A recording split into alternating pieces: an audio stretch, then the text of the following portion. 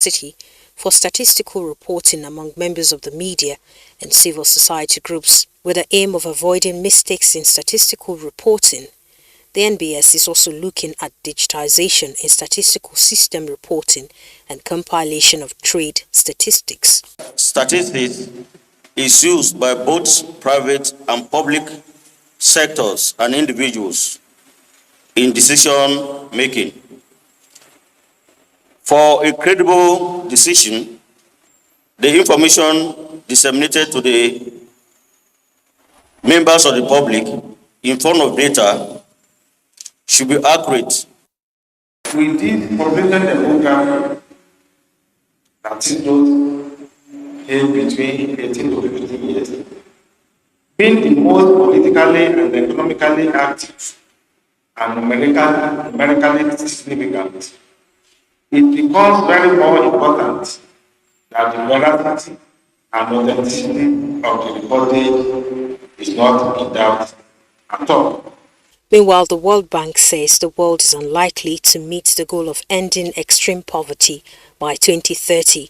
This is contained in the bank's latest report on poverty and shared prosperity. The study finds that COVID-19 dealt the biggest setback to global poverty reduction efforts since 1990, and the war in Ukraine threatens to make matters worse. It estimates that the pandemic pushed about 70 million people into extreme poverty in 2020, the largest one-year increase since global poverty monitoring began in 1990. As a result, an estimated 790 million people subsisted on less than $2.15 a day by the end of 2020. World Bank Group President David Malpass said adjustments of macroeconomic policies are required to improve the allocation of global capital, foster currency stability, reduce inflation, and restart growth in median income. With Business News, Comfort Amodu. Thank you very much, Comfort Amodu, for the business package. Up next is newspaper review.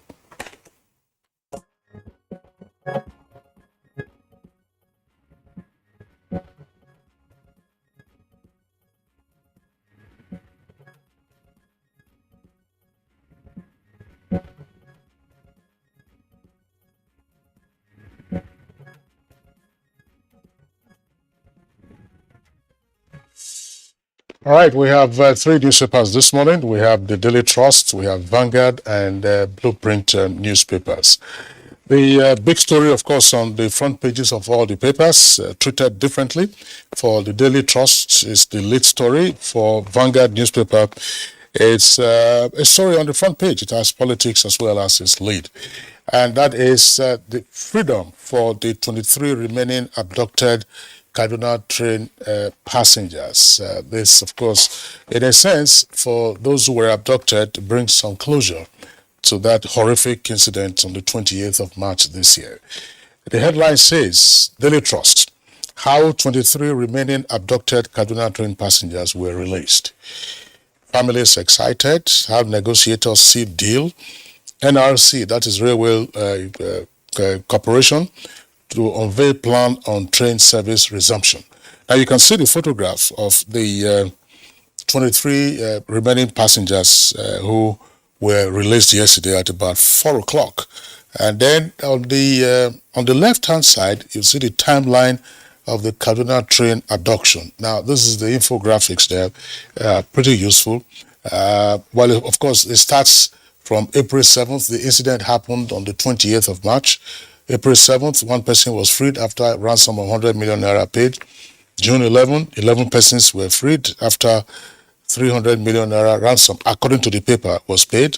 July the 9th, 7 persons were freed after a payment of 800 million naira ransom. And of course, the other releases are also there, 3, 5, and then 7 persons were freed on the 10th of August after payment of 200 million naira ransom. On the 19th of August, 5 persons freed, and finally, on the 23rd, on the 5th of October, 23 of the remaining abductees were released. But of course, we do know that there were fatalities, Jumai, when that incident occurred, and there were about 8 or so passengers who died in that attack.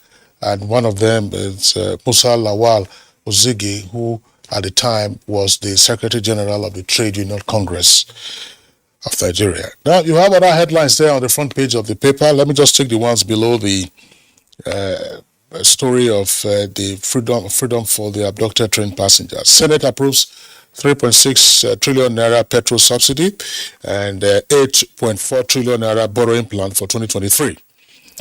Resolve your dispute in 24 hours. Appeal court tells federal government and ASUU.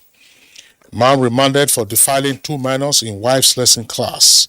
Geregu emerges first power firm on NGX, that is the Nigerian Stock Exchange, lists 2.5 billion shares. And then below the nameplate, that's right above, World Teachers Day, 2 years after, federal government yet to implement teachers' new salary package. APC crisis, governance, NWC meet, fail to agree on campaign kickoff. More floods to hit Kogi, Kebbi, Kaduna, Taraba, and Lagos, others in 24 hours. Jumain? Yes, so we have the Blueprint newspaper and we have quite a busy front page here. And just below the Blueprint newspaper and the masthead, we have, we won't allow withdrawal, so substitution of candidates, INEC warns. We find and the rider, Senate confirms 19 wrecks, NUPRA Executive Commissioner. You find the details on page 6. And Buhari to restore OML 46 to Bielsa. You find the details on page 7. Kaduna train, 30 days after Mahmoud's arrest. Defense headquarters rescues remaining 23 abductees. With riders, nation owes gratitude to military, CDS, Irabo. You find the details on page 7. And the headlines in the Blueprint newspaper are the more on Tinubu's list. Why APC can't commence campaign without governance. With riders, says they are key to party's victory. Released campaign list will be sorted out. That's coming from Bagudu. And ACF, police warn politicians against rigging and thuggery. Find details on page 5. Just below the picture story, see there, fake OK's 2023 budget estimates for presentation to National Assembly Friday. Details on page 7. And still on page 7, Navy's fight against oil theft denied 30 billion products siphoning. Details on page 7. Nigeria's Eurobond servicing rises by 86%. That's coming from the DMO. You find details on page 22. MTEF, FSP, Senate sustained 3.6 trillion proposal, jacks oil benchmark to $73 per barrel. Nigeria's host losing faith in NAFEX as exchange rates widen. Find that on page 22. Fighting inflation, huge sacrifice, detrimental to output. That's attributed to rewinding. We're sorry we couldn't have it on the screen for you to go through the blueprint, the front page of the Blueprint newspaper, but I'm sure you'll be able to at least have an idea of what it is. Kesley? All right, there's also the Vanguard newspaper.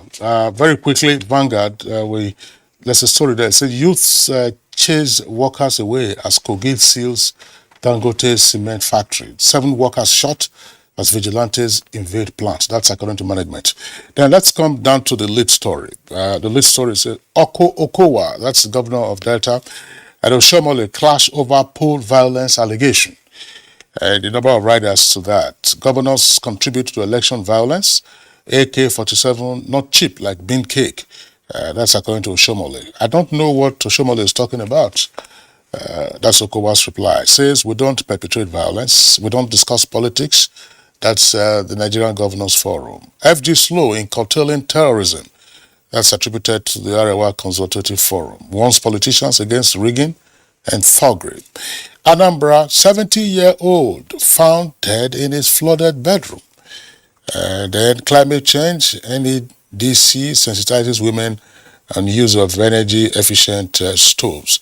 Now you see the photograph there also on the front page of the paper of the train kidnap victims who have been freed. And as we said, in a sense, this brings closure to that horrific incident that happened on the 28th of March this year. We have to commend all who played a role in ensuring freedom for the abductees. Nothing has perhaps been more harrowing in recent times in our nation's history than that tragedy that occurred along the rail tracks of Abuja. That's what called AK9. Also, that's Abuja Kaduna train service. The Nigerian Railway Corporation, of course, itself had been in a mourning mood, unable to resume services on that line, and we do hope now that appropriate measures will also be in place to ensure security for it. So the Chief of Defense Staff, military security, intelligence services, and of course the President himself, who is excited about what has happened. This is big news. This is big news, and I hope those still in captivity will be released by those holding them captive.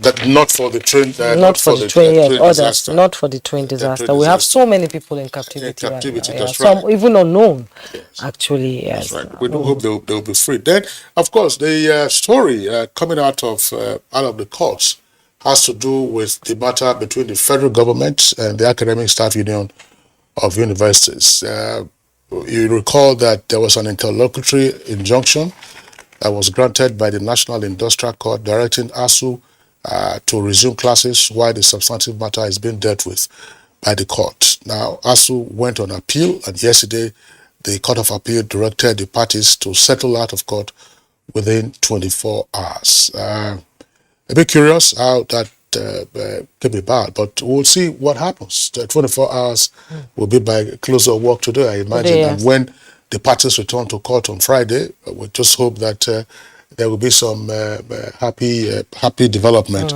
arising out of that. But if, of course, the parties are unable to reach an amicable settlement, it means that the legal fireworks will continue. That's precisely what we're looking at. What we're looking at. There is a story that is not on the front pages of the papers this morning. And I read a story online yesterday, a story about Nigeria's First Lady, Mrs. Aisha Buhari. About the P. Yeah, I thought that that was a big human interest story that ought to have commanded prominent attention. At least we don't have it on the front pages of the three papers that we have this morning. We earlier saw another paper, I didn't have it, and the stories were all similar to this. And I think, Jumai, because the First Lady was at the launching ceremony for the construction of a specialized center for the treatment of post-traumatic stress disorder for military personnel, and it's the initiative of the wife of the Chief of Defense Staff, General Lucky Irabo. And there the First Lady opened up to say that, look, this is a welcome development, and she narrated how since the age of 19, when she got married to President Muhammadu Buhari, she has had to, as it were, a physiotherapist for the president. Because according to her, the president appeared to have suffered from post-traumatic stress disorder. And she listed the incidents. One, of course, he fought during the Civil War. He was in the military for about 27 years, and he fought during the Civil War. And there was no post-care, either for him or for any other participants in that. Then he became military head of state, and he was overthrown. Being overthrown, of course, is another trigger. And then he was under house arrest for about 40 months. And then, of course, then came the Fourth Republic. Contested and lost presidential election 3 times. Now, I'm sure that Nigerians will remember that after the 2011 election, because on each occasion when he lost, the candidate Muhammadu Buhari went to court. You will remember that after the 2011 election, President Buhari, as he now is, was shedding tears. And persons who didn't quite understand the circumstance were, of course, tended to mock him, to say, but he's a human being. And here is his wife, Nigeria's First Lady, coming to tell Nigerians, what she has had to cope with, what she has had to deal with, and so on and so forth. I think that that's a very touching story. And I'm happy that she also indicated that it is not just going to be a project for this administration, it will be a continuous project. Yes, not a project for the wives of the defense officers, but that the president and herself and others would ensure that it is part of the line budget for this. I think that it calls attention to silent mental health issues. When you raise the point about mental health, people think that somebody is crazy. A madman. No, certainly not. There are all kinds of instances that You and I, people who are watching us, our viewers who are out there, we could have triggers for either depression, triggers for post-traumatic stress, all kinds of things. We have had soldiers, we have had military personnel on the front lines against Boko Haram, against bandits. We have policemen who are dealing with all kinds of criminals. How do they cope?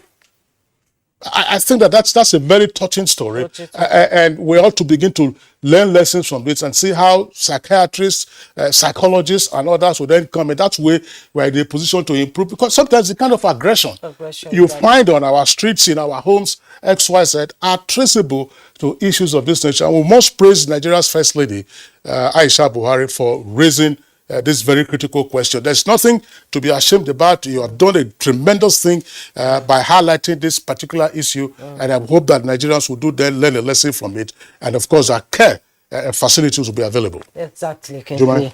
Well, we'll take a break now. When we return, our conversation will begin. Don't go away.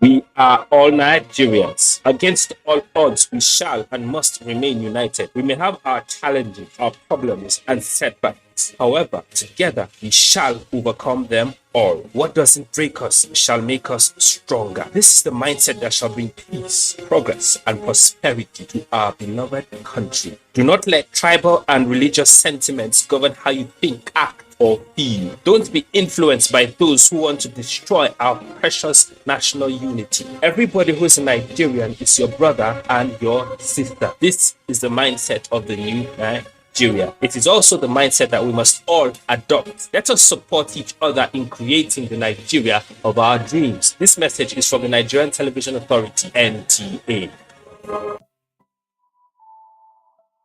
The center is purposely established in order to provide these services that are examinations, medical examinations, and investigations that were not provided for in Kano as well as the entire Northwest region. It's equipped with modern technological equipment in terms of radiological services. We have MRI 1.5 Tesla. We have digital X-ray as well as 4D ultrasound equipment. The importance of the center cannot be overemphasized. Just within 1 year, the center attended to thousands and numerous patients as well as medical examinations. NKDC is established in order also to provide these healthcare facilities at a discounted price. This message is from the Federal Ministry of Information and Culture. Dialogue, empathy, love, and unity. These are vital components of nation building. For all to be well, we appeal that we should refrain from volatile, provocative, inciting messages and language. Let's build and not destroy.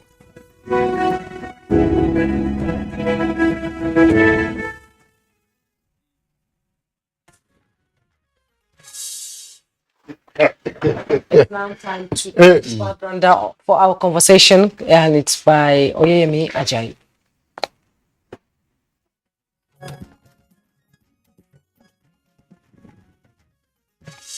Rainy season is the time many anticipate respite ending the heat period, and to some, it's actually an enjoyable season, especially children who love to play in the rains. Many also believe it's a time for bumper harvest, among many other benefits. Despite all these, many have as well called for caution during this period due to inherent dangers associated with rains. However, the 2022 rainy season, just like every other period, isn't in any way different, but concerns of havoc wreaked by the flood cannot be forgotten in a hurry. Houses flooded, farms worth millions of naira destroyed, with imminent emigration, aside the concerns of wild animals infestation and waterborne diseases already raising scares. Hundreds of people have lost their lives as sights of flood water is seen submerging parts of the country. Kogi, Adamawa, Delta, as well as parts of Lagos, Edo states are yet to come to terms with the effect of flood, as many intensely pray for the end of the rainy season. The National Emergency Management Agency, NEMA, reveals that no fewer than 651,053 persons have been rendered homeless by the disaster in 6 councils of Anambra State, with homes, farmlands, schools, health centers, police stations and churches, as well as other critical infrastructure submerged, just to mention a few. As it is now, many are crying for help, as many livelihoods have been utterly destroyed and their sources of living already on hold. How much help can be rendered to these people? Also, why is the flood more this time around compared to previous times? These are some questions guests already seated will be answering shortly on this edition of Good Morning Nigeria.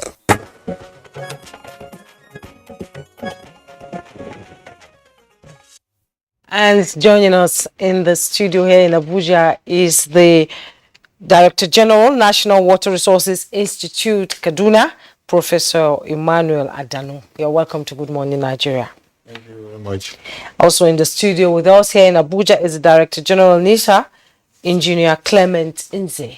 You're welcome. Thank you. Nice to be here. It's a pleasure to have you join us. Thank you. And in addition to these gentlemen is the Director Relief and Rehabilitation National Emergency Management Agency, NEMA, is Al-Hassan Nuhu. You're welcome to Good Morning Nigeria. Good morning. All right, Al-Hassan, we're glad that you're back again to our studios this morning. You were here yesterday, and we had only a brief touch on the flood disaster in Kogi. And via Zoom this morning, joining us from Kogi State is the Commissioner for Information and Communication Strategy in Kogi. That is Kingsley Fanwo. Kingsley, it's my pleasure to have you on Good Morning Nigeria.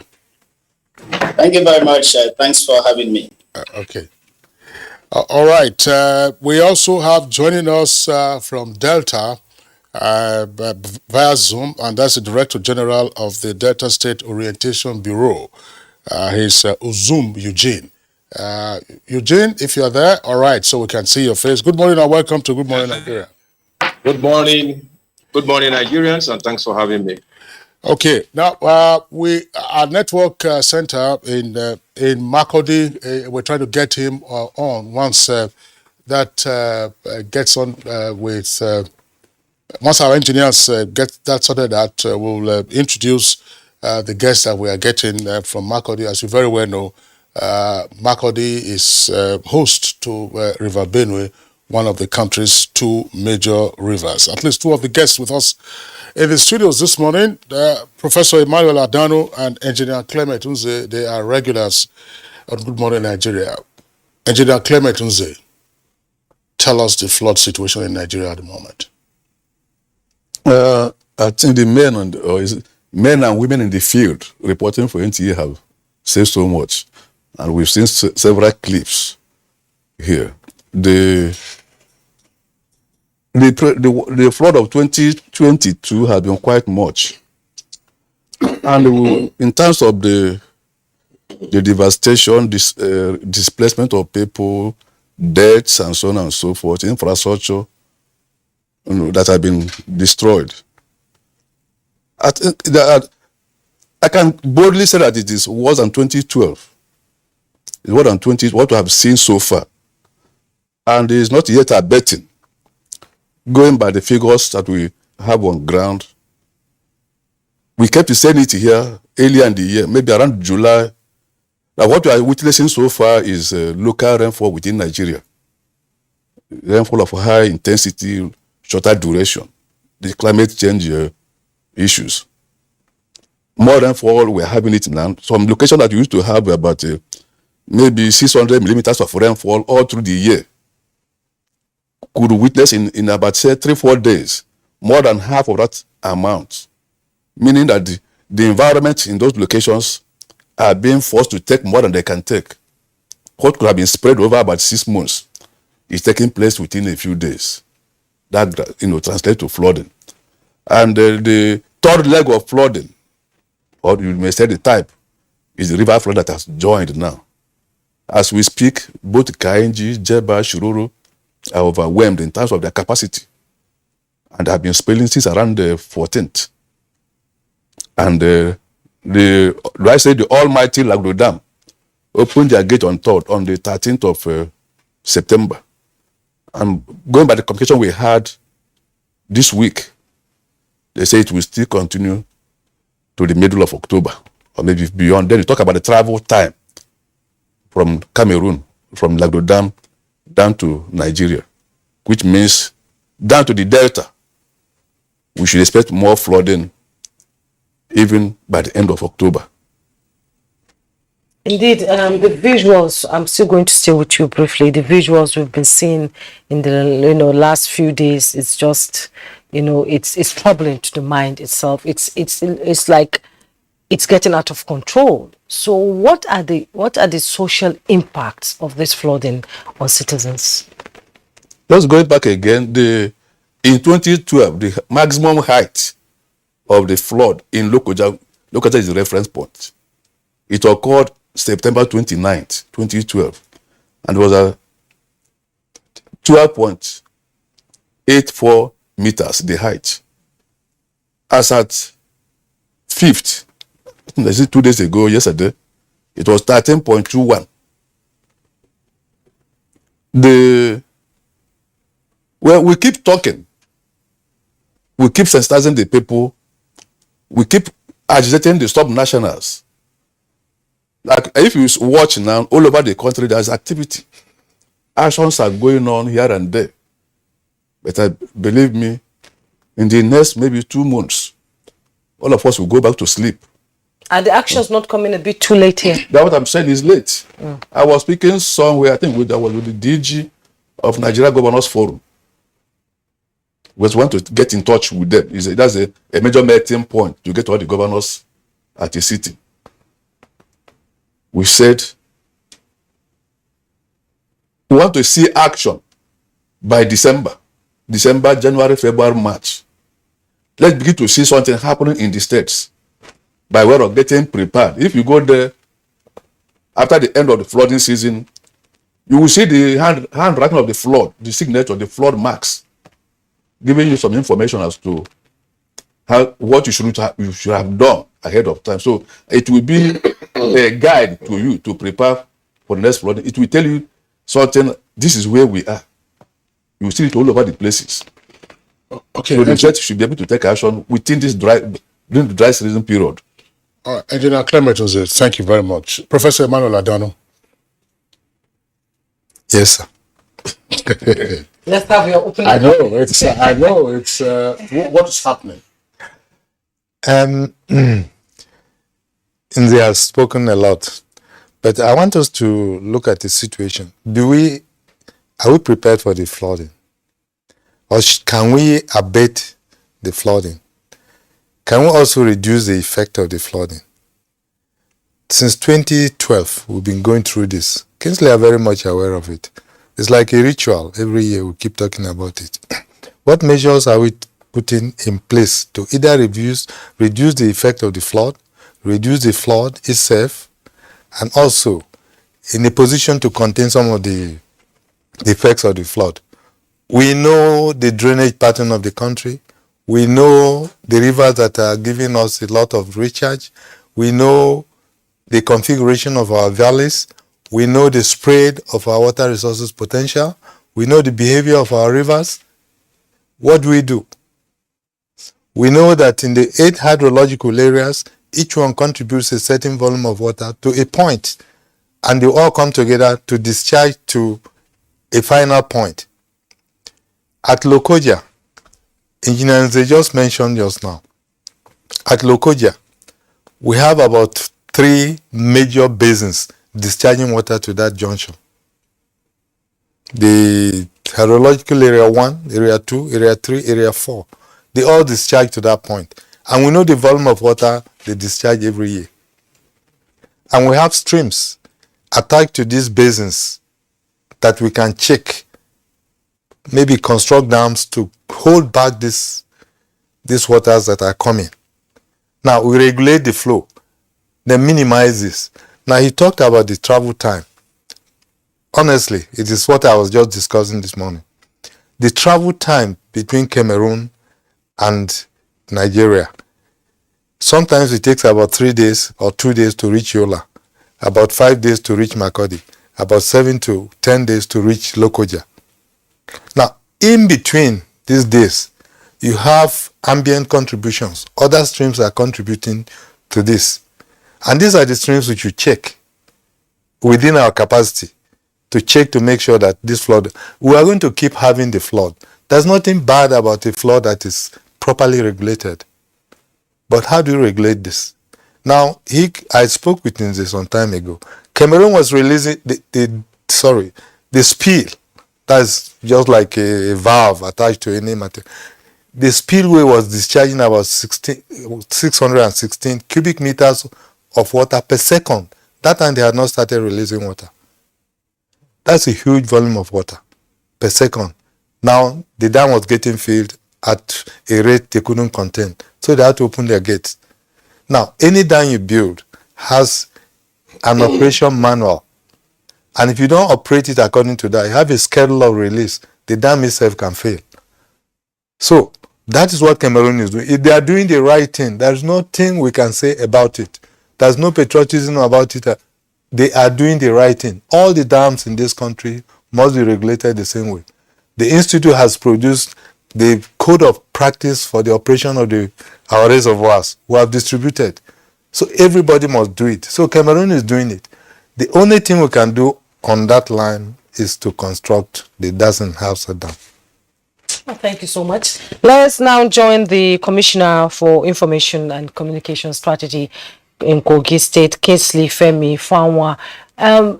Kogi State is in the eye of the storm right now, and it's a state that is strategic to, connection between the southern part of the country and the northern part of the country. We've seen the visuals of the flooding in Kogi. It's overwhelming. It's devastating. Tell us what is going on and what is the situation right now, and how are you trying to bring it under control? Thank you very much. As a state, we sympathize with the rest of Nigeria for the hardship they are currently witnessing as a result of the very devastating flood in Kogi State. When they refer to Kogi State as a North Central state, I call it an error of geographical definition. We are not at the center of the north, we are at the center of Nigeria. So we're actually a central Nigerian state. So that's why we are seeing all of this difficulty in getting a lot of things into other parts of the country because of the problem in Kogi State.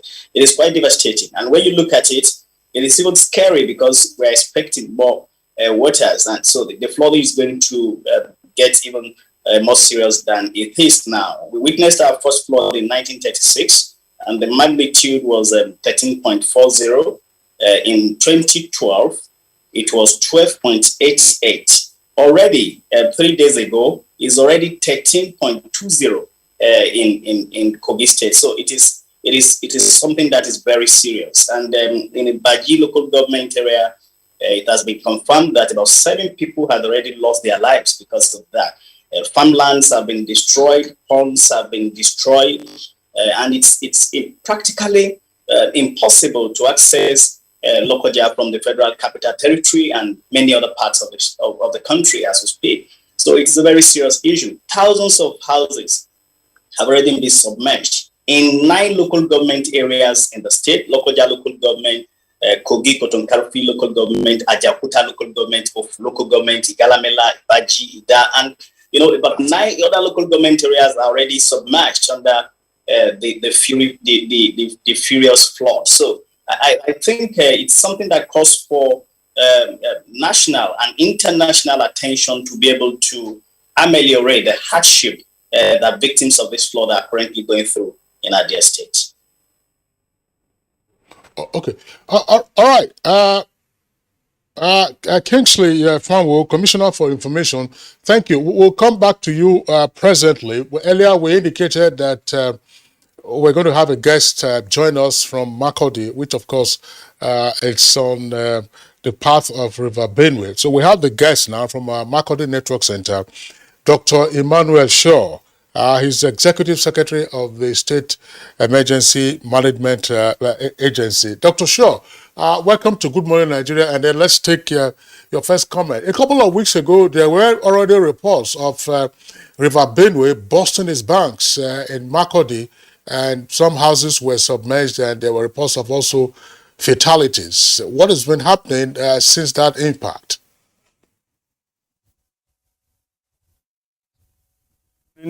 Thank you for having me. Rightly, as you have said, Benue State has had her own share of this year's flooding also. Professor Emmanuel Adanu explained to us about the movement of the water when it is especially this time, part of which is the release of water from Alagdo Dam.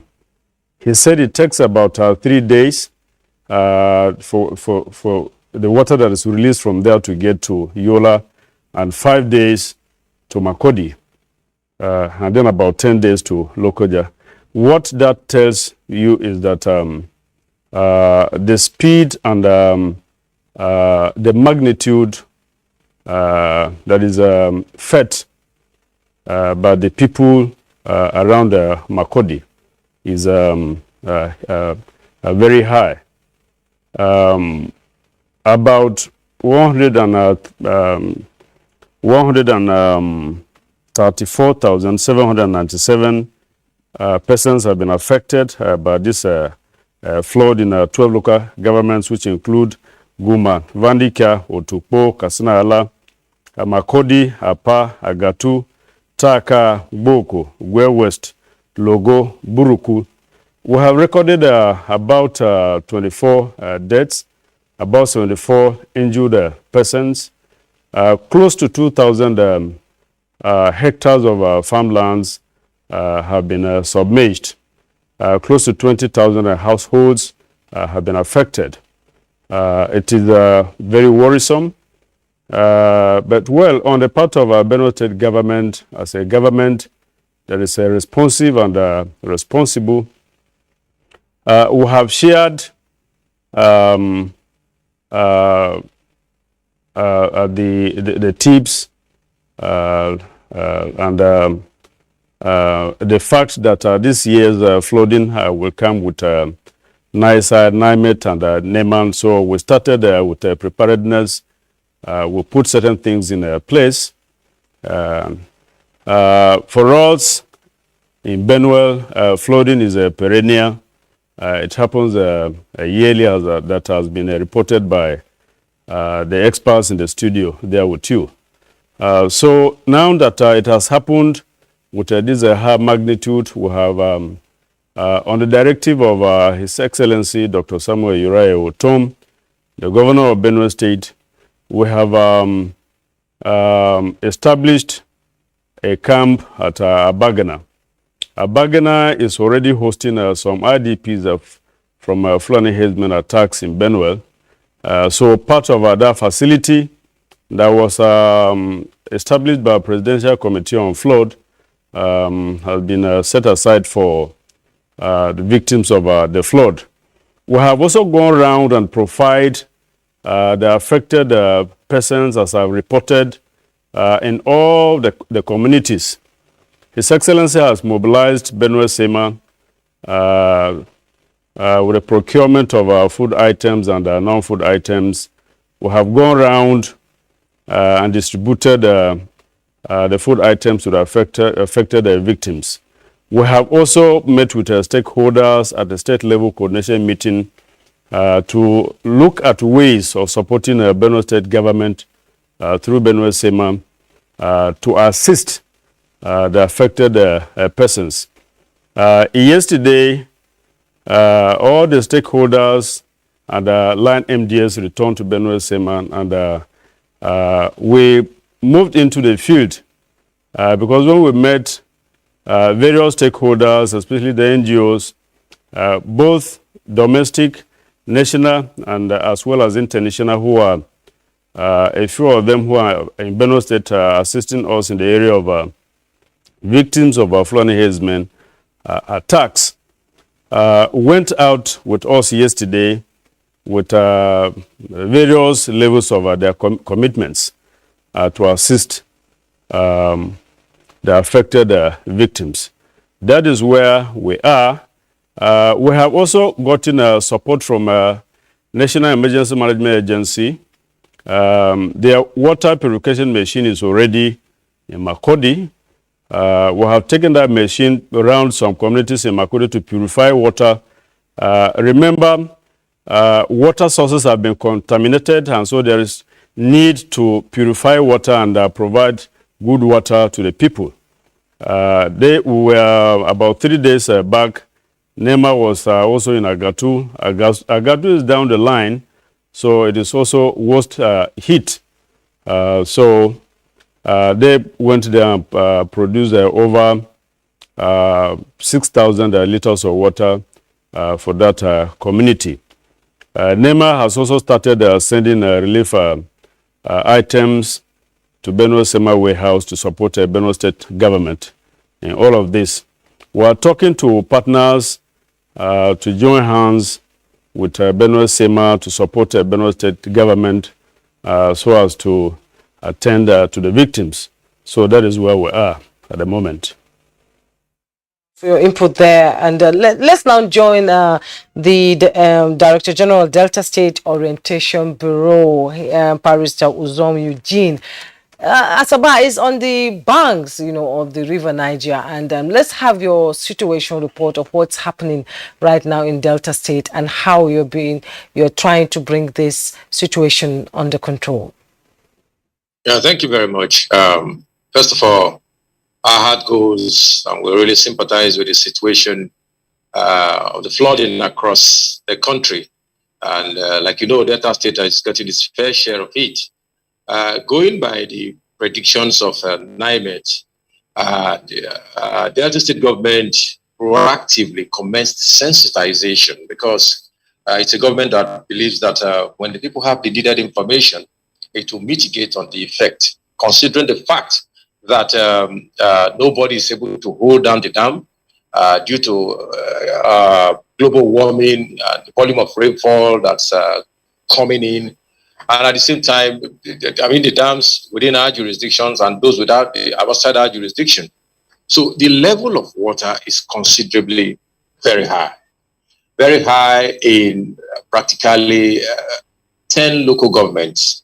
But from the prediction and judging from what's been happening since 2012, it will affect up to 15 or 16 local governments.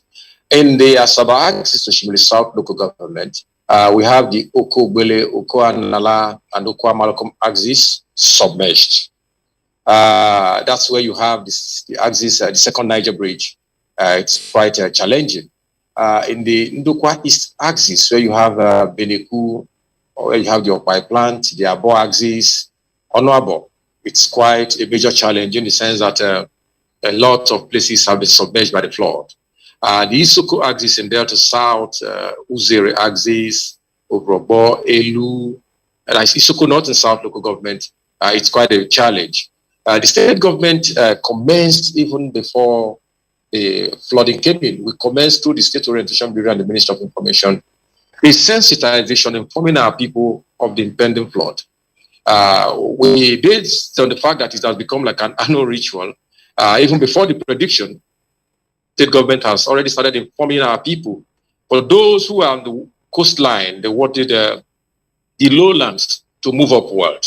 And those who have farmers who are into fish farming and other types of crop farming, that their crops are near harvest, they can harvest and then they can take away their farm produce like the animal husbandry. But critically, the state government set up an interministerial committee headed by Chief Patrick Uka, the state secretary to the state government, that's carrying out a lot of intervention on our people to mitigate on the challenges. The interministerial committee consists of the Ministry of Environment, which is the mother ministry of the challenges, we have the Ministry of Information, the State Orientation Bureau for Information Dissemination. Then we have the State Emergency Management Agency, the Ministry of Power and Energy, the Ministry of Education, and other critical MDAs.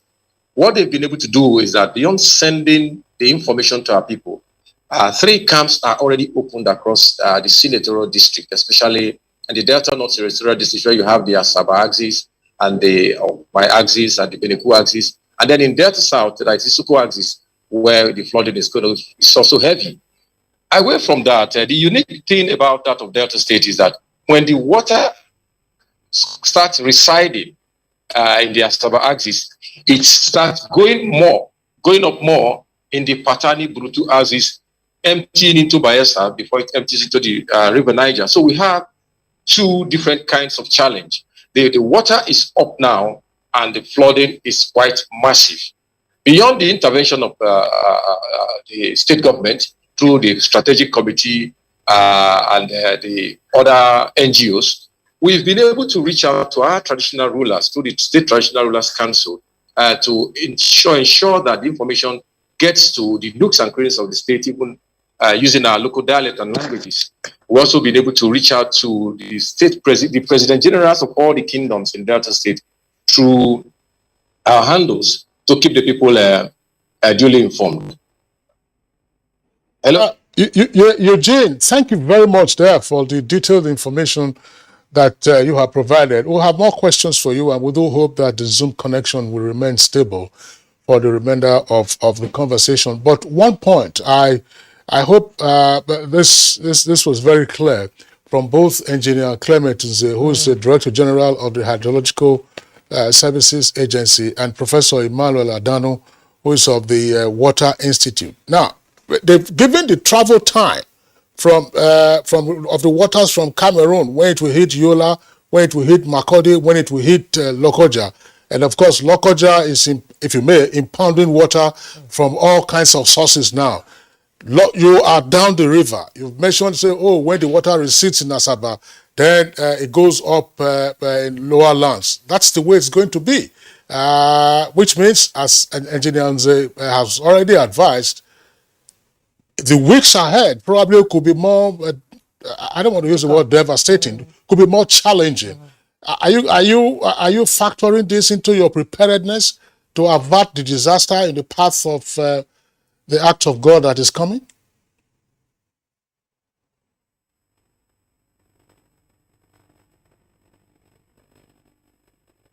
Looks like there was a switch there. But Eugene Uzum will come back to you in the course of the conversation. Now back to our studios here. Director Al-Hassan Nuhu of NEMA. We're glad again, as we said, you're here. And earlier on, the Executive Secretary of Benue SEMA spoke about some heartwarming development, that namely NEMA is already also intervening in the areas devastated by the floods in Benue. And I'm quite thrilled by the fact that they say that you have sent in your water purification equipment. What else is NEMA doing at this time? Well, our officers are all over the place, supporting the states in rescuing affected population. As we have dispatched water purifiers, we've dispatched our boats also to support the riverine states in terms of rescue. As persons affected are rescued, we have deployed relief materials in all the 36 states, and we are monitoring the situation to be providing more and more as the need arises. We are already engaging our stakeholders all over the place. It has reached a stage now that we will invite the unique capability of the military to come in and support us in terms of even logistics. As the water is going down, we are already preparing our mind that at a stage we might engage the military in dropping some of these relief items. So the preoccupation now is the safety of the people, and then to provide them with food, with non-food items on a continuous basis. It's purely on a need basis. As there is need for more, NEMA will be supporting. But it's important to realize that this is a job for everybody. the federal government, the state government, the local government, even the public-spirited individuals are there to provide support. The Presidential Committee on Flood are still on ground, and they are providing succor.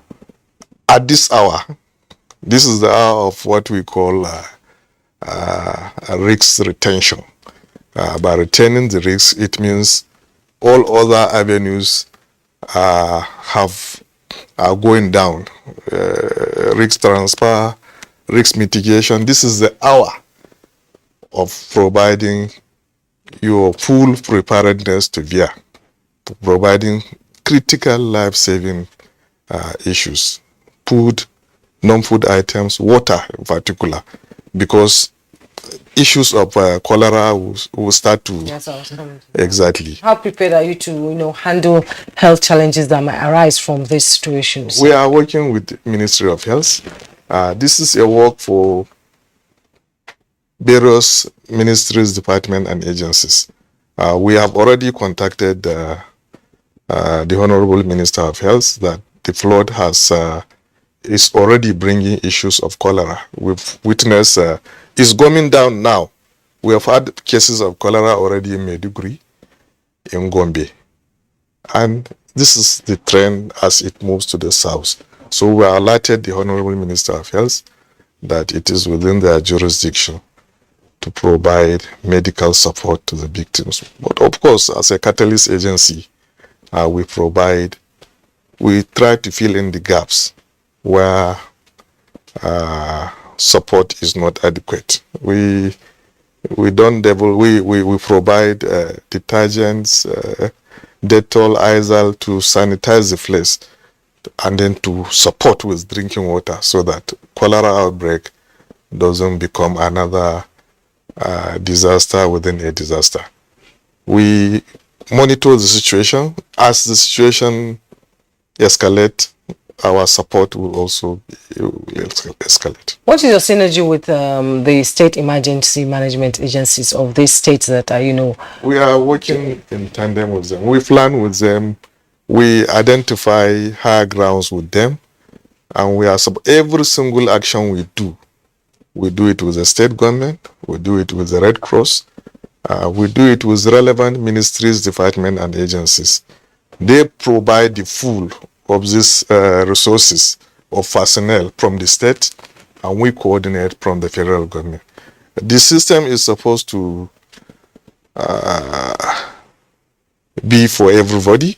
Luckily enough, the National Flood Preparedness, Mitigation, and Response Plan has been approved.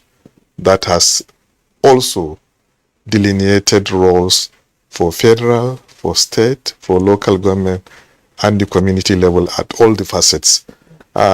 This is supposed to be a collaborative effort. Everybody bringing his expertise, his resources.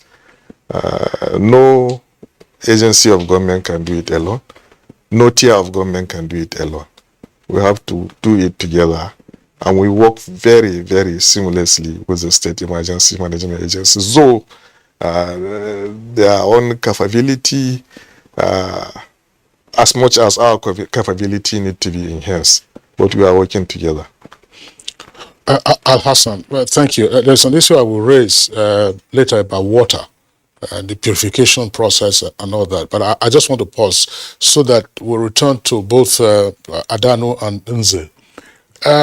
Glenn, I know on Good Morning Nigeria in the past, when we had discussed issues of flooding, it appears, explain to our viewers what is happening basically now. Is it just the case now that what we are getting is from River Benue, coming from Cameroon? Because you also say in the past that you monitor what is coming from River Niger, upstream River Niger, and some monitoring device that you guys read somewhere around Niamey or so. Should we also have our sights on what is on the waters coming from River Niger? And if so, what is that likely to spell for us? Thank you so much. We are in daily communication with authorities upstream River Niger. Actually, there is a body, Niger Basin Authority, which coordinates activities, development with regard to water in the 9 member countries. Like I always say, Nigeria is at the bottom of this particular basin. So daily we get information as to what is the level of flood in Niamey. From Niamey, it comes to Benin Republic. There's a measuring equipment in Niamey. There's one in Malanville in Benin Republic. So whatever happens to these places gives us an insight of what to say or what to do. So as we speak, the water level in Niamey is within comfortable level. There is no threat as today with regards to what is coming in from that flank, which makes us to conclude that the flood that is coming from that angle that has made Kainji and Jeba to begin to spill water is from the rainfall within Nigeria. Not that so much like in 2012, I remember, 2020, Malanville reached a height it never happened before in history. So that's how they help to flood Kebbi State and several other places. But for whatever is happening as at today, it's mainly rainfall we're having within our country that made Kainji Dam to get a certain height that you felt that the dam is being threatened. That they begin to open the dam, and once it began, Jeba, about 100 kilometers downstream, must follow suit. So we are not having any major threat from Niger or Mali, Burkina Faso, Guinea, Conakry, and so on and so forth. There's no threat from that side. On Monday, you still raised concerns. You talked about serious consequences in some states of the federation, and you're saying that as the dam continues to overflow, the states should be on alert. Let's talk about this. Climate change is real, whether we like it or not. Yes. Talking on, at conferences about climate change and, making statements, does it reflect back home here in Nigeria, where every year warnings are issued and not taken seriously? Climate change is coming, whether we like it or not. How serious is the government on the effects of climate change in Nigeria and mitigating it in itself? It has become a song we sing everywhere, climate change. Climate change. Yes, it is real. It is happening. But we shouldn't blame everything on climate change. There are steps we need to have taken, or we should be taking as responsible citizens, responsible sub-nationals in Nigeria, that once you get these advisories from relevant forecasting agencies, we take some fiscal measures, things that could be seen. Not to use that as a line of least resistance. Even when you fail to do what you ought to have done, you say, oh, it is climate change. Yes, climate change has, but already such that places that have never experienced heavy flooding or so much rainfall that are experiencing it today. Or the fact that we are now having heavy amount of rainfall within a short period. These are climate change issues. But we shouldn't abdicate about responsibilities and say it is climate change. So what we are saying is this: when we give predictions, we expect that the action should be taken to ameliorate, to reduce the impact of that climate change. In this case, in terms of flooding. So let something be done physically.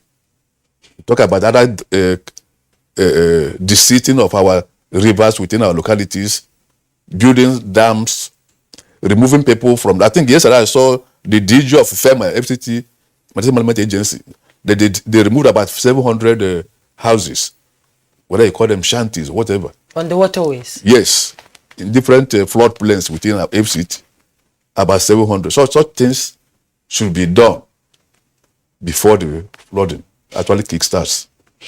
Okay, thank you very much, Engineer Nze. Back to Professor Adano. Professor Adano, again, in seeking to understand just what is happening and then the policy implication. Jigawa announced some weeks ago flood devastation, I think with fatalities as well. Some years earlier, it was on the western flank, which was Kebbi. Kebbi was submerged for the most part. The farmers lost their crops and all that. And this year, we've had it from Jigawa. We've had it also from Adamawa. Help us understand why this is so. And then, more importantly, the issue about the silted dams and other reservoirs that we have in the country. Has any step been taken to deseal these dams so that the volume of water that they impound could at least mitigate the extent of the flooding? Okay, I'll answer the last one first. Anyway. I don't think any dam has been desilted. And, well, that is answered. In Jigawa, Nze just mentioned that we have stations that record water flow into Nigeria. Now, at the Nigeria boundary, annually, we have a potential amount of about 26 billion cubic meters of water coming into Nigeria. Now, at that point, from that point to Lokoja, River Niger to Lokoja, when Benue joins, at Lokoja we have 67 billion cubic meters of water. So the difference between 26 and 67 is what is generated internally in Nigeria. Now, some of these waters come from hydrological area 1, which is north, then area 2, which is middle, Niger, then 3 and 4. Now, Jigawa is within one of these hydrological areas. The problem with Jigawa is because this is the second time in 3 years. We've been there, my institute went there, we did a massive analysis of the flood at the time. Around Jigawa, there, this river Hadija, it braids into Marmara, Burungana, Kirikasama, and all this. And the agricultural activity, because they are majorly farmers in that place, also helps to loosen the land. So if there's any serious rainfall, it packs the soil first. And the river now distributes this in a flatter environment. So now constricting flow in even not well-defined valleys.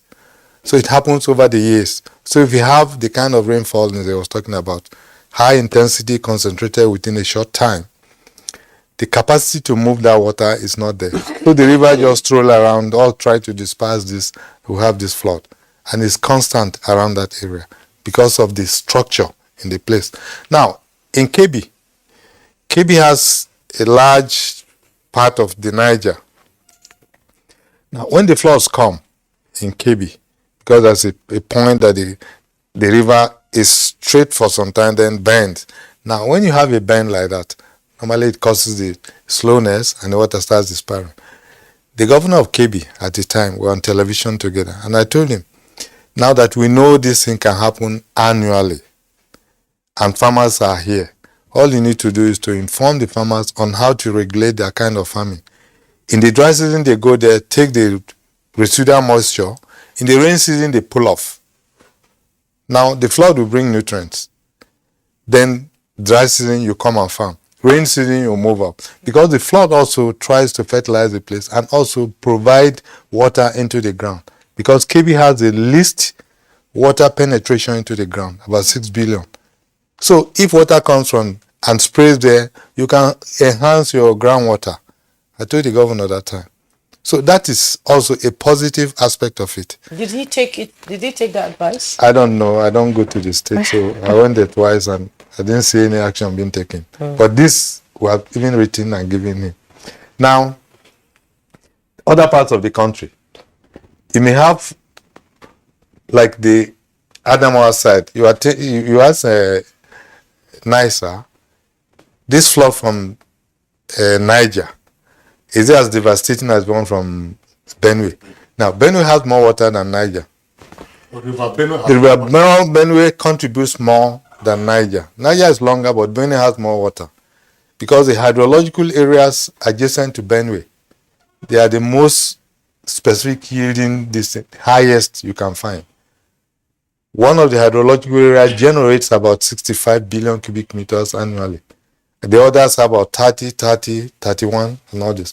While the other areas, area 1, area 2, area 1 and 8, only 8.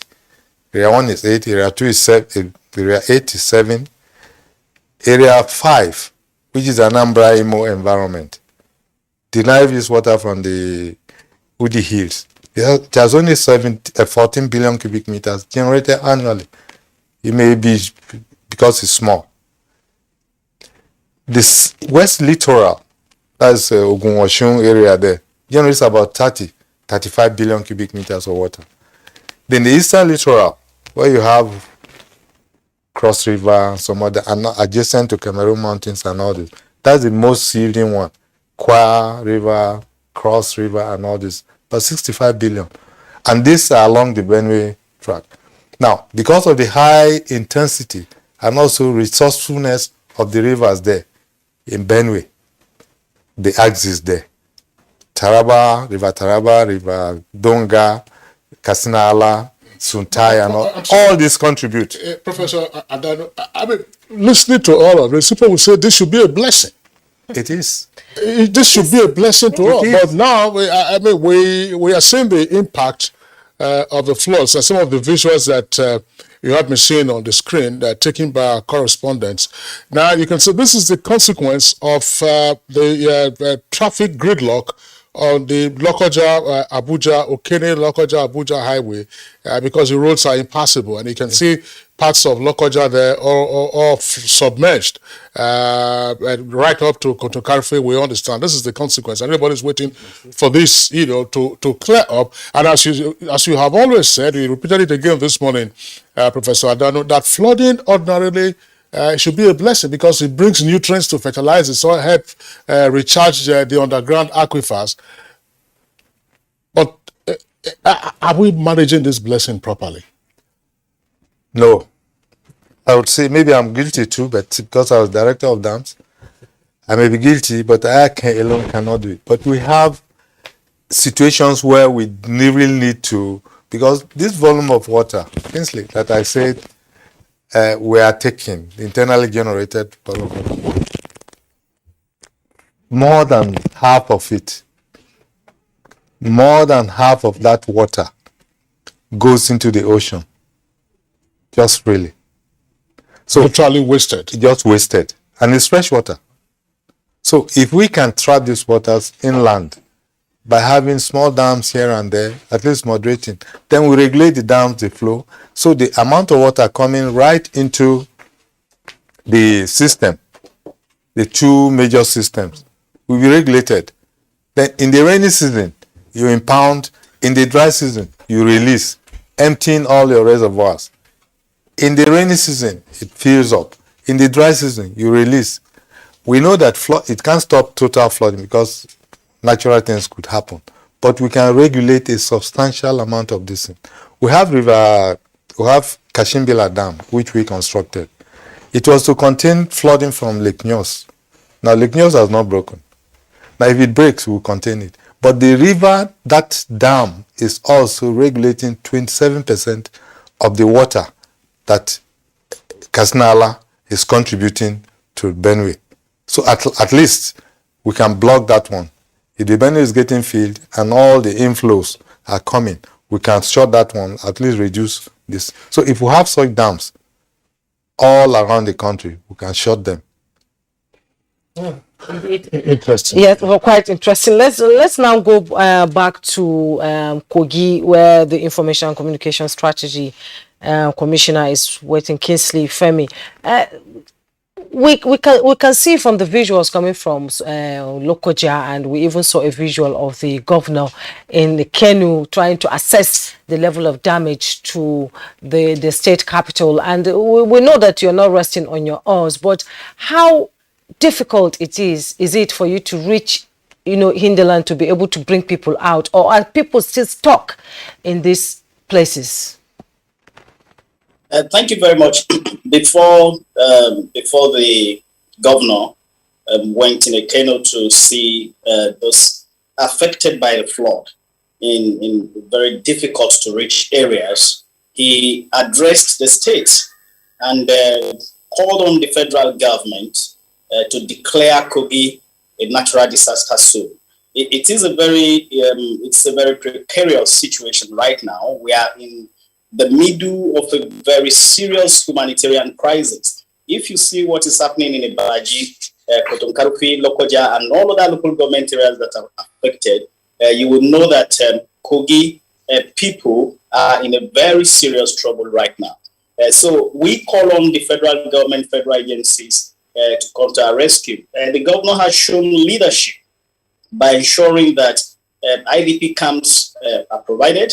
He has also ensured that he went to go and see them where they are, so that they would know that he's leading from the front to assuage the sufferings they are presently going through. So that has given them some level of confidence, comfort, and that kind of a feeling that this is the leader on a canoe coming to see us. So that has really improved how they feel about the whole thing. But that has not removed them from the waters. We launched a lot of sensitization campaign before it happened, and even now we are still. It's always very difficult to pull people out of their ancestral homes and all of that. But when you juxtapose that with the need for their safety, they have to accept the need to come to higher grounds, go to the camps that have been provided by the government. Let us also use this opportunity to appreciate NEMA. NEMA has done very, very well for their state. They brought their water purification facility to the state. They've also brought a lot of food items to the state. We know they're finding it very difficult to even access the state capital and other areas that are affected, but they have not been resting. They have been moving around to ensure that they provide what is needed for the people. So it is very difficult to access those areas, but as a government, it is the responsibility. It is our responsibility to make sure we reach them, pull them out of the troubled waters, and bring them to grounds that are quite safe. Thank you very much, Kingsley. Just before we take this short break, I just wanted to also ask the Director General of Delta SEMA, Delta Orientation Bureau, rather, not Delta SEMA. The SEMA is from Makurdi. Well, I was asking earlier, before we lost your Zoom connection, whether you had factored in the advisory by both Engineer Nze and Professor Adano, that namely, look, more water is coming from upland, that is from the Cameroon end, and that Lokoja, that is currently taking a hit, is going to flow down to your parts in Asaba, Ndokwa, Isoko, and then further down before, of course, it gets to the real delta locations and then it gets into the Atlantic. You said that your state had embarked on sensitization. What was the response to the sensitization? Because we keep hearing about resistance, people unwilling to move. Now, there are reasons that have been adduced, for instance, for people being unwilling to move. They say that, I'm not saying specifically about your state, but in some cases they say that, look, there's no adequate provision in the temporary shelters that they have. They're just sometimes just thrown in there like persons, who are destitute. So what has been the response to your sensitization campaign, and how many persons have been, if you may, taken out of harm's way? Yes, thank you very much. The issues raised by Mr. Clement of NIMET and has been factored in the sense that you will recall that over time, this has been on since 2012, and there's been a protocol. And the protocol has been sensitization, massive sensitization, development of IDP camps, and catering for the victims, and then demobilization when the water recedes. Well, the result of this sensitization has been great. This is because we worked closely with Argon. Every local government has a chairman here in Delta State, and every local government also is got a kingdom ruled by a traditional ruler. Like I mentioned earlier, we worked closely with the traditional rulers, the local government chairman, and the president general of town union. So with that, we're able to transmit the message to the doorsteps of our people, even with their local language. Yes, there are pockets of issues of ignorance. I would call that ignorance, where people tell you, this is our ancestral land, this is where we belong, we're not moving anywhere. Some will say, we'd rather die here. But we also make them to understand that if you die, you cannot own or possess that land. But Delta State is quite unique in this, like I mentioned, in this flooding disaster, in the sense that when the water is coming in from those axes, the tributaries, and rising in the Asaba axis, the Ndoko axis, and part of Uzere, Usuko axis, when it's receding there, you see it rising in Patani, Burutu, Bomodi axis, before moving to Bayelsa and emptying into the river Niger. So the state government has proactively opened up IDP camps. We have 3 functional IDP camps now. And at the moment, what's happening is that we are doing a proper enumeration, because we have had situations where people want to just come to the camp because of government provision. And the state government adopted a model called Know Your People, Know Your Persons Properly, KYMP. KYMP means, hello, can you hear me? We're listening. We can hear you. Yes, fantastic. KYMP means Know Your People Properly. What that does for us is that we are able to bring in political office holders. Each local government has got a House of Assembly member, it's got a local government chairman, it's got a councillor. And so what that does for us is we're able to identify the victims properly and then ensure that they are the ones receiving the support from government. The state emergency management agencies running very fast under the committee led by the Secretary of the State Government. At the moment, we've not started seeing support trickling in from the federal agencies, but we believe that it's in the offing. This is because we are very sure that they are looking at the water flow monitoring and ensuring that it gets to places where the devastation is more at the moment. So we are using this opportunity to call up that we have a challenge here. The challenge is that the flood has come. It has submerged a lot of places, over 70 communities across board, and it's rising by the day. The water level is quite high, with government intervention sufficient, but cannot be totally adequate because the population is quite high. Beyond that, the state government has also been able to reach out to the civil society organization, because the partnership is not just about the people, it's about the environment, it's about other critical stakeholders. So we are using this opportunity to still, call up the civil society organizations to, support the process, support the process by ensuring that there's no loss of life and property, and also ensuring that we mitigate on the challenges, because the challenges are there. The challenges have come. For example, if you go to Uzuri axis in Isoko, a lot of communities have been totally cut off from the main local government. So we use speedboats or flying boats and other canoes to access those places. The committee ensures that education is not hampered within the IDP camps. The State Ministry of Health, in collaboration with the Primary Healthcare Development Agency, is on ground to ensure that the full COVID protocol is observed, because it's a government that cares for the life and security of the people and prefers to err on the side of caution. Indeed, Pastor Uzom, it's a very good point you raised here, the issue of COVID-19. And as the program begins to wind down, we'll be able to come back to you so that we can find out how you're strategizing and trying to find ways to make sure that there are no loss of lives, no loss of property, which it cannot be helped. We'll take a break right now. When we return, our conversation will continue. Please don't go away.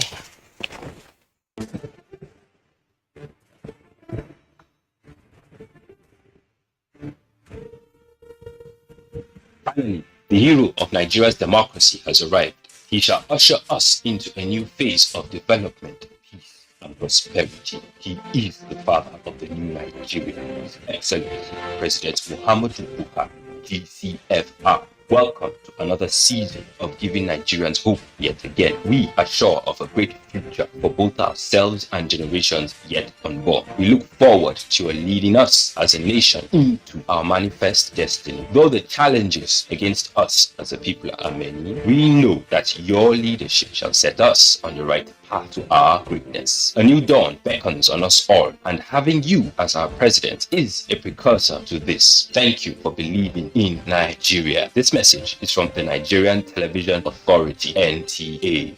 We've been trying our best to contain the situation, and in our operations we've been able to make a lot of recoveries. We've been able to also arrest suspects that are involved in this kind of activities, and we've been able to also recover particularly arms and ammunition from those who are carrying it unlawfully and disturbing the peace of the people. But generally, our morale in the Nigerian police is always guided by our commitment to do what we have sworn to do. Peace and security must be looked into as a priority by all, to look at security as the business of all of us. This message is from the Federal Ministry of Information and Culture.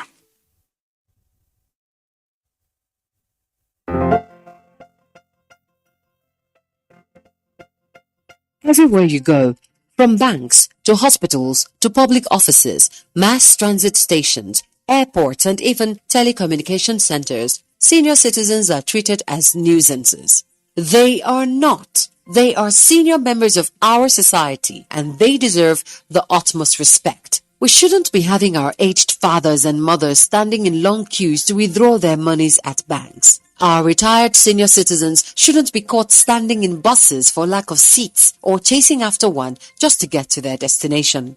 Senior citizens shouldn't have to sit long hours in hospital corridors with no geriatric specialist to attend to them. Our senior citizens deserve better treatment from all of us. They deserve to be listened to. They are deserving of seat reservations on public buses and priority attendance in public spaces. As young people, we are quick to say, no one owes you. This is not true. We owe the elderly members of our society a helping hand, our services, and respect. Age-friendly societies have more senior citizens enjoying good health, living safely, and engaging in meaningful community work than those who do not. Dignifying age-friendly services for senior citizens.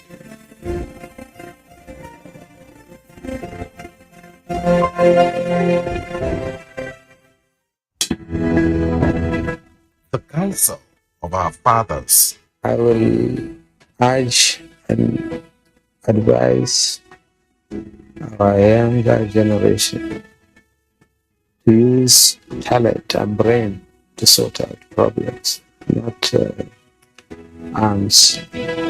Nigerian youths, let's build our nation together.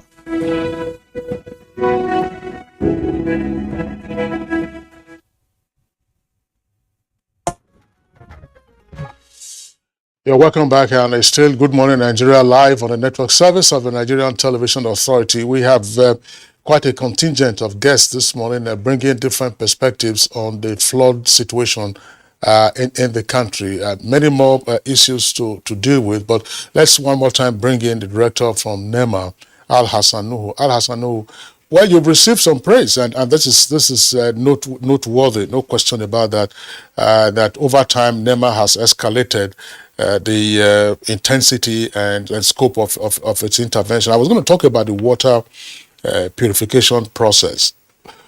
We know that even before the floods, we have a crisis of availability of potable water. Poor reticulation systems in cities, and in the rural areas, of course, we know how challenging it is. And in some cases, you have water merchants all over the place using their tankers and so on and so forth. What is there in place to be sure that these merchants will not now begin to take advantage of persons who are in dire need of potable water at this time? Well, we over time we received these water purification machines as donations from the government of Japan, and they train our officers on how to use it. That is why whenever flooding season is about to commence, we take these machines to critical areas and we dispatch our officers who have expertise to do it. And we don't allow, these machines are deployed on need basis only, where there is critical need of this. But all this while also, Ministry of Water Resources, they lead the water, sanitation and hygiene subsector in the emergency sector. They provide water. What we do is to plug in the gaps. Where there are gaps, as an emergency agency, we quickly move in. But we notify the water, sanitation and hygiene sector to brace up also to this challenge. We are contributing to what the sector is supposed to bring on board. There is no point, there is no way these machines can be taken for granted anywhere. They are provided on need basis only.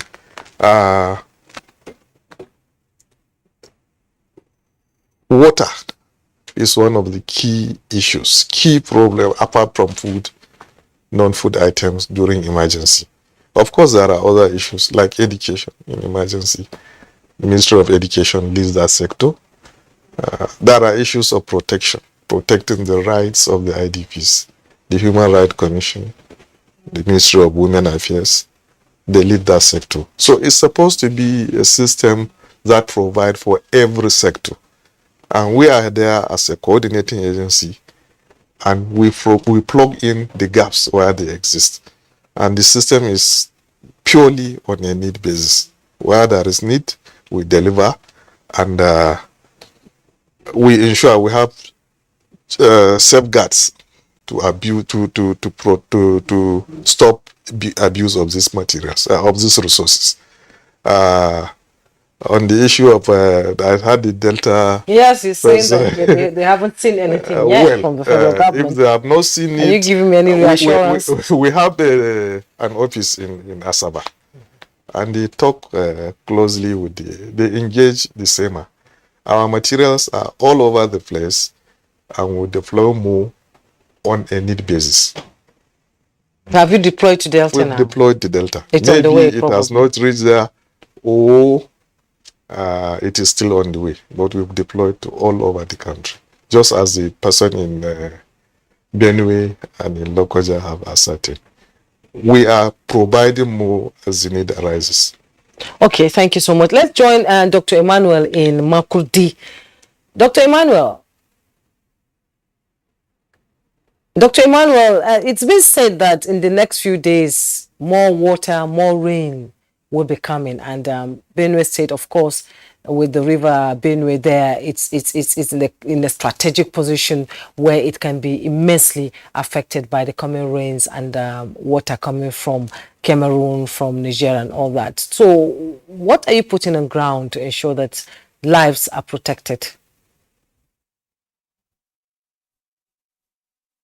As I said earlier, that Benue State Emergency Management Agency, under the watch of our amiable governor, Dr. Samuel Uriah Tom, is not resting on. We're not resting on our oars. We're working closely with other partners.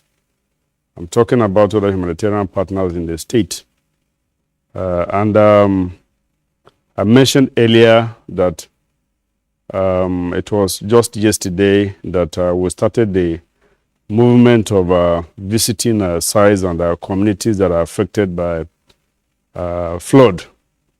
And the aim of visiting them is not only to provide for their needs in a situation as this, but also to provide psychosocial support. I mentioned also earlier that for the persons that are affected within Makurdi local government, Benue Sema has established an RDP's or has provided an RDP's space in an already existing an RDP's camp that is hosting Fulani herdsmen victims.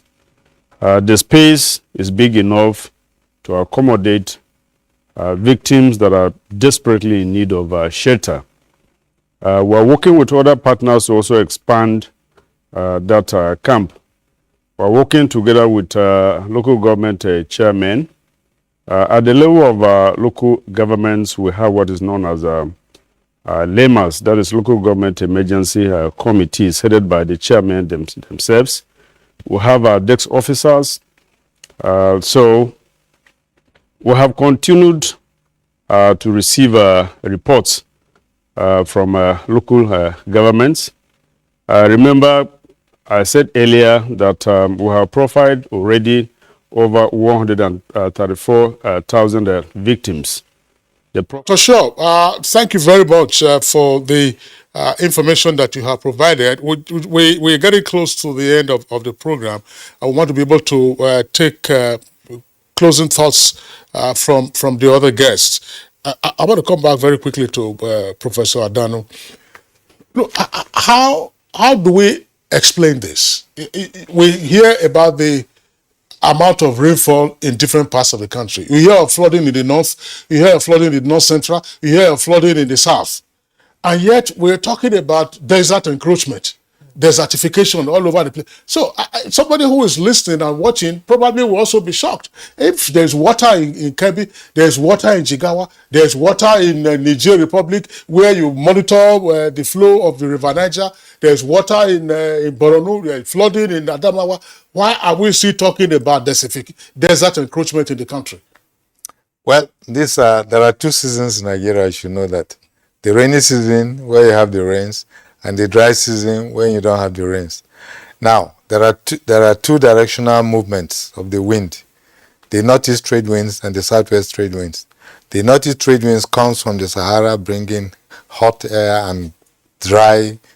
Then the southwest trade winds comes from the south, the ocean, and goes up. When the two of them are always meeting at all the time they are in action. But when one prevails over the other one, then you have that one that will provide the weather at a time. Now, when they meet, we call the squall. The northeast come in, the southwest, they meet. Anytime they meet, you have thunder, you have turbulence and all these things. So when the rains are starting, you notice that a lot of wind and all the two winds are meeting, the trade winds are meeting. So the stronger one will keep pushing the other one. Now, desertification comes when the one from the northeast prevails and brings the sand and all this dry air. Everything is very dry. It brings the sand and comes there. When it prevails for a long time, for instance, if you have a short rainy season, a long dry season period with all this coming, the encroachment increases. When the southwest trade winds that brings the rain goes, it is in this direction. Northeast, southwest. So the one that prevails always dominates the weather at a time. But in the north, far north, the dry period is longer than the rainy period. The reverse in there. So that's why you have the desertification. And then the waters that are falling now, because you said that about 50% of the fresh water gets lost to the ocean. Yes.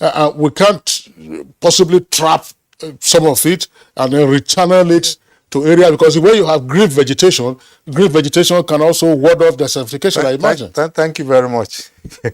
You can trap this water in dams, small dams. When they fall at all, if you have small dams all over the place, you can trap the water. Now, the demand of water on the dams also is part of it. Animals, especially in the far north where you have grazing, is very important now, and you must make provision for such animals too. So balancing this is always a problem. But when you have a long spell of dry period, evaporation and some other things will deplete the water. Now, the soil itself is very important. Can it take water into the ground through percolation? If it can't, it goes as overland flow. And that's the one we don't want. That's one we can trap and hold so that over a long period, it can percolate gradually, while we still use the surface one as this. Indeed. Engineer Clem, how do you begin to curb flooding in Nigeria? Globally, we talk of developing resilience, adaptation, because climate change is here. So we should find a way, a better way, another way of doing what we are doing currently, in order to be able to face the challenges still ahead. The issue of sensitizing the people, the issue of removing structures that are impeding the flow of flood should be intensified. Taking action during the dry season. So much actions are taking place now everywhere. Everybody talks about flooding in Nigeria. Governors talk about it. But when I was at Governors Forum, with the DG, he said that was one of the agenda. That everybody, they refuse to belong to any party when that issue came up at their meeting, because it cuts across all states. So we employ relevant authorities as subnationals to take appropriate measures at the right time, not when we're already inside it. Okay. All right, Engineer Clemens, thank you very much. But gentlemen, that's about it for us on the flood situation at the moment. We hope that we'll be able to return to it subsequently when the news gets happier. And more importantly, we've been advised that when the water is receding, people should be careful about getting back into their homes because the integrity of the structures might have been affected by the flood waters. Apart from the structures too, I think reptiles and so many things. All kinds of aquatic, dangerous aquatic crocodiles and so on and so forth. So that would just be it. But before we sign off our guests, Kingsley Farwood, the Honorable Commissioner for Information in Kogi State, we were reading in the newspapers this morning during our newspaper review segment that your state government shut down the Dangote cement factory, I believe at Abuja, and that some other young persons also invaded the company. What is that issue there, very quickly? Thank you very much. Before I even go into that, let me also assure people that we've provided enough security in all of the IDP camps, so they are very safe. Not only at those camps, but provided security in all the affected areas so that we can save people. But having said that, Mr. Farwell, we're getting pressed for time. Please just go straight to the question about the Dangote cement company. We're getting pressed for time. Thank you. Matter is an issue between the people of Kogi State and the Dangote group. There are a lot of petitions against Dangote on the questionable acquisition of that company, and we've asked them to come forward with some documents which they have been avoiding for a very long time. The House of Assembly has summoned them a number of times and they have avoided that. So there was a resolution by the State House of Assembly to seal the company, which was carried out yesterday by the Bureau of Land and other government agencies. They went there peacefully, sealed the company, nobody was attacked, and there were no even invasion by hoodlums. So I don't know where they got their stories from. They need to come to the House of Assembly to give explanations as to how they acquire the company. That's what they need, not this ongoing propaganda and blackmail. All right. Farwell, thank you very much. But you didn't clarify something essentially. So how they acquired the company, and then it's the Lands Bureau that is dealing with the issue. Is it a land acquisition or acquisition of corporate interest? The acquisition, there are two things here. The acquisition of corporate interest and the acquisition of land. These two are very critical to setting up a company as big as Dangote Cement Company.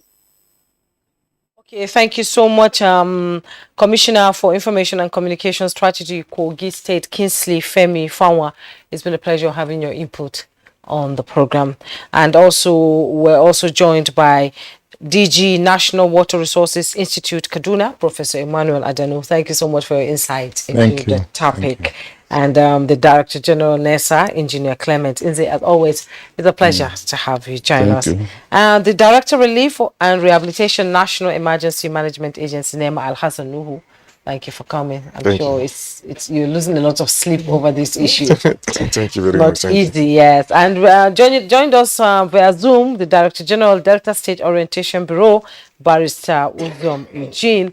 Thank you so much for your contribution on the topic. Dr. Emmanuel Shaw, Executive Secretary, SEMA, Benue State. It's been a pleasure. Thank you so much for joining us on Good Morning Nigeria today. I am Jumbo Yesov. And I'm Kingsley Osadolo. Join us again tomorrow for a fresh edition of the program. Same time, 7 o'clock in the morning. Enjoy the rest of your day.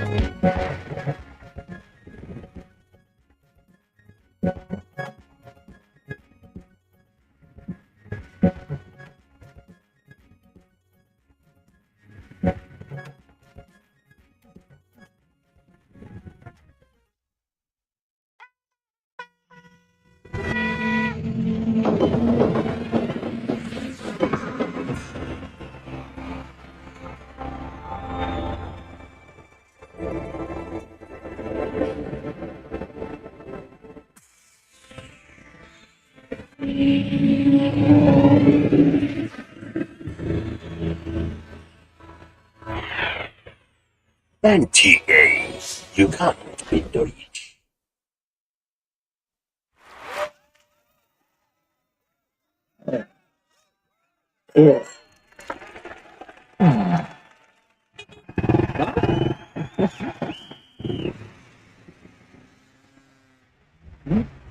Latest entrant, latest technology. Welcome to Intel 4G LTE Advanced and experience super fast internet access today. Visit intel.com.ng or any of our stores in Lagos, Abuja, and Port Harcourt to get started. Intel. Live more.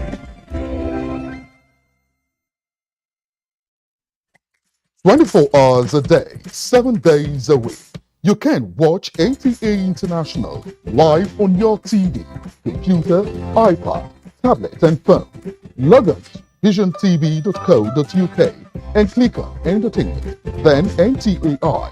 You can also download the iOS or Android app on your mobile devices to watch NTA International on the go, anywhere in the world. NTA International, your window to the world.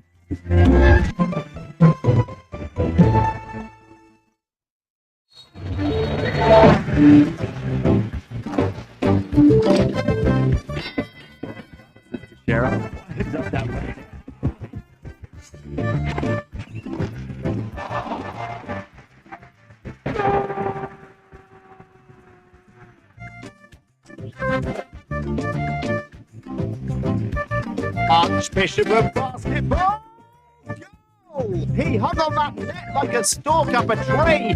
NTA Sports 24 brings you all sports, all time and all day. Tune in to watch NTA Sports 24 on Star Times Channel 270, Star Facts on Channel 434, TV on Channel 731. NTA Sports 24, where sports thrive.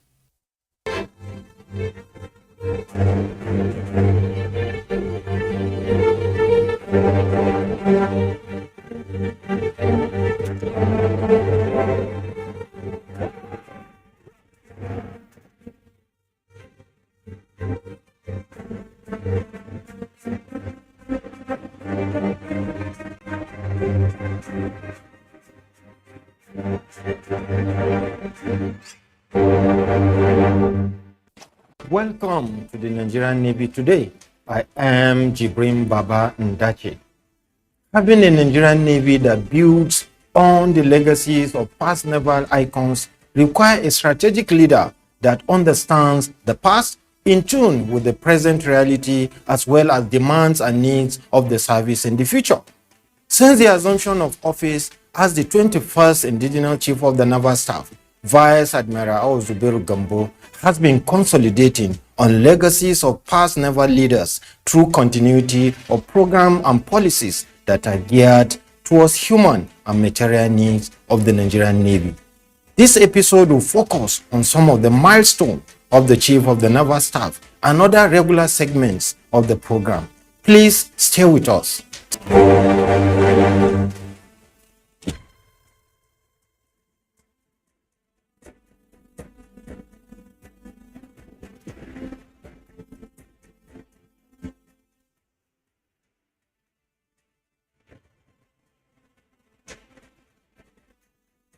On Saturday, October 1st, 2022, the former Ghanaian Chief of the Naval Staff, Vice Admiral Geoffrey Mawuli Baikro, retired, and his wife paid a courtesy visit on the Chief of the Naval Staff, Vice Admiral Awa Zubairu Gambo, and his wife, Hajia Nana Aisha Gambo in Abuja. The visit, according to the former Ghanaian Naval Chief, was in commemoration of Nigeria's independence and support to the Nigerian Chief of the Naval Staff in recognition of his purposeful leadership style. In efforts to improving welfare and accommodation needs of personnel, the Chief of the Naval Staff, Vice Admiral Awa Zubairu Gambo, has so far initiated over 2,000 housing units projects across naval bases and establishments nationwide, with several of these units completed and commissioned. One of such is the Senior Officers Quarters Katangwe Extension, Abuja, which was commissioned by the Chief of the Naval Staff, Vice Admiral Awa Zubairu Gambo, on 30th September 2022. Earlier, on 29th September 2022, the Chief of the Naval Staff, Vice Admiral Awa Zubairu Gambo, was at the Armed Forces Command and Staff College, Jaji, Kaduna State. The visit was to inspect the ongoing construction of the new Department of Maritime Warfare Complex and Auditorium. As part of normal military tradition, the Chief of the Naval Staff inspected the quarter guard and was received by senior military officers at the Nigerian Armed Forces Command and Staff College, Jaji. Still in Jaji, the Chief of the Naval Staff, Vice Admiral Awa Zubairu Gambo, presented a lecture on his vision for the Nigerian Navy to the students, officers of the Senior Course 45 at the Armed Forces Command and Staff College, Jaji.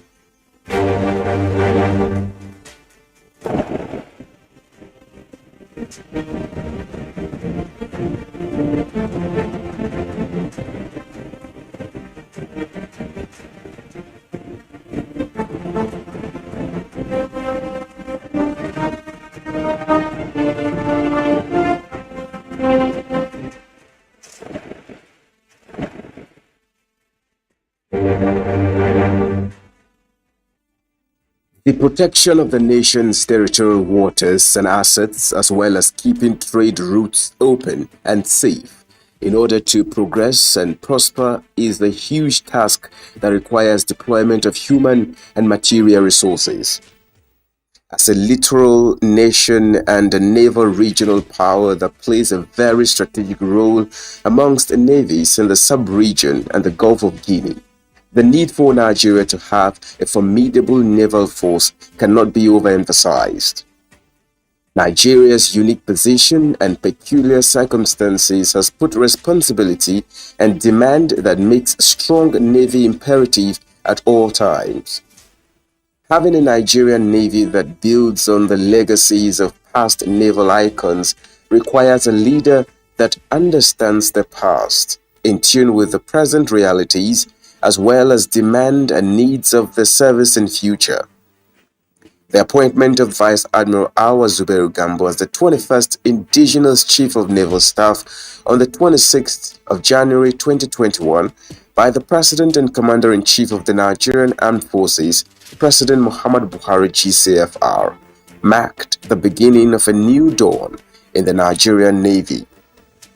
Since the assumption of office, Vice Admiral Awa Zubairu Gambo has been consolidating on legacies of past naval leaders through continuity of programs and policies that are geared towards human and material needs of the Nigerian Navy. Through purposeful leadership which is in line with his vision, the Chief of the Naval Staff has repositioned the Nigerian Navy for optimum performance as a naval force ready to carry out assigned responsibility in achievement of strategic objectives. Fleet recapitalization and acquisition.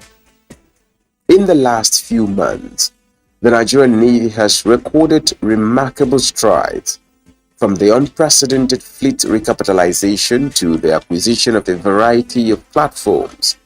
Improved welfare for officers and ratings has brought about high morale on the part of officers and ratings. The results of this are seen in the successes of operations and exercises of the Nigerian Navy. With the support of the Commander-in-Chief of the Nigerian Armed Forces, President Muhammadu Buhari GCFR, the Navy has seen improved fleet recapitalization, leading to the acquisition of several capital ships, fast patrol boats, inshore patrol crafts, as well as air assets, and a boat in the indigenous construction of several defense boats and other platforms. To further consolidate the Navy's deterrence capabilities against maritime crimes and other illegalities, the Nigerian Navy on May 27, 2022, took delivery of a landing ship tank LST-100 built by Damen Group at the Damen Shipyard in Sharjah, United Arab Emirates, signaling the Nigerian Navy's readiness and capability to deliver on one of its roles, which is the strategic sea lift operations whenever the need arises. Recently, the Minister of Defense, Major General Bashir Salih Magashi, retired, accompanied by the Chief of the Naval Staff, Vice Admiral Awa Zubairu Gambo, performed the keel laying ceremony, a formal recognition of the start of a ship construction of two 76-meter offshore patrol vessels on 16th September 2022 at the Dersun Shipyard in Turkey. Also expected in the coming months are 2 by 76-meter high endurance offshore patrol vessels, 1 by 35-meter hydrographic survey ship for shallow water operations, 2 by 32 meters fast patrol boats, 3 by 46-meter fast patrol boats, and 4 by 15-meter interceptor boats to be integrated with the Nigerian Navy Falcon Eye alignment, and others are 2 by 38-meter fast patrol craft, 40 by 7 to 9-meter rigid hull inflatable boats, 80 flat bottom boats, 20 aluminium air boats. Also expected to be delivered are 3 brand new helicopters, 4 type EP-55 unmanned area vehicle UAV, which will be integrated with the Maritime Domain Awareness System, 12 CTS Ovation unmanned area vehicles, and 6 Epsilon area vehicles. In May 2022, the Nigerian Navy Understanding the universal language and timeless qualities that every The week-long event kick-started with a press conference at the Naval Headquarters in Abuja. The Chief of the Naval Staff, Vice Admiral Awa Zubairu Gambo, represented by Chief of Policy and Plans, Nigerian Navy, Rear Admiral S.S. Garba, briefed the press on progress made by the Nigerian Navy and activities to mark the celebration. The medical activity organized by the Navy Officers' Wives Association, NOAA, across naval formations and other NOAA activities in support and commemoration of the 66th anniversary and the 2022 Navy Week to the golf and polo tournaments held in Port Harcourt, Rivers State, Regional Maritime Exercise, and the International Maritime Conference held in One, Rivers State, which saw an overwhelming turnout by heads and representatives of foreign navies. An attestation and recognition of the Chief of the Naval Staff's exemplary leadership style and achievements. One of the sidelines of the International Maritime Conference was the setup of a committee to develop a draft framework for the establishment of the Gulf of Guinea Maritime Task Force. The highlight of the event was the ceremonial sunset, a formal Navy tradition of hoisting colors at sunrise and lowering them at sunset, usually to mark the end of naval activity. This was followed by a dinner night where the Chief of the Naval Staff, Vice Admiral Awa Zubairu Gambo, personally took the time to appreciate all those who graced the week-long event. As he moved from table to table, it was a glaring sight to behold, as the humility in the man who leads one of the largest navies in the world was humbling. Operations and exercise as part of the Chief of the Naval Staff's vision and strategic direction for the Nigerian Navy. One of his priorities is to strengthen the Navy's operational commands for optimum service delivery. How the commands are faring. The flag officers commanding the 3 naval operations commands are unanimous on the level of success at their various commands. The heat has been on the criminals, and I can attest to you that we have denied these criminals a lot of what they will have gotten from their illegal activities. Every day we are putting the heat on them, and I think there is a very, very significant reduction in crude oil theft. We have found their other antics, what they do. They come out with different antics and we are able to block it. There's a place off the bar that is called the Lagos Anchorage. We've been able to station 2 boats there on a daily basis, 24-hour basis. It rains or is shining by rain or by sun, they are there. And those people have made sure that the Lagos Anchorage, which normally has minimum of about 30-40 ships holding, waiting to go in or waiting to leave Nigerian water at any point in time, is secured. By and large, the Lagos area has remained safe. Don't forget, from my own command, I've tried to have minimum of 2 vessels at sea on a daily basis. So with those platforms at the Lagos Anchorage area patrolling, with my ships at sea patrolling that same area up to my boundary with the next command, which is Central Naval Command, we've been able to maintain a posture that has almost completely reduced piracy and other infringements within the maritime area in my command, and by and large, the Nigerian Navy EOR. I am glad to inform you that there has been no recorded pirates attack in the Eastern Naval Command's area of responsibility since June 2021 till date.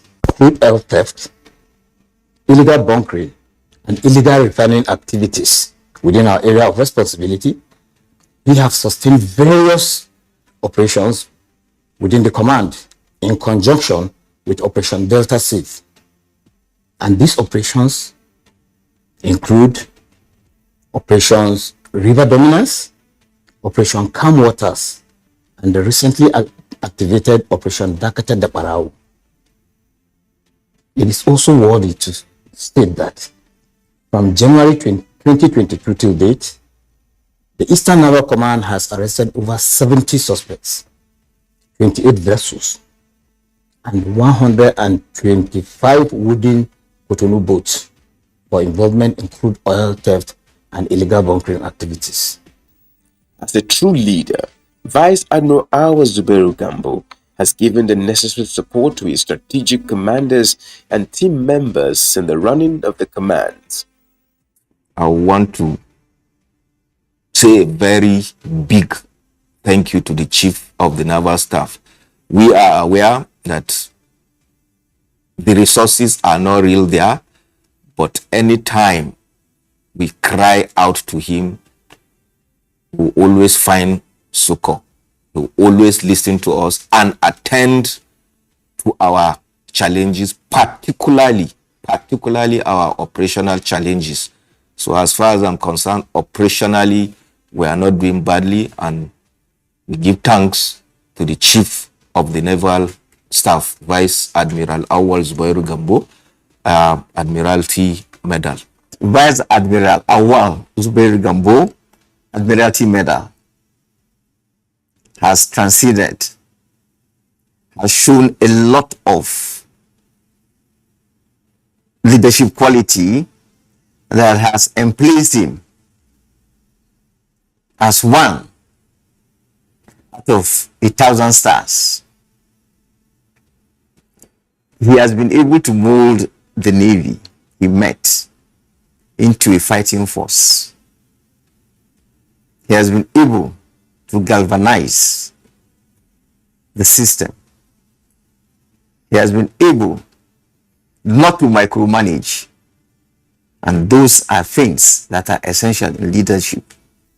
In all these successes that the command has achieved so far, the support and leadership of the Chief of the Naval Staff, Vice Admiral Awal Zubairu Gambo, Admiralty Medal, has been monumental. He has supported the command with platforms and logistic requirements critical to our operations and successes. Knowing the importance of oil and gas assets to the economic growth of the country and to curb incidences of oil theft, the Nigerian Navy, in collaboration with the Nigerian National Petroleum Corporation Limited, launched an operation to curtail the activities of economic saboteurs and oil thieves. The operation, codenamed Operation Dakada Barao, meaning Stop the Thief in the Hausa language, was launched on April 1st, 2022. Operation Dakada Barao will involve dominating the nation's backborders through aggressive and intelligence-driven patrols. It will also be dedicated to monitoring pipelines, block identify strategic estuaries, to prevent conveyance of stolen crude oil from inshore to sea, and to maintain credible presence along the coastline of areas prone to crude oil theft. The operation will also involve area surveillance as well as insertion of special forces to conduct clearance operations. The operation has so far made tremendous success, with 100 suspects and 12 vessels arrested. 216 illegal refining sites and 2,960 storage facilities were deactivated. Another 272 wooden boats were destroyed and 40 vehicles were demobilized. Also, items seized include 39 speedboats, 205 pumping machines, 133 outboard engines, 6 welding machines, and 22 generator sets. The operation also denied oil thieves over 299,000 barrels of crude oil and about 200 million liters of automobile gas oil, AGO, Also 478,500 liters of dual-purpose kerosene DKP and 124,265 liters of premium motor spirit PMS with cost implication of over 29 billion naira. Training and retraining is key to any military for the overall smooth running of operations. This all-important aspect is getting the needed attention. In July 2022, the Nigerian Navy Logistics College, Dawakin Tofa, Kano State, graduated 158 officers who were trained in 4 different logistics courses in an effort to boost the careers of the officers. Also in July 2022, the batch 32 recruits of the Nigerian Navy Basic Training School on a River State passed out in grand style. A total of 1,008 recruits comprising 785 young men and 223 women were commissioned as ratings of the Nigerian Navy at the passing out parade, which had the Minister of Defense, Major General Bashir Salihi Magashi, retired as a special guest of honor. Also, the Special Force personnel, Special Boat Service, are undergoing special training at home and abroad, with the most recent batch undergoing a special boat service training in Poland. The advantages of sports to the health and mental well-being of personnel are enormous. This, the Chief of the Naval Staff, Vice Admiral Awo Zubairu Gambo, is committed to improving from all areas. The success of the 12th edition of the Nigerian Navy Games 2022, held at the brand new Nigerian Navy Sports Complex, Navy Town, Lagos, between 8th to 13th September 2022, was a pointer to that. The sports complex was commissioned by President Muhammadu Buhari, GCFR, and declared the games open. Football, volleyball, basketball, table tennis, squash, and others are among sporting activities that contingents from various commands competed for medals. It is evident that the Nigerian Navy has made a remarkable contribution to the peace, progress, prosperity, and global image of the country. The Navy, under the leadership of the Chief of the Naval Staff, Vice Admiral Awa Zubairu Gambo, is no doubt sailing steadily with lots of giant strides.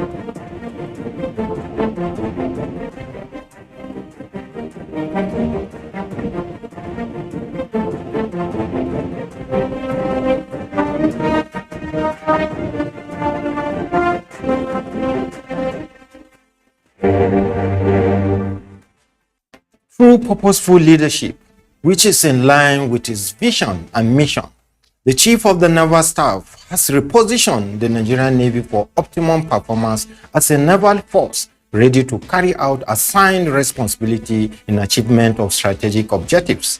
Until next week, when we shall come your way again, please remember that securing Nigerian maritime space is a collective responsibility of all stakeholders. I am Jibrin Baba Ndachi. Onward together.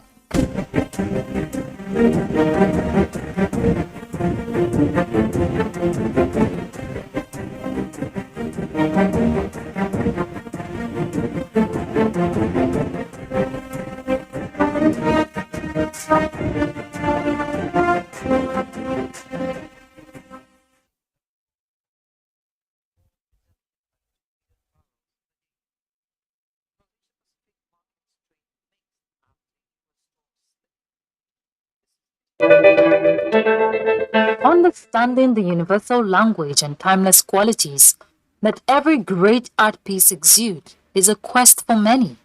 Art is a means of communication, a symbol of humanity, depicting aesthetics in various forms. Art connotes strength and visibility as a way of preserving heritage, promoting culture, and painting pictures of our daily realities.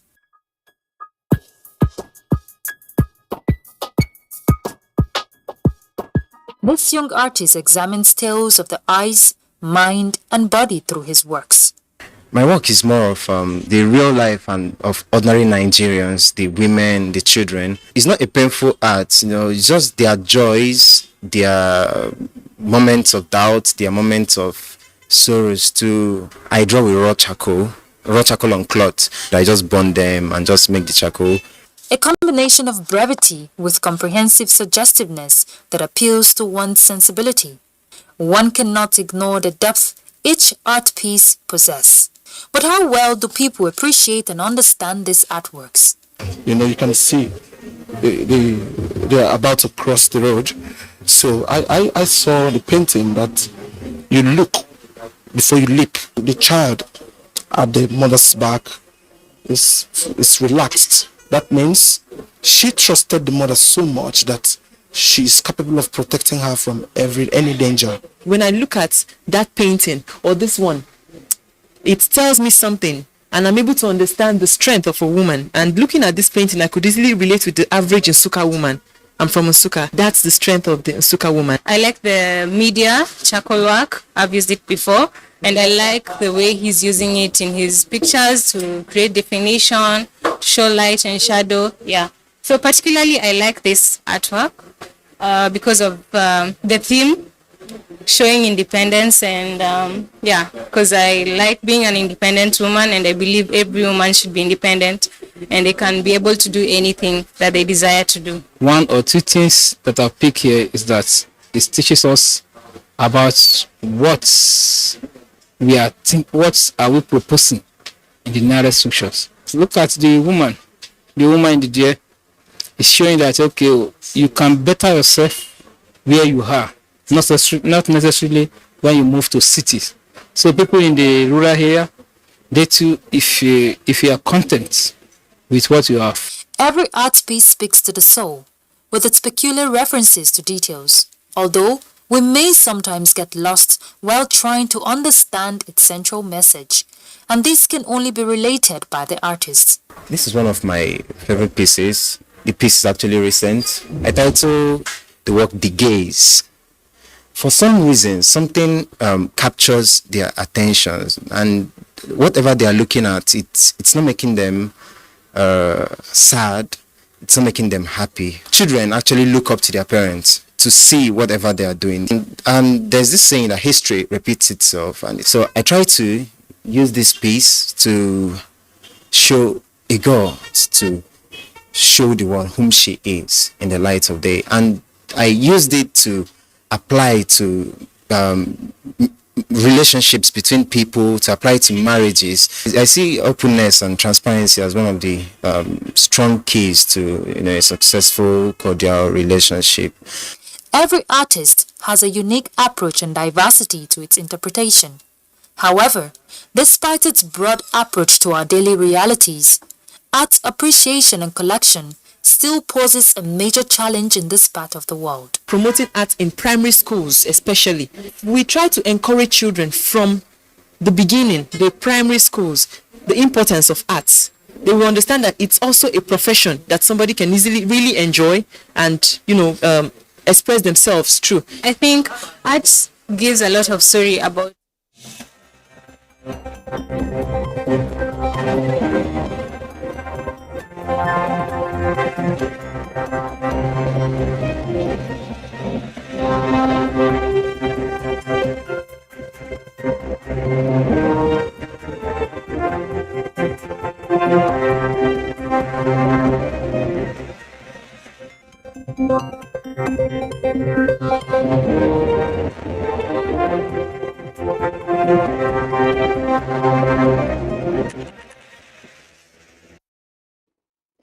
Federal Executive Council OK's proposed 19.76 trillion naira 2023 budget.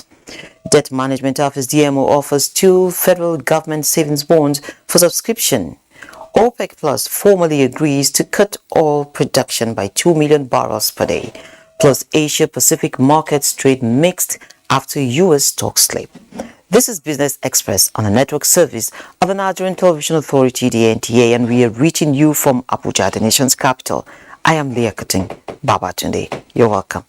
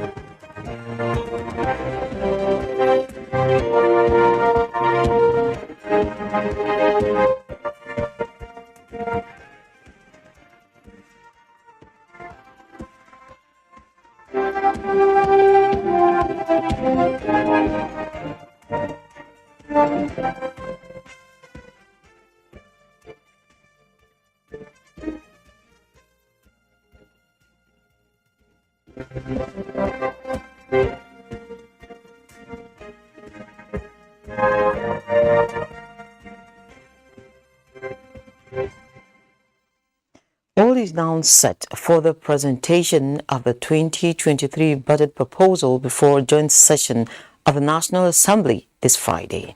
This followed the approval of the draft appropriations bill by the Federal Executive Council. You have the revised 2023-2025 fiscal framework. You have aggregate expenditure, overhead costs, personnel costs, capital expenditure, and so on and so forth. So all those things have been discussed, and where they needed to tweak some of the projections, that has been done.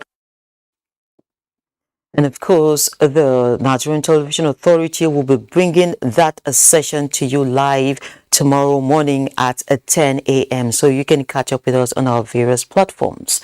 Moving on, Senate has considered the 2023 to 2025 medium-term expenditure framework and fiscal strategy paper, which pegged daily crude oil production at 1.69 million barrels per day for 2023 at $73 per barrel.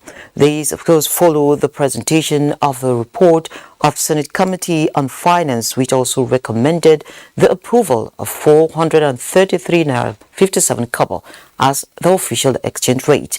Projected growth rate was pegged at 3.75%, 17.16% as projected inflation rate, with new borrowings plans of 8.437 trillion now.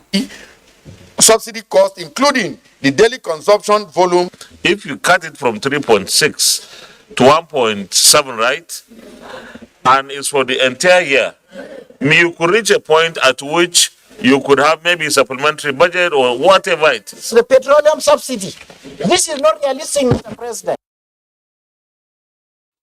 And while that conversation is ongoing in the public space, Nigeria is now among countries deploying 5G network in its telecom space. But not much is known on the benefits of this network. The telecom regulator, NCC, is therefore sensitizing small and medium business owners in how they can take advantage of the 5G network to grow their businesses. What the consumer is supposed to do first is to complain to their service provider. And when they fail to resolve that issue, you can use the 622, you can write to us. You can use any of our social media platforms. We don't have much of 5G devices because 5G network just been launched. When the 5G infrastructure and services are available, SMEs, just like even individuals, will be able to afford 5G technology services.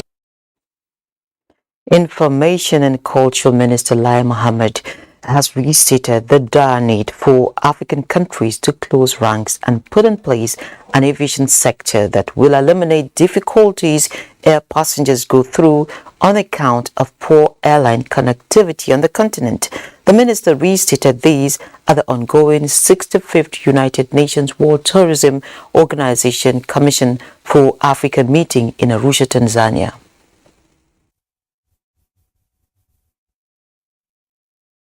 Your Excellencies, for Africa to take maximum advantage of tourism as the fastest growing market in the world, with all its attendant benefits like job creation, etc., African countries will need to collectively and individually address the challenges relating to poor connectivity, unfavorable visa regimes, insecurity, high cost of air transport, low quality of tourism support services, including hotels and other professional skills.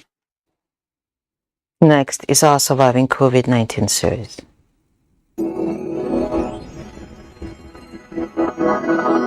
Surviving COVID-19 series is brought to you in partnership with the Central Bank of Nigeria.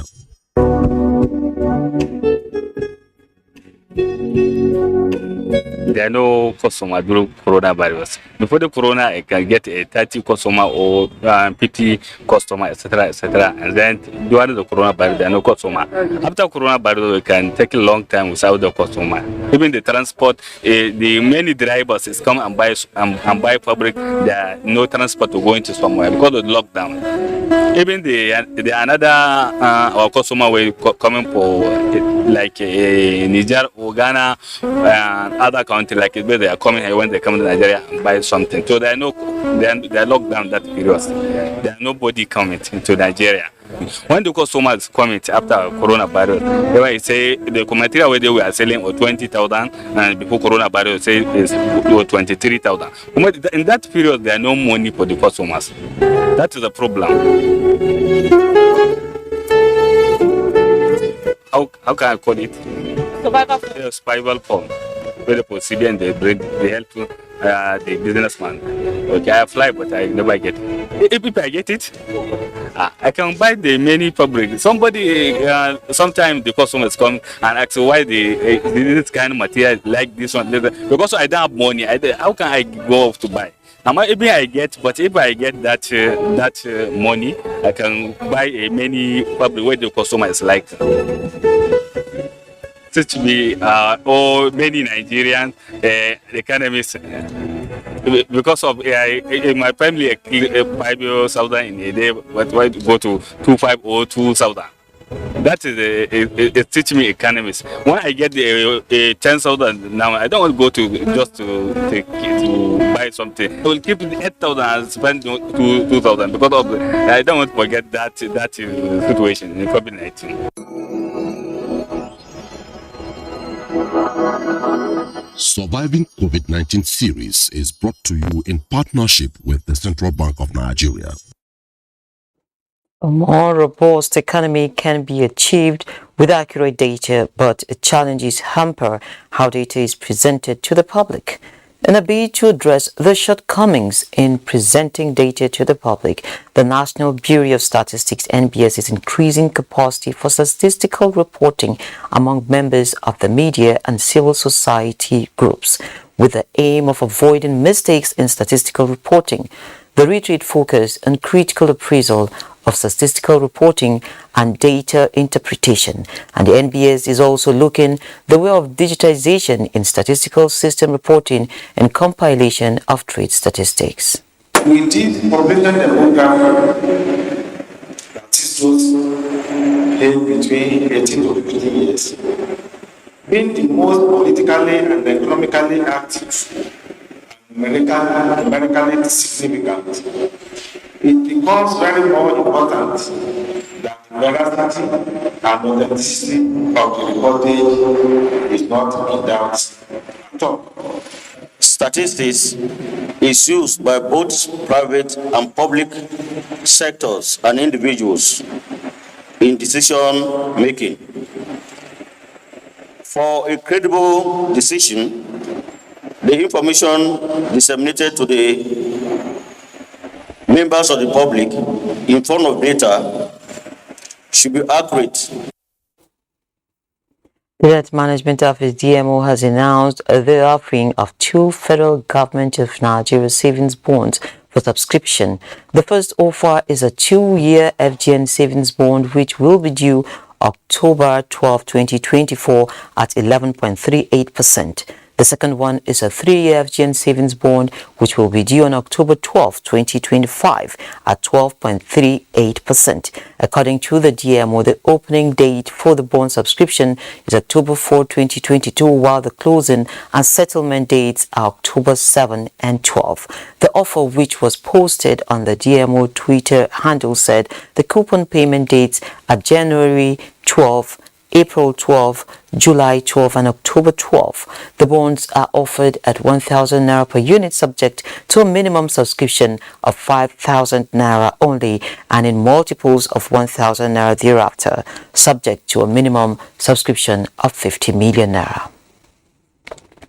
Now we move to the currency market and to find out how much the naira is exchanging for the currencies.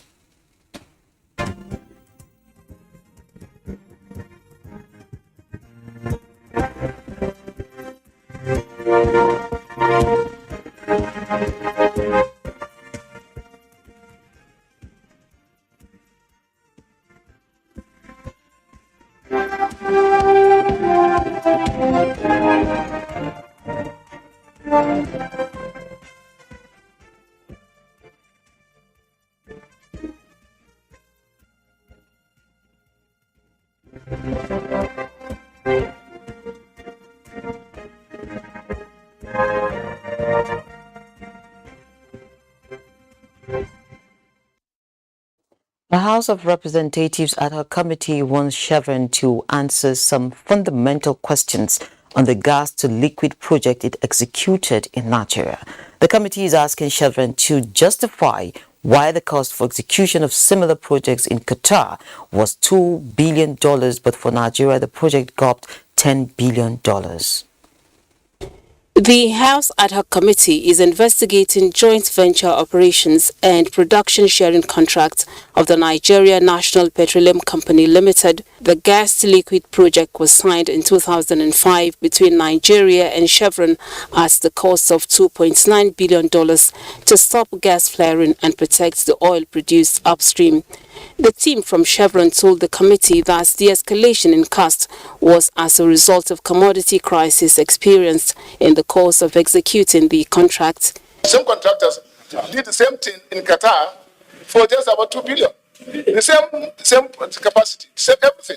We all knew with NNPC this was very complex technology to be executed in this part of the world.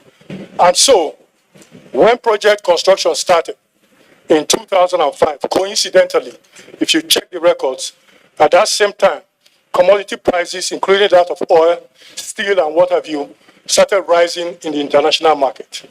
The committee, while cross-examining officials of the company, discovered that Chevron has not obtained some statutory certification from the Ministry of Trade and Investment. The chief executive of NNPC Limited, Mele Kari, also made submissions before the committee as he cleared the air in relation to financial accounts of the NNPC. There is no account that the NNPC operates that is not known to government and that is not known to the Accountant General of the Federation. We do operate our accounts. We always submit list of all accounts we operate. We make sure that we have appropriate approvals at all times to establish any account for this company. As the committee continues the investigative hearing, it stresses that it will only entertain heads of agencies and organizations. From the National Assembly, Lami Ali. Oil prices kept to a 3-week high on Thursday, but appeared to have paused a recent rally as markets awaited more clarity on how the OPEC Plus intends to carry out a massive supply cut, as well as a U.S. response to the move. Brent oil futures fell 0.2% to $93.59 a barrel, while West Texas Intermediate crude futures rose 0.2% to $87.95 a barrel. Both contracts rallied about 2% on Wednesday and are up sharply this week. The Organization of Petroleum Exporting Countries and its allies OPEC Plus said on Wednesday it will cut supply by 2 million barrels per day in order to counter recent weakness in crude prices, defying pressure from the United States to increase supply. And the issuance of licenses to operators of modular refineries by the federal government in 2015 has started yielding positive results in addressing the fuel supply gap in Nigeria and will also stop the activities of crude oil bunkering. Dr. Godbless Erwani, owner of one of the modular refineries, stated this in Abuja while commending President Buhari for opening up the space for all to participate.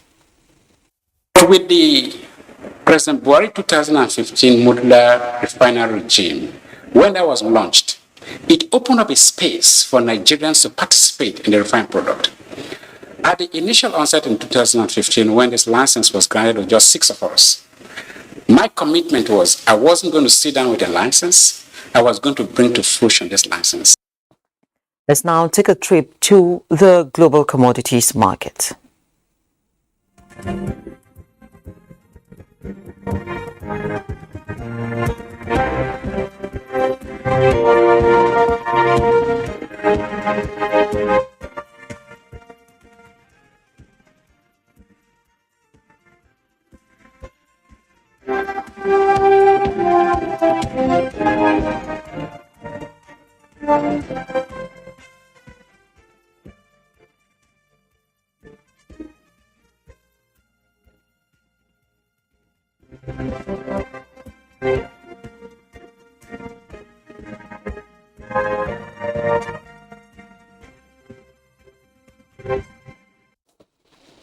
In a bid to promote made in Nigeria goods and protect the economy from the damaging effects of fake and substandard goods, and of course, in addition, rescue people who fall victims to counterfeit products, a group of global ambassadors have embarked on a campaign to create awareness in line with Goal 12 of the United Nations Sustainable Development Goals, SDGs. Presence of fake, falsified, and substandard goods have been identified as the greatest threat to human lives. The industry does not just damage the economy by reducing sales tax from genuine businesses, it also destroys millions of our people through what? Fake beverages and fake drugs. Armed with goal number 12 of the United Nations Sustainable Development Goals, which seeks to ensure responsible production for safe public consumption, this group of brand ambassadors are visiting poultry farms in Abuja to ensure that birds are organically raised and safe for public consumption. Creating this kind of awareness and trying to directly support government stop the menace of this fake goods industry or counterfeit industry will on its own boost the economy. The Federal Inland Revenue Service, FIRS, says it is taking seriously the business of revenue generation, and to this end, the service has gone public with a service charter that promises effective service delivery to its customers, the taxpayers. This was part of activities marking the Global Customer Service Week in Abuja.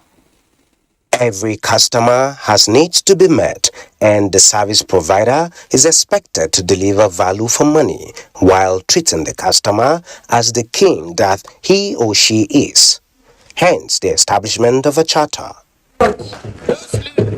The charter is a document that communicates and expresses commitment for quality service delivery, and the champion of customer service, Mohammed Nami, says Whatever the FIRS customer enjoys today, it is just the beginning, as the FIRS is committed to implementing its details for better service delivery. He appeals to Nigerians to continue to fulfill their obligations by paying their taxes. Nigerians are expected to understand that globally citizens pay for their own civilization. As most infrastructures, privileges in advanced countries were made possible by the revenue generated through the taxes citizens in those globally developed countries pay to the government. Above all, we appeal to government at all levels to also give taxpayers value for the money they pay as taxes. For the country's #1 customer care officer, the FIRS is doing well, but the taxpayer has the obligation to make the FIRS do better. Right from your office to all other executive management staff, you're committed to ensuring that you make Nigerians get value for money. The FIRS hopes to meet and surpass a target of 10.4 trillion naira as collectible revenue at the end of the year. In Abuja, Benny Adam. Yes, a value for money, and of course, in an effort to complement government reforms around fiscal transparency, the federal government, in collaboration with a Center for Fiscal Transparency and Integrity Watch, have inaugurated Transparency and Integrity Index Assessment 2022.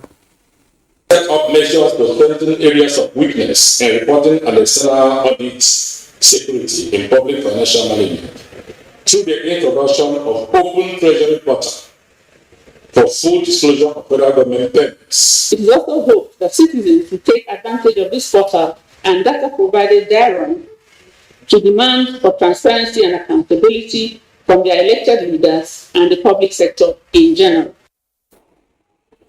And of course, the capital market is open this morning, but then it's been a red week. October has not been so favorable as profit taking continues to characterize the Nigerian stock market as investors' sentiment sort of wanes.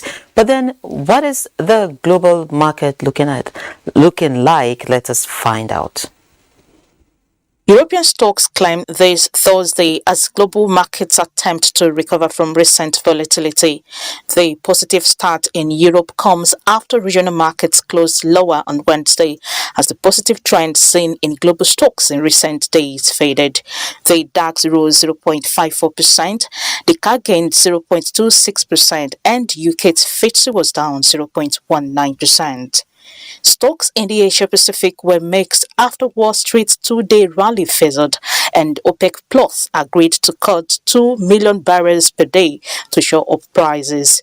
Japan's Nikkei 225 gained 0.7% and Hong Kong's Hang Seng Index gained 0.42%, while Chinese markets are closed for a holiday this week. U.S. stock futures were higher Thursday morning after falling in the regular trading session and breaking a massive two-day rally. Dow Jones Industrial Average futures rose by 0.06%, while S&P 500 and Nasdaq 100 futures climbed 0.06% and 0.08%, respectively. Thank you. That was brought to us by Neka Oko. Thank you, Neka. There. And just to inform you that we had hoped to move to one of the dry ports, but of course connectivity problems didn't allow us to get to our desired destination. But we promise you that that conversation is going to hold very, very soon. Don't forget, NTA will be bringing to you live the 2023 budget presentation at 10 a.m. tomorrow morning. This is where we end this episode of the program. Don't forget, you can access all previous ones on YouTube on the NTA's channel. You can also communicate with us via our various social media platforms. We value your feedback, so keep them coming. Business Express returns Friday by 3 p.m. I am Leah Katung Babatunde saying, have a wonderful business day out there and God bless Nigeria.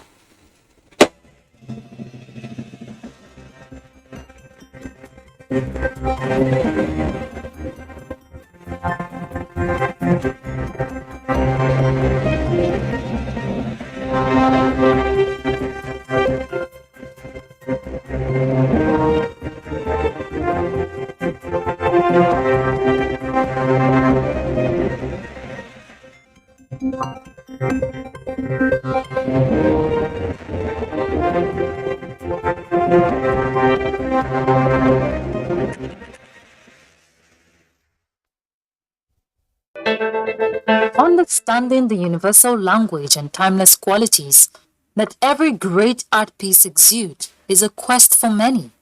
Art is a means of communication, a symbol of humanity, depicting aesthetics in various forms. Art connotes strength and visibility as a way of preserving heritage, promoting culture, and painting pictures of our daily realities.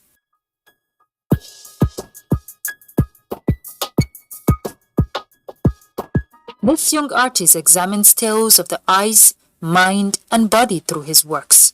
My work is more of the real life and of ordinary Nigerians, the women, the children. It's not a painful art, it's just their joys, their moments of doubt, their moments of sorrows too. I draw with raw charcoal on cloth. I just burn them and just make the charcoal.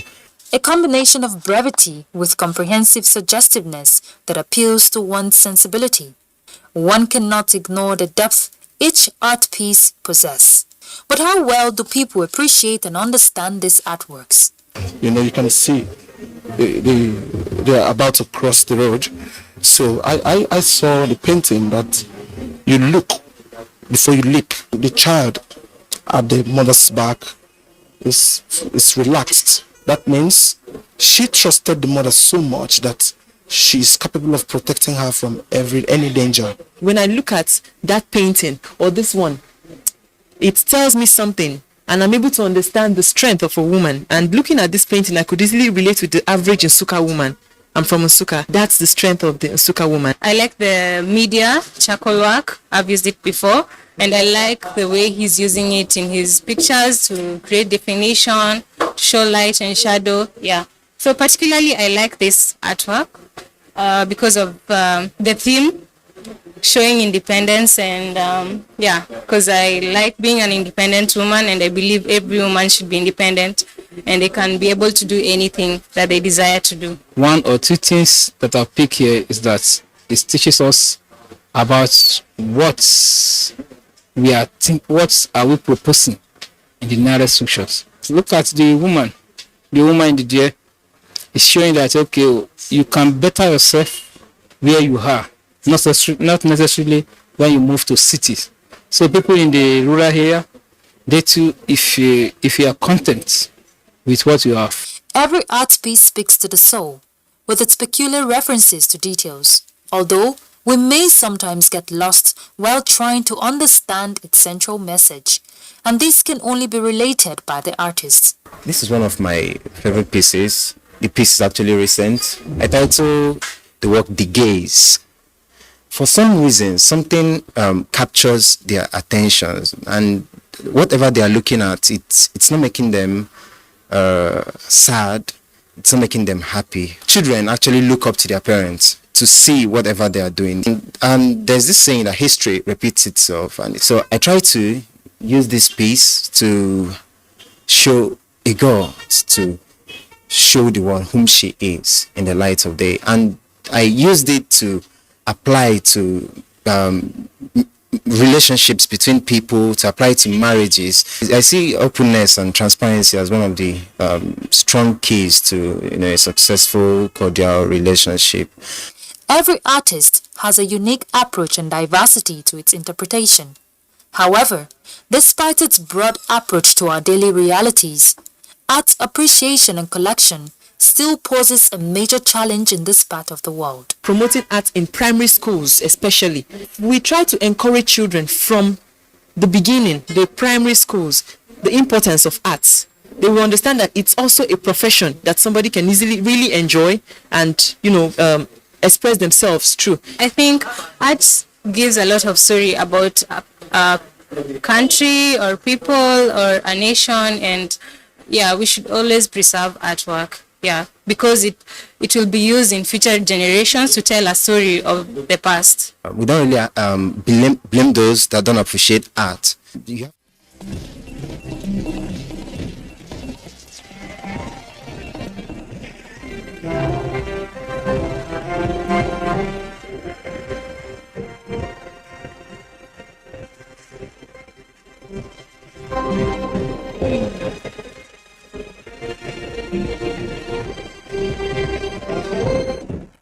Hello and welcome to the news at 10 on NTA News 24. We are reaching you live from the nation's capital, Abuja.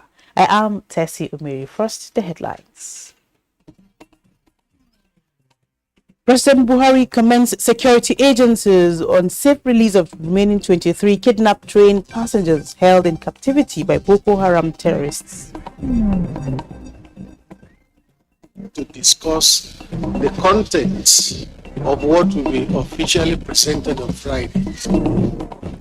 Ahead of presentation to National Assembly on Friday, Federal Executive Council approves 2023 draft appropriations bill.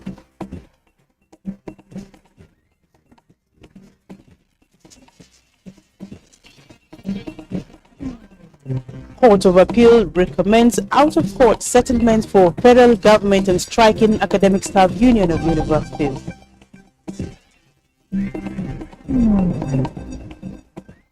Fuel queues in Abuja. Nigerian midstream and downstream petroleum regulatory authority attributes to flood in Lokoja.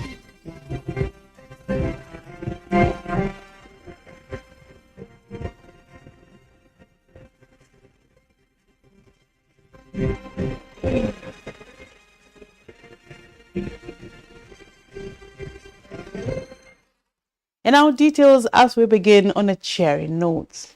The Nigerian military has secured the release of the remaining 23 Abuja to Kaduna train hostages. Statement by the Secretary Chief of Defense Staff Action Committee, Professor Usman Yusuf, said the 7-man presidential committee assembled by Chief of Defense Staff General Lucky Irabo secured the release and took custody of all the 23 remaining passengers held hostage by Boko Haram terrorists. The statement commended the unwavering support of President Muhammadu Buhari for making it possible to secure the release of the victims. Terrorists on March 28 attacked the Abuja-Kaduna train and abducted about 168 passengers. The 23 hostages freed are the last to regain freedom. And joining us via Zoom to further talk on this development is security expert Dr. Kabir Adamu. Hello, Dr. Kabir. Good morning. Good morning. And welcome to the news at 10 on NTA News 24. Thank you very much. All right, Dr. Kabir, on this cheering news, after nearly 7 months, the remaining of these captives are back home with their families. What's your reaction to this very cheery development? Yeah, first off, to congratulate Nigerians, congratulate the families of the released victims, congratulate the security forces for the joint effort that led to this very novel development. And then more importantly, to ask that we sit down as a country and learn from the mistakes that led to that development and the positive things that we did right that also led to the development. So overall, I would say a huge congratulations for these rescued victims. And I say this because, as you're aware, there are several other victims that are still in the hands of this gunmen or terrorists, as the case may be. So what we obviously did something right. That's why we've been able to secure the release of these ones. Okay, their experiences at the hands of their hostages must be traumatizing for the victims and their families. What should be the next step in terms of psychological rehabilitation and others?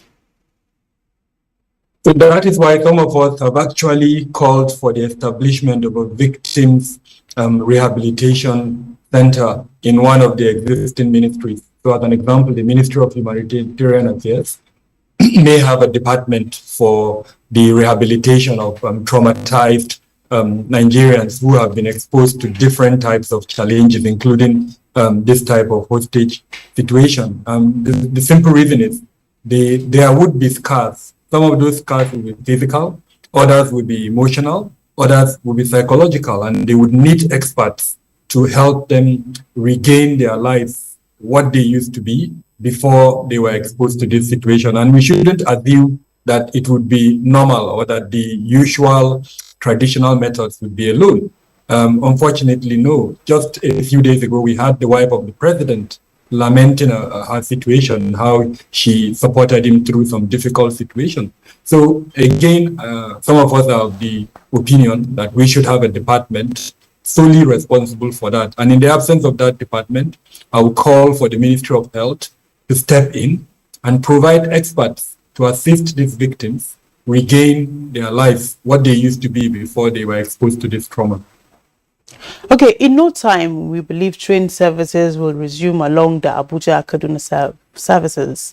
So now, what will be your advice to security agencies, the government and the people, where issues of safety is concerned? We have, in previous discussions, suggested a layered approach to security of the train service. So a layered approach would mean don't just concentrate on the physical installations that I've heard the Minister of Transport talking about, but the layered approach would have four credentials to it. Number one is to detect. Number two is to delay.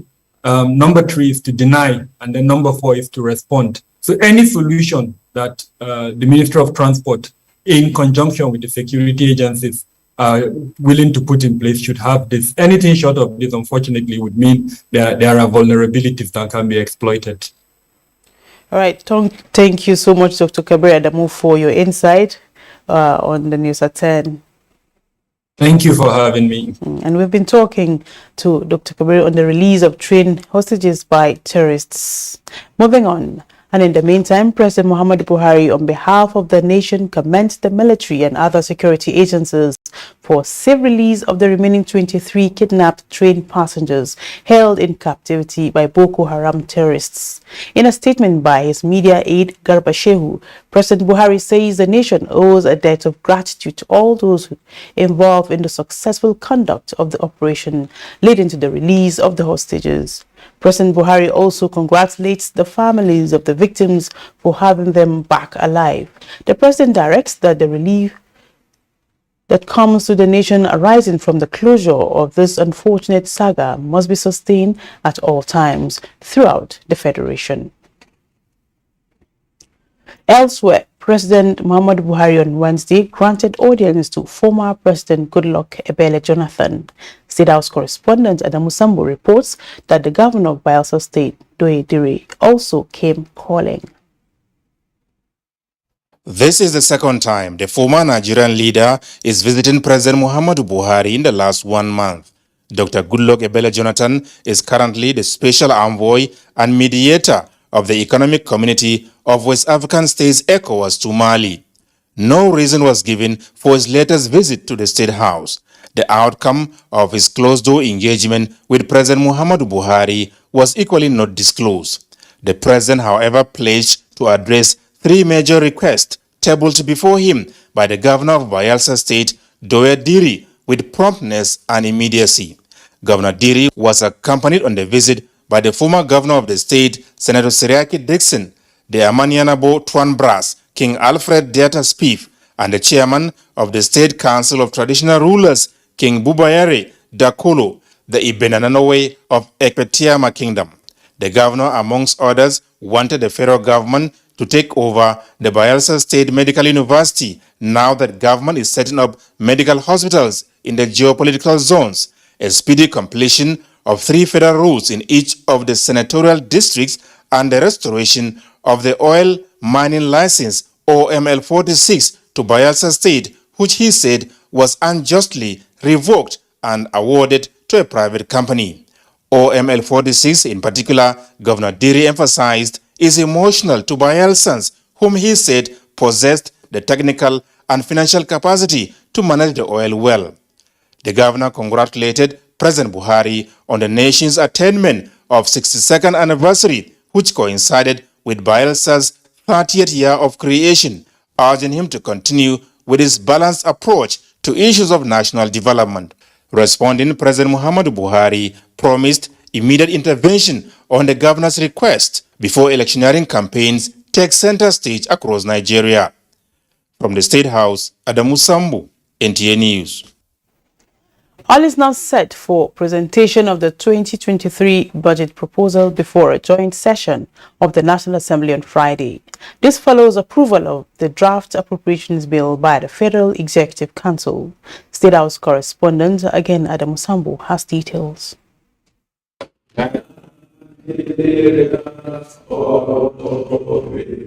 It's another Wednesday in the life of the Buhari presidency. Members of the highest policy decision-making organ of the Nigerian government are back in session. This time, however, the 2023 budget proposal is one and the only item slated for consideration as the National Assembly looks forward to receiving President Muhammadu Buhari on Friday.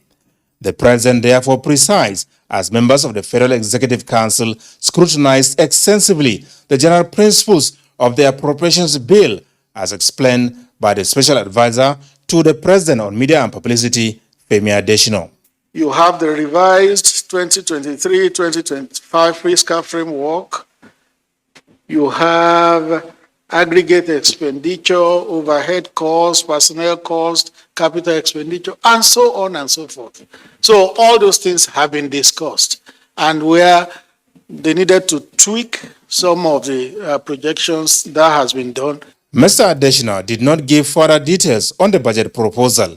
He, however, said that the council members unanimously agreed that the appropriations bill is well structured, in tune with current realities. The final approved copy will be taken to the National Assembly on Friday morning by Mr. President.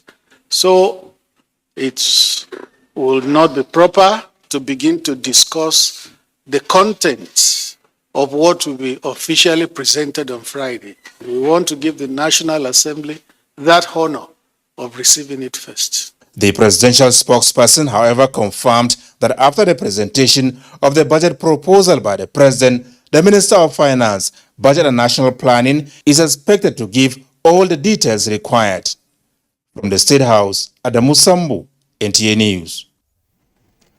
The countdown is on for President Muhammadu Buhari's annual visit to the National Assembly.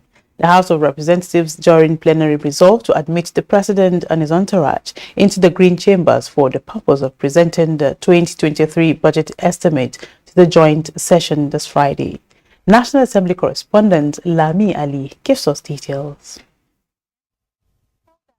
The motion to admit the President was moved by Majority Leader Alhassan Ado Dogwa in line with House standing rules. Pursuant to Order 21, Rule 8, 1 and 2 of the standing orders of the House of Representatives, to admit the President and Commander-in-Chief of the Armed Forces of the Federal Republic of Nigeria and his entourage to address a joint sitting of the National Assembly. I rise to second the motion moved by the House Leader that will do admit Mr. President on Friday 7 for the purpose of laying the annual estimate for 2023.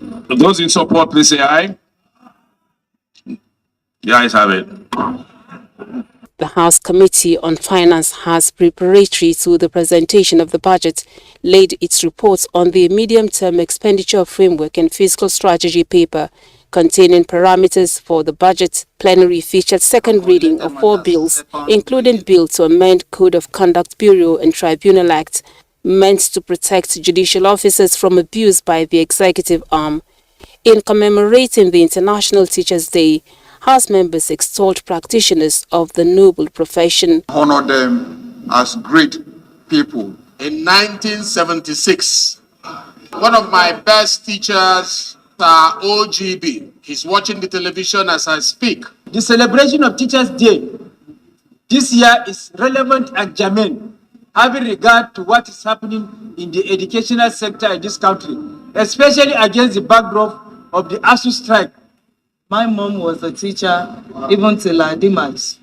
And I celebrate her and I celebrate all living and the dead teacher. I want to first recognize my teacher who is currently behind me in this chamber. Who? Please raise up. Mala Azusani. He taught you? Yes, he taught me. We are where we are today because of them, and many are where they are today because of them. May God bless them all. Let's rise for 1 minute for those of our teachers that have passed on. May the souls of our teachers who are not here with us today rest in peace. For those who are alive and with us, appreciating them, let us all in one voice say a big thank you at the count of 3. 1, 2, 3. Meanwhile, advocacy to address building collapse in Nigeria has gained momentum as Council of Registered Builders of Nigeria submits draft legislation for consideration. Our nation needs to regulate the practice of the building profession in all its ramifications. We're going to drive this bill together. In Lagos State alone, 30 incidents of building collapse were recorded between January to July 2022. From the National Assembly, Lami Ali, NTA News. In the final lap of preparations to receive the 2023 appropriation bill from President Muhammadu Buhari, the Senate has passed the 2023-2025 Medium-Term Expenditure Framework and Fiscal Strategy paper. National Assembly correspondent Ignatius Onkwo reports that Senate adopted 3.6 trillion naira for petroleum subsidy for 6 months in 2023. Presentation of the report on the 2023-2025 Medium-Term Expenditure Framework and Fiscal Strategy paper by the Chairman, Senate Committee on Finance, Senator Solomon Adiola. The framework pegged daily crude oil production at 1.69 million barrels per day for 2023 at $73 per barrel, higher than $70 presented by the executive. The committee had recommended 1.7 trillion naira for fuel subsidy for 2023 against the 3.6 trillion for 6 months presented by the executive, but the committee's recommendation was rejected. It is clear that there are general uncertainty regarding the basis of estimating of subsidy cost, including the daily consumption volume. If you cut it from 3.6 to 1.7, right, and it's for the entire year, you could reach a point at which you could have maybe a supplementary budget or whatever it is. The petroleum subsidy. This is not realistic, Mr. President. Senate recommended that the 10 out of 63 government-owned enterprises be placed on cost of collection. These include the Nigerian Communications Commission, Federal Inland Revenue Service, and the Joint Admission and Matriculation Board. The legislators urged the Minister of Works and Housing to address the deplorable condition of roads in Ekiti and other parts of Nigeria. This followed a motion by Senator Olubunmi Adetumbi. The alternative Igbaraoke Road suffered a bridge collapse recently due to overuse. Kogi East has been virtually cut off from the state capital, Lokoja. Just Abuja here in Yanya to Mararaba and all the way to Kefi. The problem is the same. So why are we not developing our bitumen sites? So we can use this bitumen to be able to maintain our roads. The Ministry of Works and the Minister of Finance in this budget presentation to actually focus more on rehabilitation. The bill seeking to establish the Nigerian Industrial Development Authority, which seeks to accelerate Nigeria's industrialization, sponsored by Senator Sani Musa, the National Center for Women Development Act Amendment Bill, sponsored by Senator Beta Apiafi, and the Federal University of Agriculture and Maritime Studies, Mokwa Niger State Establishment Bill, sponsored by Senator Bima Inagi, passed second reading. It will build up industrial infrastructure, prioritize power for industrial use, and rename the center as the Mariam Babangida National Center for Women Development. The State College of Agriculture, Mokwa, which will be upgraded to the proposed university. Senate confirmed the appointment of Mohammed Lamido as Executive Commissioner, Finance and Accounts for the Nigerian Upstream Petroleum Regulatory Commission and 19 other nominees for appointment as resident electoral commissioners of the Independent National Electoral Commission from the National Assembly. Ignatius Nkwo, NTA News. And away from the National Assembly to other matters, this is the news at 10 on NTA News 24. Up ahead. The Independent National Electoral Commission (INEC) publishes final list of governorship and state assembly candidates for 2023 general elections. Please stay with us.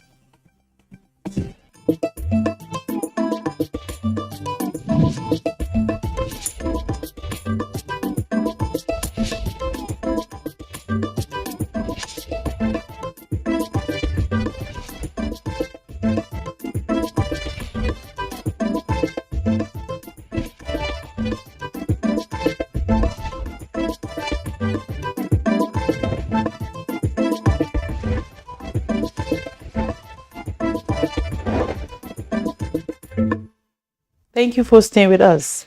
Management of the National Institute for Policy and Strategic Studies is realigning the institution to meet emerging challenges confronting the nation. One way it hopes to achieve this is by reviewing the act establishing the institute. This was made known when the management of NIPS paid a courtesy visit to the Vice President Yemi Osinbajo. State House correspondent Jide Onifade reports. The National Institute for Policy and Strategic Studies in Kuru Charles was established in 1979 to serve as a center where representatives from all walks of life come together to analyze and exchange views on long-term national goals.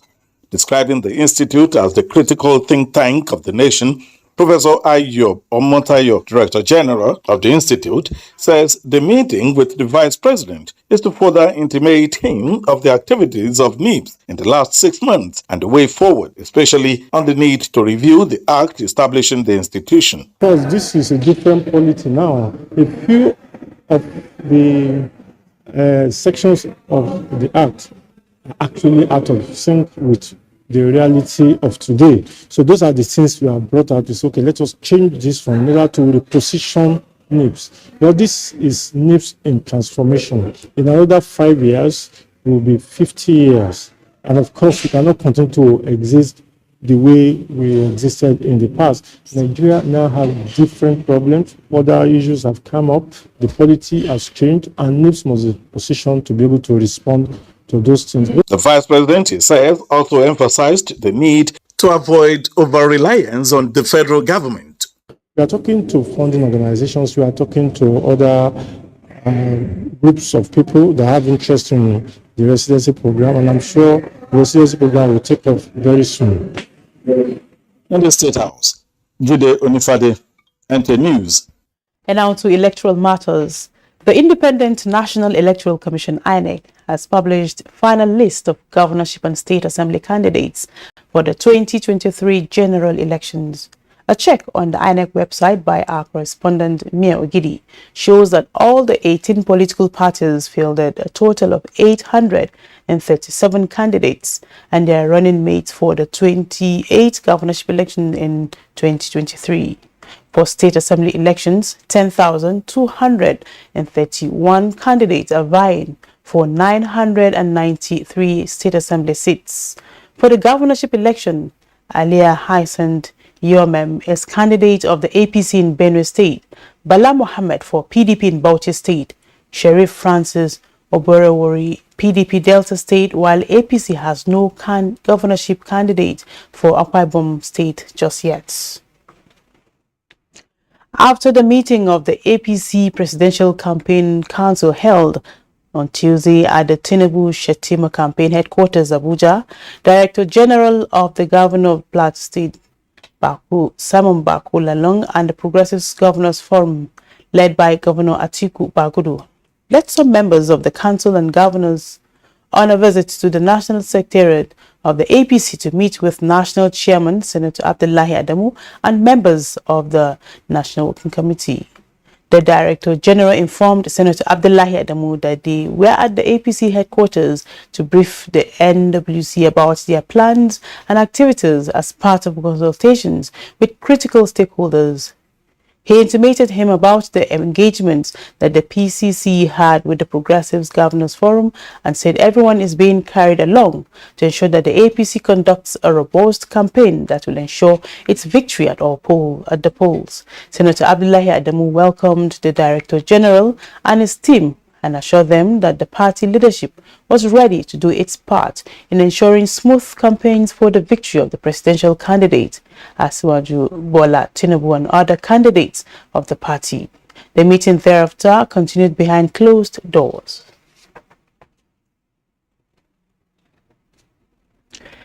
We now take you to our outside broadcast crew for a live coverage.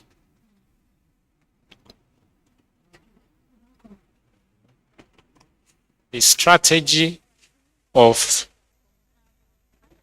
gas blue economy. It will also tell us about the current status of maritime security in the Gulf of Guinea and highlight key areas of collaboration between the Nigerian Maritime Administration and Safety agencies and other key agencies and departments of government in the implementation of the reforms in the transportation and maritime sector. The DG will come here and speak to us here and those of our stakeholders watching online for about 30-40 minutes. After, he will take questions from our people and those online. And that will be the end of the event. On this note, I would like to invite the DG to come to talk to us and introduce members of his team. DG, sir.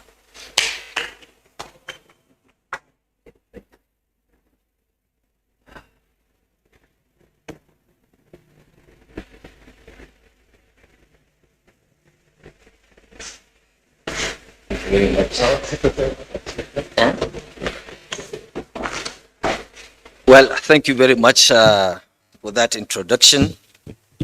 The Senior Special Assistant to Mr. President on Media Matters, the Director Media Team in the BILA, other officials handling this important assignment in the BILA, my colleague, the Executive Director of Finance and Administration, two directors, Maritime Safety and Security, Standard Department, and then the Director of Cabotage Services, other colleagues in the agency, members of staff in the BILA, gentlemen of the press, ladies and gentlemen, other BOs within and outside the country, good morning. As introduced by the Director Praise, my name is Dr. Bashir Jamo, the Director General, Nigerian Maritime Administration and Safety Agency. I'm here with you this morning to give you a brief on what the Nigerian Maritime Administration and Safety Agency is contributing to the development of the maritime sector and the Nigerian economy at large as a regulatory agency. So the topic is briefing the of October 2022. Let me start with a quote from Seneca. Seneca says that if one does not know to which port one is sailing, no wind is favorable. Ladies and gentlemen, we can understand the issue of wind. The wind at sea helps you in navigating your own ship. So if you don't know what Seneca is saying, if you don't know where you are going, so that means there is nothing, there is no road or there is no way favorable for you. Anything comes is you have to accept it. Then you have to start blaming, apportioning blame. You don't have breakfast in your house. You say government did not give you opportunity to take breakfast. If you are sick, government is the problem. First of all, you have to define where you are going. What do you want? How do you get to where you are going? So, the Nigerian Maritime and Safety Administration and Safety Agency was established by an act of parliament after the merger between Joint Maritime Industrial Council, JOMALIC, and National Maritime Authority in 2007, with two cardinal objectives. What I'm trying to do here is to tell you the directions where we are going, where we know the port we are going or not. So, after establishment, the objective of this agency is to regulate and promote maritime safety, security, marine pollution, and maritime labor. When you talk marine pollution, you are talking of environmental performance, environmental issues, environmental management. And secondly, to promote the development of indigenous commercial shipping in international and coastal shipping trade. So, with these two objectives, we have brought two laws in addition to additional two given to the agency. One is NIMASA Act of 2007, which comes to create the agency as Nigerian Maritime Administration and Safety Agency in 2007. The second act is the one that deals with the coastal shipping. That's what we call Cabotage law. That one was enacted in 2003. That is before the merger between NMA and JOMALIC. So this is the second law we have to handle. Now, the third law is the issue of the commercial shipping itself, which is called Merchant Shipping Act. The Merchant Shipping Act was also established at the same time of the NIMASA Act in 2007. This is the third law the agency is aligned with the responsibility to implement. Now we have the fourth law, which is the recent law signed by this administration by the incumbent president, which is called Suppression of Piracy and Other Maritime Related Offenses Act 2019. In the course of presentation, you will find from time to time the impact, the benefits, the gains within Nigeria and international community, as well as continental and regional states. These four acts are working with.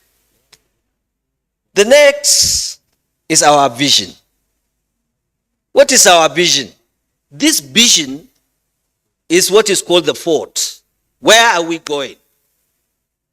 Our target and what we are focusing is to be the leading maritime administration in Africa, advancing Nigeria's global maritime goals. So, the target of the Nigerian Maritime Administration and Safety Agency, or the vision where we are going, is for us to be the leading maritime administration in Africa.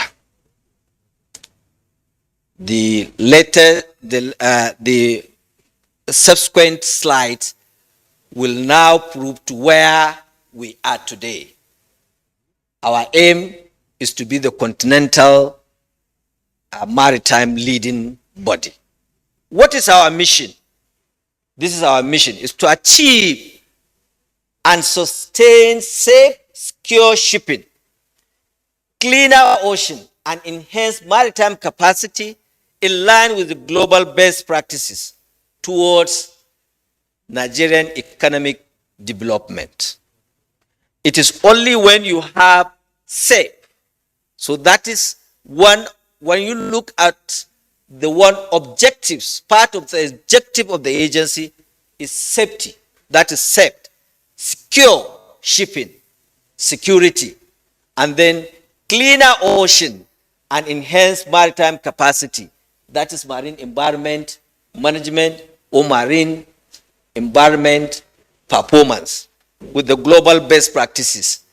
The agency is being supervised by the International Maritime Organization, a body under the United Nations. So whatever the agency is trying to achieve must be in line with the global best practices. That is where we can now achieve the Nigerian's economic development. Now, having seen our mission, our vision, then what is going to drive this mission and vision? There is nothing like human elements. And in human elements, you must have a value that can enable you drive and achieve the vision and the missions you have. And this is the core value of any human element. That is the staff of the Nigerian Maritime Administration and Safety Agency is expected to have. He must be committed to our vision and mission. He must be accountable. The issue of corruption and other things must be out of his mind. He must be professional. He must have an integrity. And he must be a team player. Teamwork must be, you must be one. You can't score ball if you don't have a very good team. Ronaldo or any other good player cannot score ball if he doesn't have the team to pass the ball for him to score. So NIMASA cannot achieve what they want to achieve if they don't have a very good teamwork. So you must have a teamwork for you to be aligned with our own mission and vision to achieve our own. Otherwise, we'll go and leave you behind. By the time we leave you behind, then you have to start thinking where is the best suited for you. NIMASA is not going to be the best place. The next thing is, yes, you can be good, you can be fair. No, always you have to strive for excellence. Always, if you are a staff, you have to strive for excellence. And then, finally, the issue of leadership. Leadership is something that you add value to others. Once you are a leader and you don't have the capacity to add value, to change the tides, to change yesterday for better tomorrow, then you are not a business, you have no business to be a leader. So, as far as our own core value is concerned, you must show the ability of being a leader. And that leader that focuses his attention in adding value to whatever is given to him as his own hand. And then finally, you must be disciplined. You must inculcate self-discipline. You must see the discipline of your own nation, your own people. You must be able to reflect the key values of commitment, accountability, professionalism, integrity, teamwork, excellent leadership. We call it capital D, so that everyone in the agency can be able to remember. When you see the acronym capital D, so you will now have to understand. Anyone is missing in you, then you know you have somewhere to go. You must go and learn and get such discipline. So these are the one that is in our own mind every day. Next slide, please. The NIMASA Governing Board has 10 membership. One of the core values is team. So you can see from the left-hand side, we have the team of 9, I think, yes, 9. You can see 5 in the front row and 4 at the back row. At that time, when we snap this picture, we don't have a representative from the Maritime, from the Ministry of Labor. So we're supposed to be 10 as the governing board. The NIMASA DG is answerable to the board, and then the board is answerable to the Minister of Transportation, while the Minister of Transportation is answerable to Mr. President. And then we have executive management that manage and approve and move day-to-day running of the agency in terms of policy formulation and implementation. The board did the policy, and then the executive management implement the policies. And there you are. You have the Director General, and then you have Executive Director, Finance and Administration at the middle, who is sitting right behind me. And then we have at the top, Shaw Ahmad, and then Victor Oche, who is the Executive Director, Cabotage and Maritime Labor Services. Shaw Ahmed is the Executive Director, Operations, and then Chudi Fordley, the Executive Director, Finance and Administration. Now, we are going into the proper. We have seen the background of the agency, how the agency is run, who the agency is responsible to, and other things like that. Now, when it comes to the implementation of the mandate of the agency, just like any other government, when the government come in, they will now say, oh, we have 4 agenda, 5 agenda. We have, like Eradua government, they have 7-point agenda. So every government, they have their own agenda in terms of what they intend to achieve for the well-being of Nigerians. Now, the agency tried to formulate their own agenda, and that agenda is 3-point agenda, which is SSS agenda. This SSS is what dovetails the mandate of the agency. We try to subsume all the objectives, functions of the agency into SSS, so that each and every staff can remember. If we wake him up from the sleep, he will be able to tell you what the agency intends to achieve or intends to do from time to time. And this SSS, S1 is called Maritime Security. S2 is Maritime Safety. S3 is Shipping Development. Now, the shipping, the Maritime Security and Maritime Safety are straightforward issues. But the shipping development, in terms of developing shipping, there are so many components. You have fleet expansion, you have infrastructural development, you have ship repairs, you have shipbuilding, you have to promote the shipping itself. So that is the S3.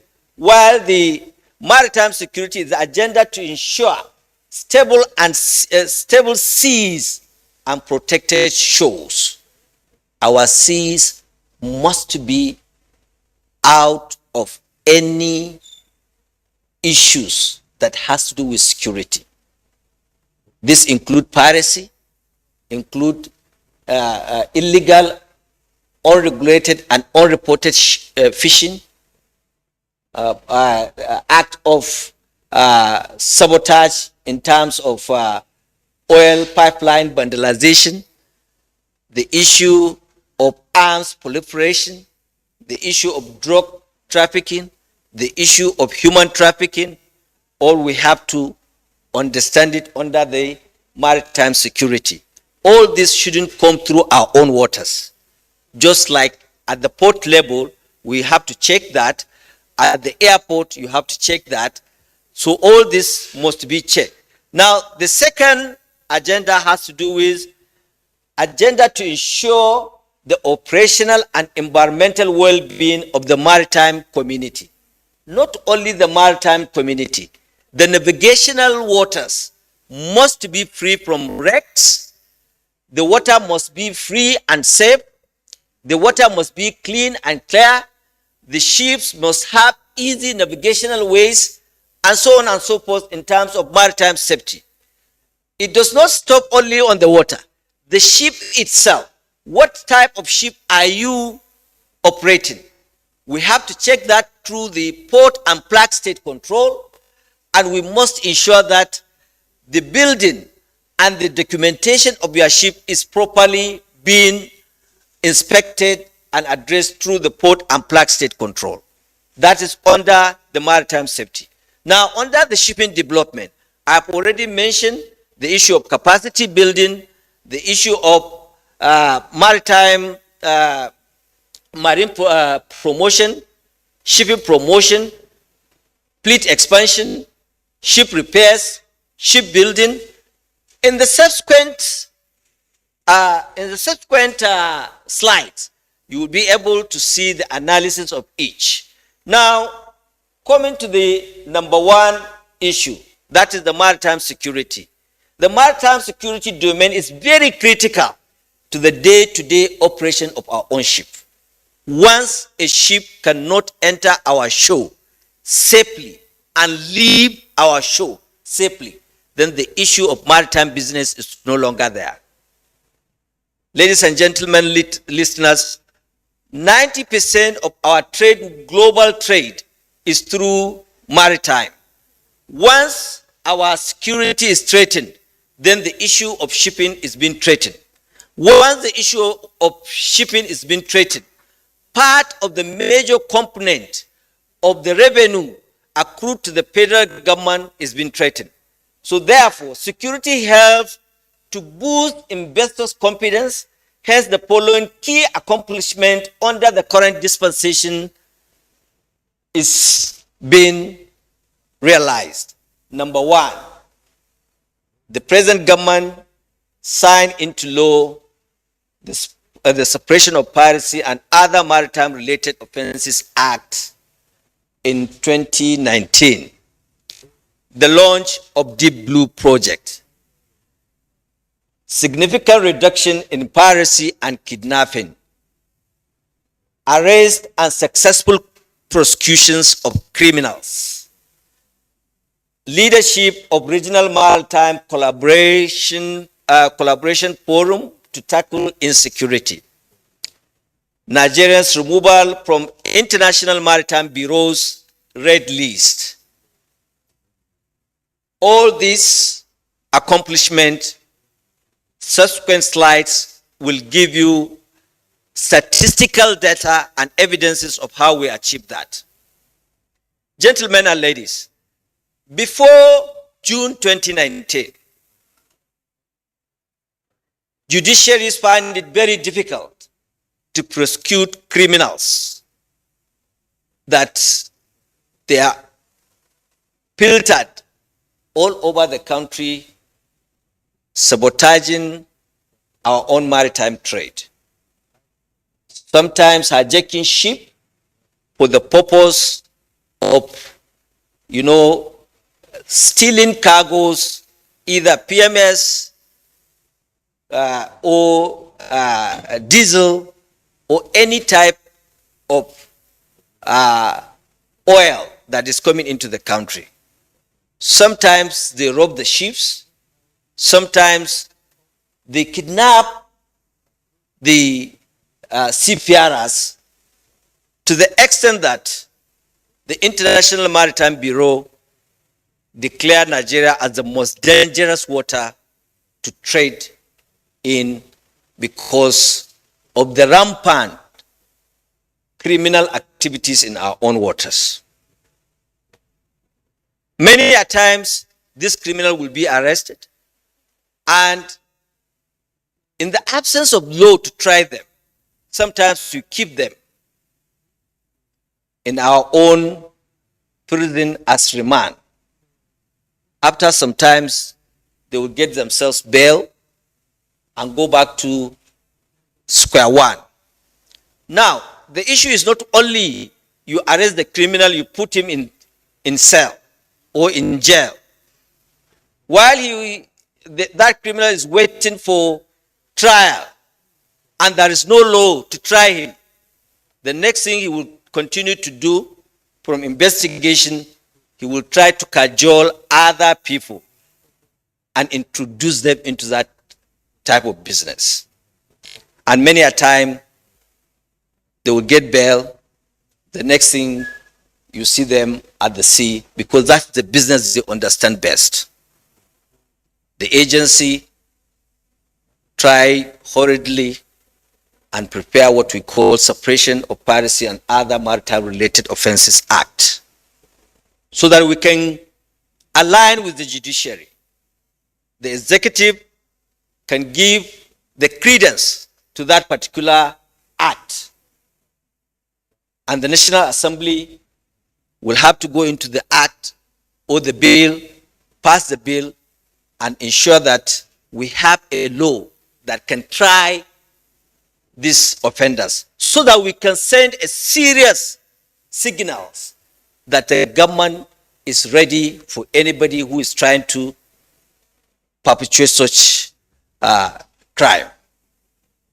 By June 2019, the bill was passed by the National Assembly and Mr. President put his own accent to the bill and it became a new bill which is being passed to the Nigerian Maritime Administration and Safety Agency for them to ensure implementation. Sooner than later, there were a number of arrests.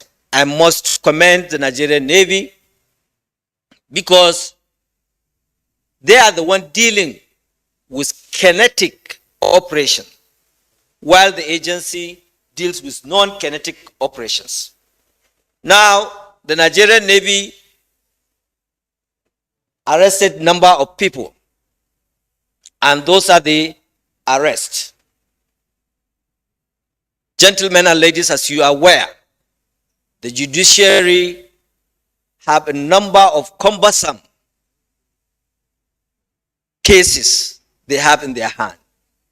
But because of the outcry of the international community, the agency, after Mr. President granted accent to that bill, worked tirelessly with Nigerian Navy and the judiciary to make sure that we send a signal to these criminals who are disturbing our waters, that give Nigeria a bad name to the extent that we are giving the most dangerous nation to trade, to do a maritime trade.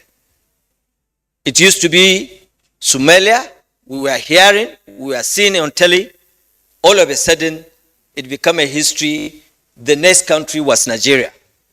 So from the right-hand side, you can see the number of arrests. Out of this arrest, within 1 year, we were able to secure conviction of 20 people. 10, they were given 10 years jail terms. 7 years jail terms each. And 3, they are foreigners. They came into the country to negotiate ransom without informing the government as provided by the SPOMO Act. And they were given fine. And they pay fine for such in line with the provision of the Act. On the left-hand side, we try as much as possible to ensure that we inculcate the culture of collaboration, cooperation, coordination, communication, and information sharing with all the agencies that are dealing with the issue of maritime insecurity. At the top level is the DG Nimasa with some of his team and the Inspector General of Police. At the middle is the officials of the Nigerian Navy. Down is the meeting with the Chief of Naval Staff to discuss the issue on how to move forward and ensure the forces that I mentioned in terms of collaboration, coordination, cooperation, and communication. So these are at the inception and implementation of the SPOMO Act signed by this regime. Now, the next is what the regime did, the Deep Blue Project. The regime tried to introduce a Deep Blue Project where we will have to, by number of platforms that we can deal with. So, in a summary form, please let me grab your indulgence to give you a vivid, a kind of video play of the Deep Blue Project, how it works.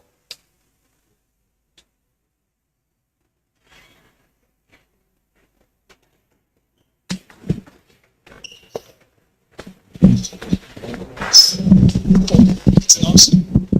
Okay, cool. Nigeria test equipment soon to be deployed at sea. It's an arsenal of ground, air, and sea vessels and equipment designed to tackle pirates operating in the Gulf of Guinea.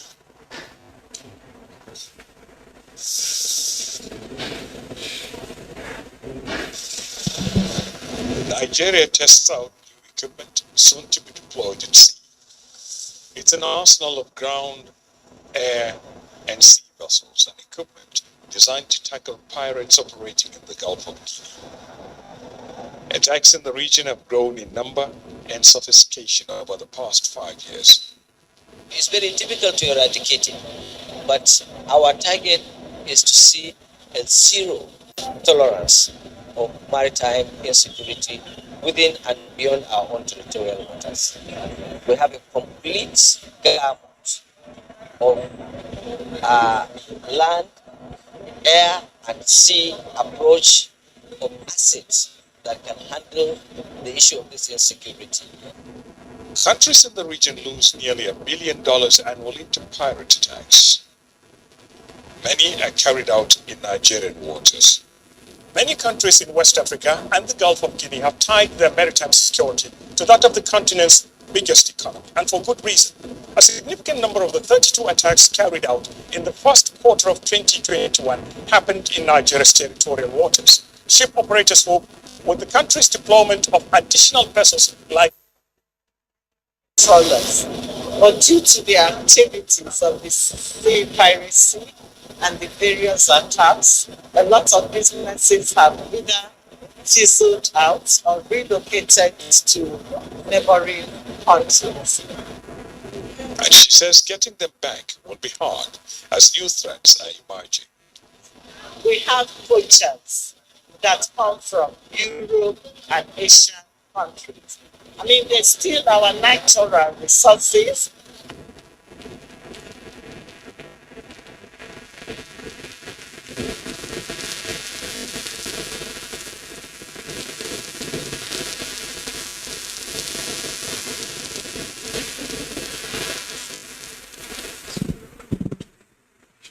Are we okay? Let's go back to the slides. That's it. That's okay. Let's go back to the slides.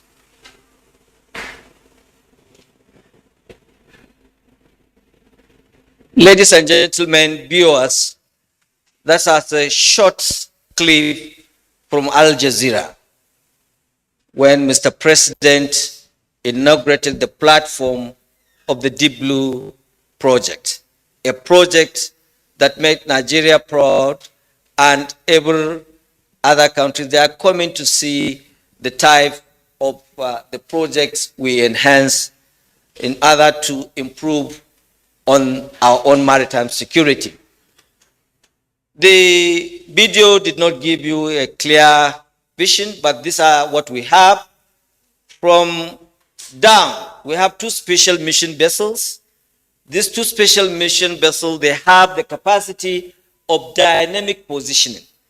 We can keep them at the high sea for a number of days without coming back for bunkering or food or any other things. And then the second one is 3 special mission helicopters, 16 armored vehicles specifically meant for creek. In the whole world, Nigeria has the largest creek that we have that has a very, very difficult terrain for you to go in. So when these criminals kidnap people, those are the areas that used to go and keep them. So we had to build special 16 armored vehicle that have a special features that can enter into the creek and search for such criminals. Then the next one is the 2 special mission aircraft.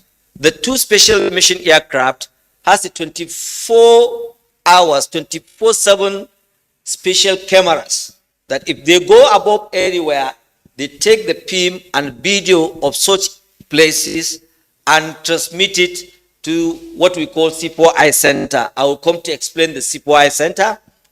Apart from that, we have 17 special interceptor boats.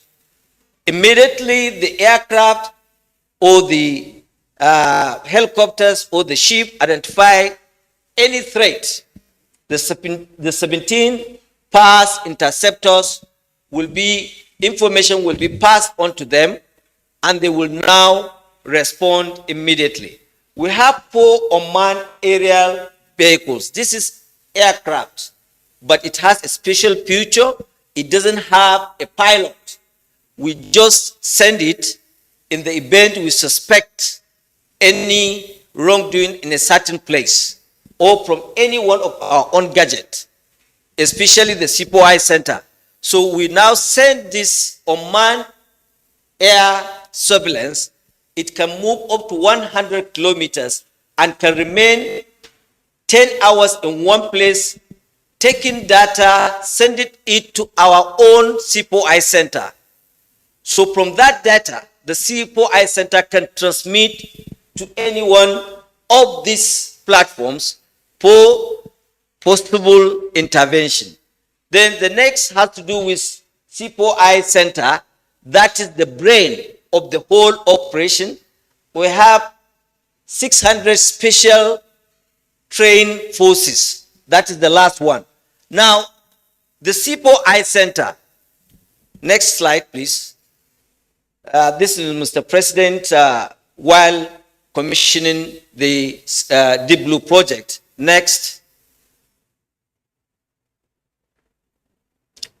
I have already explained this one. Next. Very good. Now this is how the entire operation of the Deep Blue project. From extreme right is what we call C4I Center. That is the brain of the entire project. From C4I Center, the C4I Center, if you look at the extreme left, you see special mission aircraft. The C4I Center can get information from the special mission aircraft with her own camera. So as she's collecting data, she's transmitting it to the C4I Center. And the C4I Center can look at any one of either armored vehicle, special mission helicopter, special mission vessel, or interceptor boats to see how they can go into the rescue of this suspicious vessel at sea, on sea. These are where the criminality is taking place. Now, if in the aircraft, they can transmit it to the C4I Center, and if it's helicopter, they can transmit it to the interceptor boat. Or manned vessel can go to the target and collect data. And then aircraft also can go to the target and collect data. Or special mission vessel can also transmit it. Now all this one has a special system that they transmit to each other. each platform can talk to each other. But the brain box is the CPOI center. It will collect all the data and transmit it to any one of the assets that is very nearby, where I can come and rescue any trait that is being expected. So this is how the working of the Deep Blue project. Next. Now, as a result of these activities and the activities of the Nigerian Navy, as I mentioned earlier, the Nigerian Navy responsibility is to take care of the kinetic operation. Kinetic operation like a war.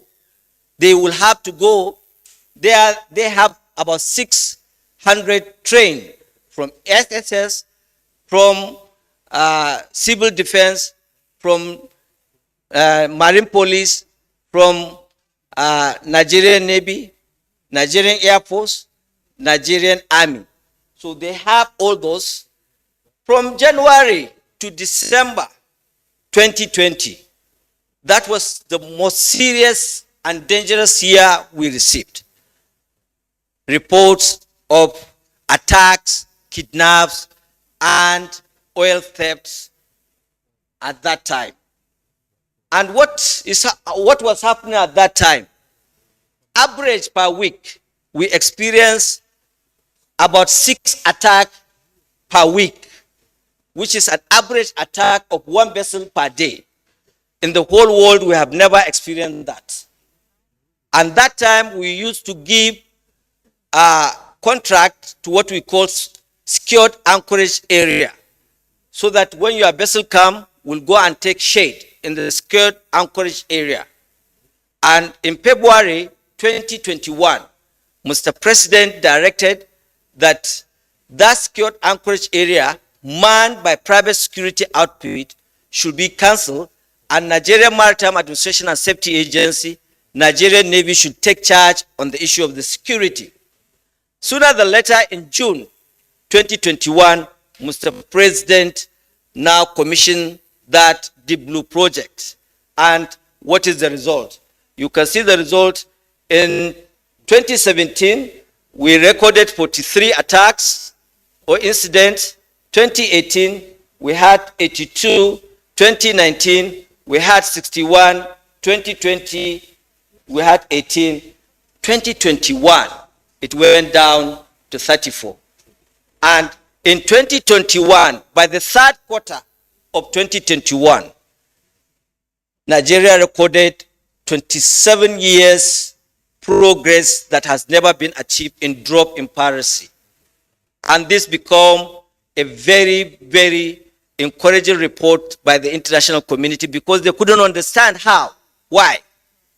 It takes them longer time to address the issue in Somalia. And who did that? America combined with so many countries. But this is Nigeria. Yes, we have so many underground, non-kinetic approach to the issue. But look at the drop from 81 to 34. Since 1994, we have never recorded this milestone. Ladies and gentlemen, from the fourth quarter to date, we have never recorded one single accident or incident in our own territorial waters in terms of piracy attack. From last quarter of 2021 to date, over a year now, no single attack in our own territorial water. This led to the cancellation of the stigma placed on Nigeria as the most dangerous water and removed from the piracy list in March 2022. From March 2022, Nigeria is being removed from the piracy list for the first time in history. Next.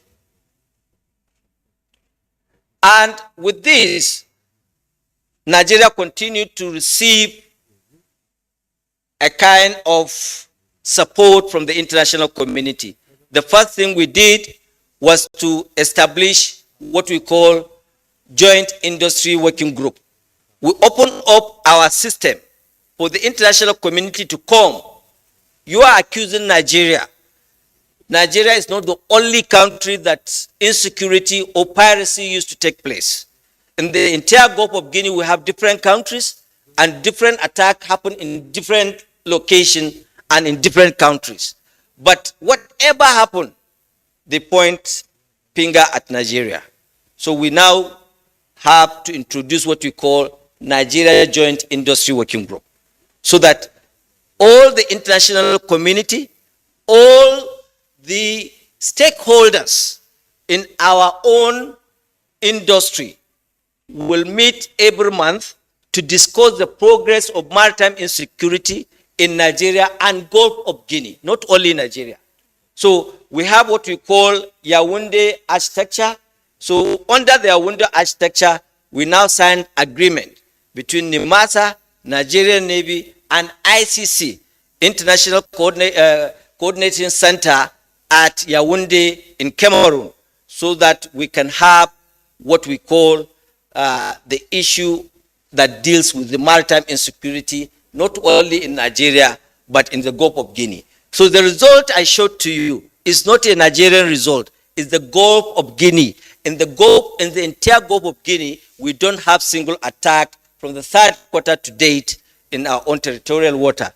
Next slide, please. Now, the performance tripod 2 has to do with maritime safety. I am now done with the maritime security. What the agency is doing about the maritime safety. The agency observed that shipping is a critical global trade, yet it is the most vulnerable in terms of safety. This explains the reason of International Maritime Organization adopted the Safety of Life at Sea SOLAS Convention to ensure the safety of those involved in shipping, particularly the seafarers. You leave your own home and you move to the world of its own. That is the waters. There is no house anywhere, no shelter, nothing apart from your ship. And you need to have a special care. So under that, NIMASA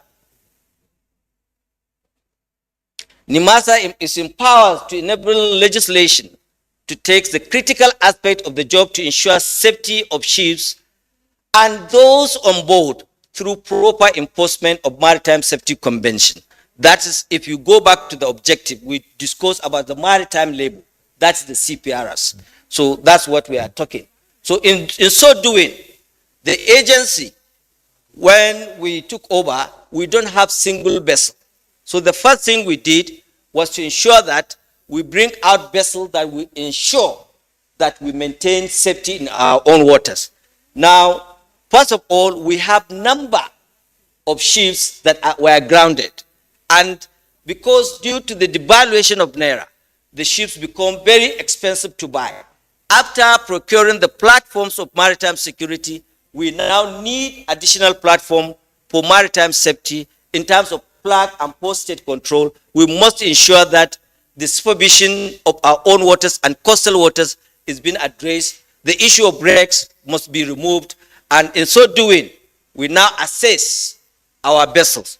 The vessels that have to do with search and rescue, you can see them at the extreme left, they are before, and the extreme right after.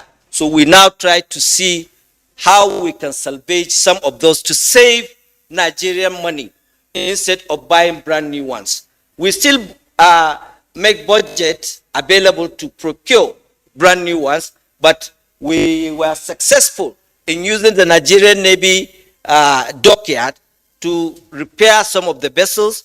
This is after about, I think, 5 of them, we reactivated them and we order brand new about 7. We expect to receive the delivery of the new ones around end of November in about 1.5 months to come. Secondly, the issue of wrecks. That's what gives easy navigation. When you have number of wrecks and your ship is passing and the navigational areas are filled up with wrecks, the issue has to do with accident upon accident, loss of life, and damage to the ships. So you can see the wrecks there. So we decided to make presentation to the Federal Executive Council. For the first time, the Federal Executive Council approved the nationwide removal of wrecks into 4 zones. 1, Badagry, Tinkan Island. 2, the Western Zone, headquarters in Lagos. The Eastern Zone, headquarters in Port Harcourt. The Central Zone, headquarters in Warri. The federal government, under the Federal Executive Council, approved the contracts. As we are talking now, the contractors are on site removing these wrecks. As you can see the wrecks there, big, so you can see the big ship there. So as big as that ship, sometimes you can find it under the water. So you don't know, while you are navigating, you will come across those ships, and at the end of the day, problem will surface. At the middle here, we try to establish partnership with Nigerian Railway Corporation. When we receive these wrecks, instead of us to start selling it at a giveaway price, our intention is when we remove it, you can see here, this is part of the one we are removing. So when we remove it, the Nigerian Railway, they have pump where they make this dead sheet into a solid iron that we can use it to establish or to build new ships. And then the Nigerian Railway Corporation now have a kind of cooperation to make sure that we melt these ions and make use of it. Nothing is waste as far as shipping is concerned. Next, please. Now, furthermore, in terms of maritime safety, we try to look at what is called marine litter. Our waters is littered with pure water, sachets everywhere, bottled waters, and so many other things. At the end of the day, you find that fish can swallow something that is very dangerous. And at the end of the day, when you go for fishing, you get that ship, that fish, the fish will end on your table, and you eat, you start having contaminated things, and you don't know what is wrong with you. So we now establish what we call the Marine Litter and Microplastic Action Plan, which we send it to International Maritime Organization and approve it. We are now implementing it. And the second thing, we now try to enhance and improve on marine environment management in order to ensure that our environment and marine environment is safer by building a kind of a lab that will be testing our own waters to make sure that it's not contaminated or polluted. Whenever there is pollution, we are now going back to the International Maritime Organization. Those oil companies that are responsible will put in our own claim to make sure that we recover a kind of compensation in terms of damaging of our own environment. The next, in terms of safety, is for us to have a kind of collaboration with the Nigerian Meteorological Agency, NIMET. Just like the forecast you used to see in terms of aircraft, the aircrafts, those who are using it, they will tell you the weather, whether there is storm, whether there is rain, whether the sky is not free from other things that can, disturb the movement of aircraft. So also in our own waters, we need such forecast. So we now enter into agreement with the Nigerian Meteorological Agency to have a weather forecast in our own maritime domain. Those who are watching the Masters this week, we started airing the weather forecast in order to ensure safety of navigation in our own waters and the forecast of the weather for the ship owners to make sure that they are navigating well and they don't have harsh weather to operate within. And that is myself and the Director General, Nigerian Meteorological Agency. Next slide, please. Now, the third performance tripod has to do with maritime development. In this, when you are developing maritime, there are so many segments. The segment of capacity building, the segment of infrastructure, the segment of ship repairs, the segment of shipbuilding. Now, under the shipping development, we have a critical aspect that encompasses fleet expansion. And what is fleet expansion? Nigerians doesn't have ship anymore because no country can strive in the maritime industry without assistance. So the first things we have to do is to see how we can get incentives. Most of the developing countries or developed countries they develop their maritime through incentives. So we quickly send our request to get two types of incentives. One, monetary incentive. Two, the physical incentive. The physical incentives entails that if you are getting ship, you can be able to get zero duty if you are buying brand new one. While you are buying 1 year, 2-year-old ship, you continue to graduate the cost of duty that you have to pay. At the end of the day, the older the ship, the higher the duty, so that we can get rid of these old rickety bucket ships in our own territorial waters that cause environmental damages from time to time. And that has been granted by this government. For the first time, we receive fiscal incentive from the government. Now, the second thing, it has to do with monetary incentive.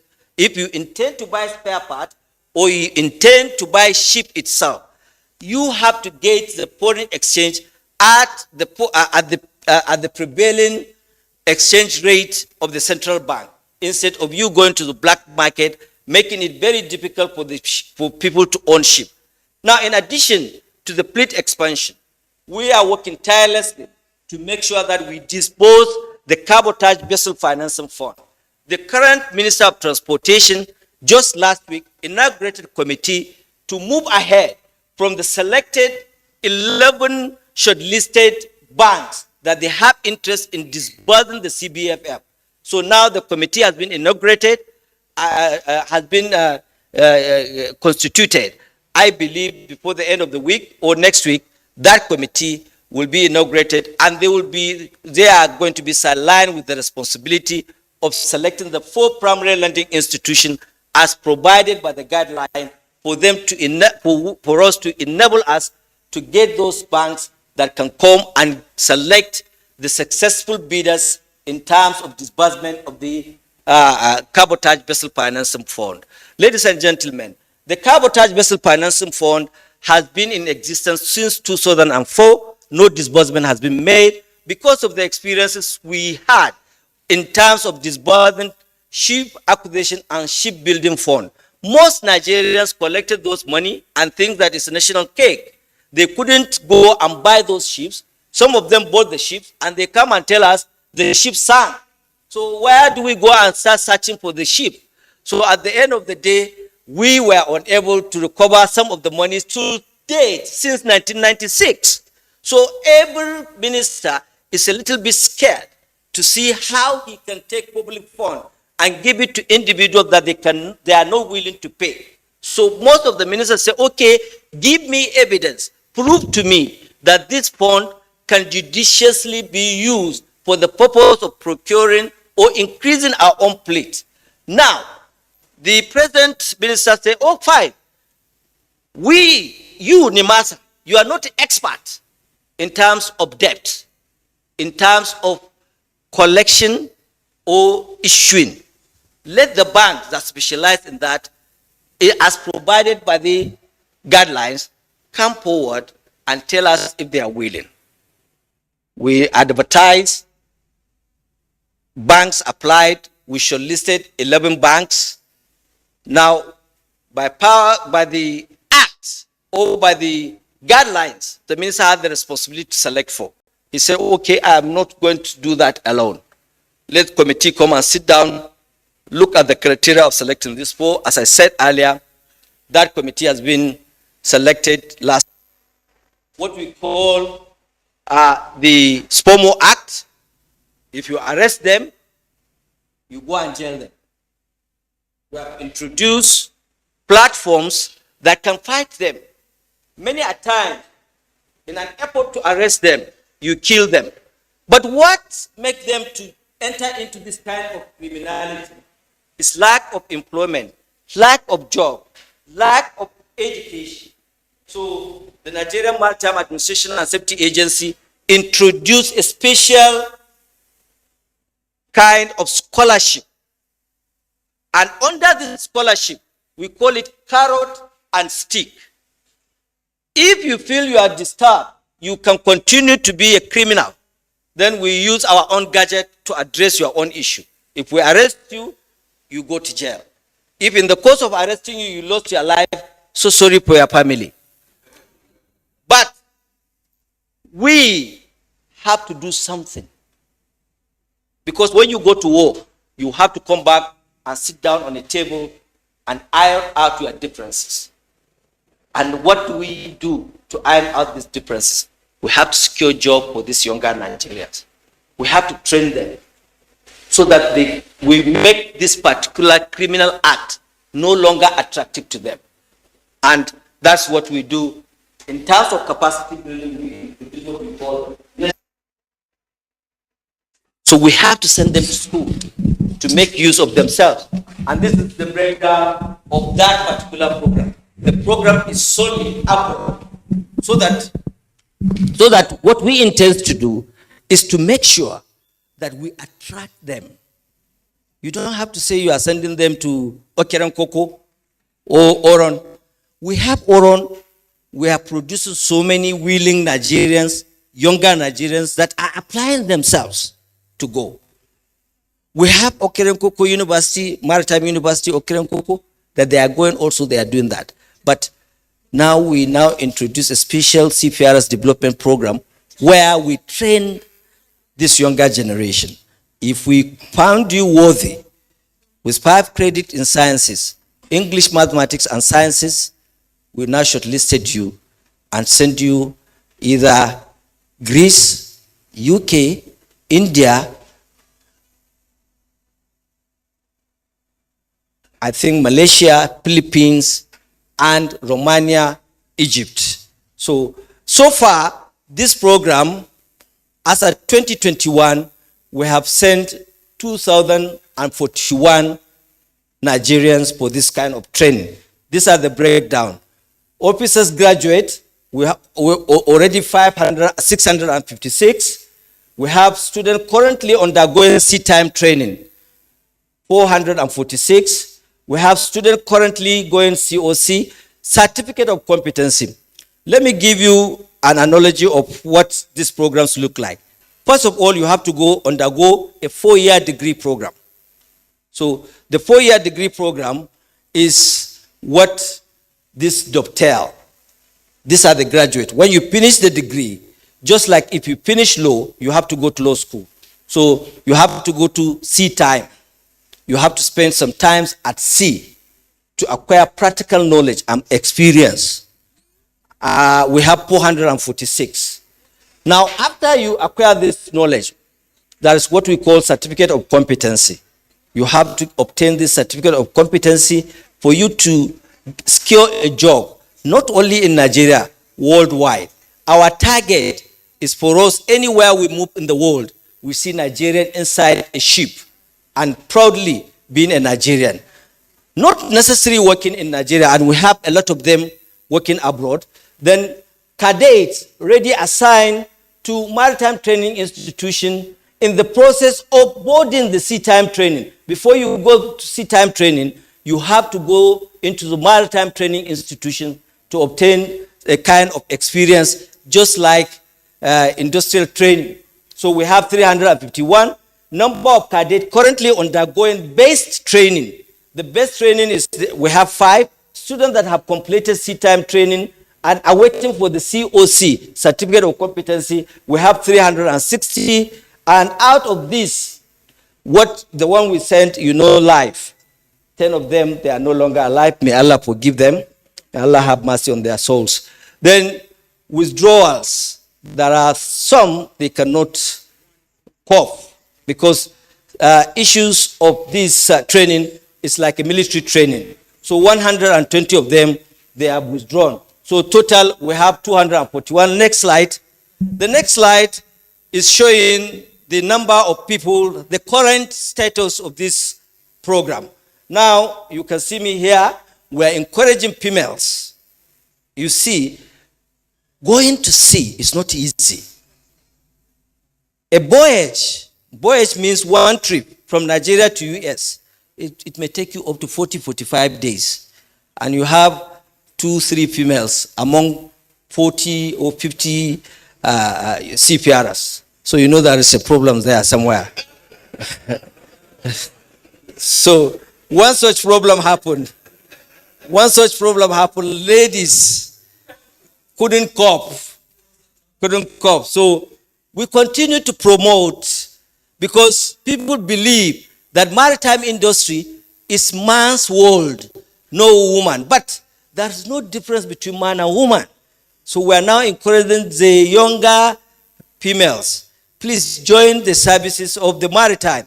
So you can see me here at the center with a lot of smiling girls, happy to join the CPRN business. These are some of the graduates. Here, they have already graduated. They come back. I'm now shaking them, welcoming them when they finish the training. And these are some of them in a different school, match up. So you can see them. If you see them, they don't have difference with Nigerian Navy. Some of them, they have been observed by Nigerian Navy. Some of them, they have been observed by Nigerian liquefied natural gas in Nigeria. And some of them, they have been observed by so many ship owners inside, within, and outside the country. Now, in 2021, just last year, October, around 1 year now, we sent 200 to Greece, Egypt, and India. Now, from between now and early next month, we have concluded to send 235. So far, from the analysis given to you, 2,041, we have an evidence that about 800 of them secure job. Some of them within the country, most of them outside. Some of them, we don't know where they are because they have already moved on.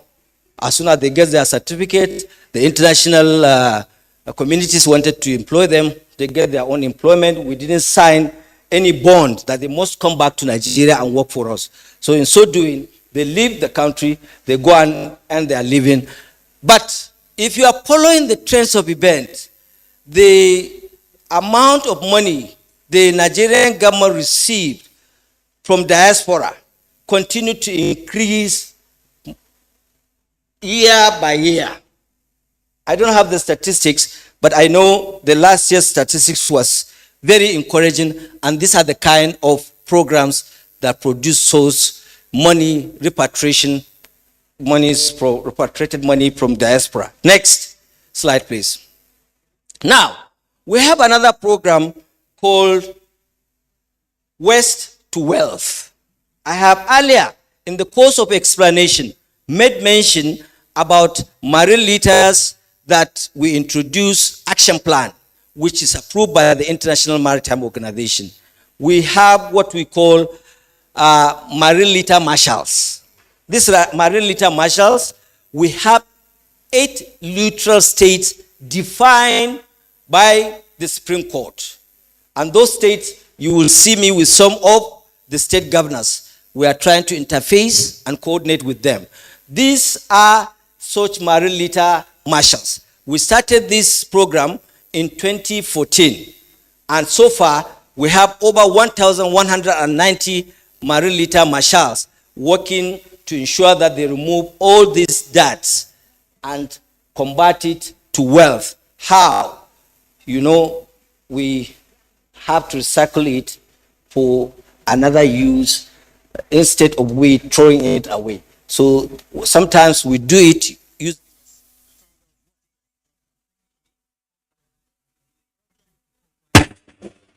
This is the network service of the NTA. We'll be joining our outside broadcast crew for another live broadcast.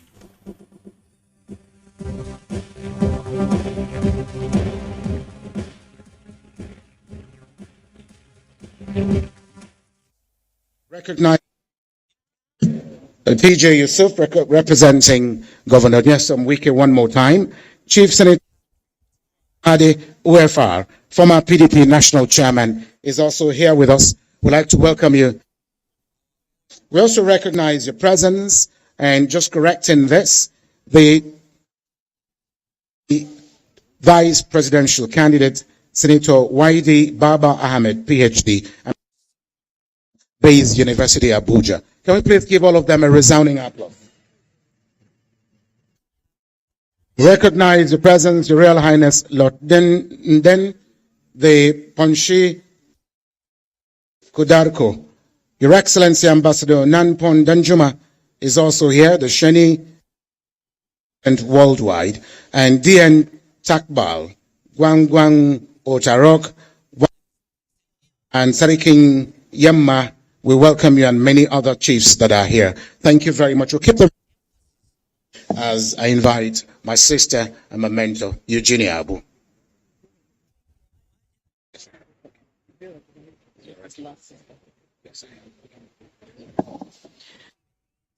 Excellencies, distinguished ladies and gentlemen, what an incredible day this is. If you turn around, you'll see that the hall is full to capacity.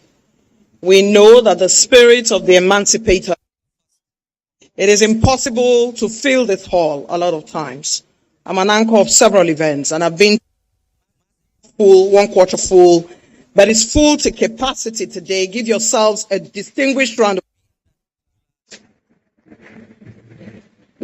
yes, indeed. What a way to remember somebody who remembers others. What a way for his family in gold. Distinguished ladies and gentlemen, we have too many people up front. Former Senate presidents, former ministers of authority, people holding the reins now with aspirations, the visionary, the representative of His Excellency, the President of the Federal Republic. Governors are all here present. Right Honorable Speaker has joined us. Quite a group of people here.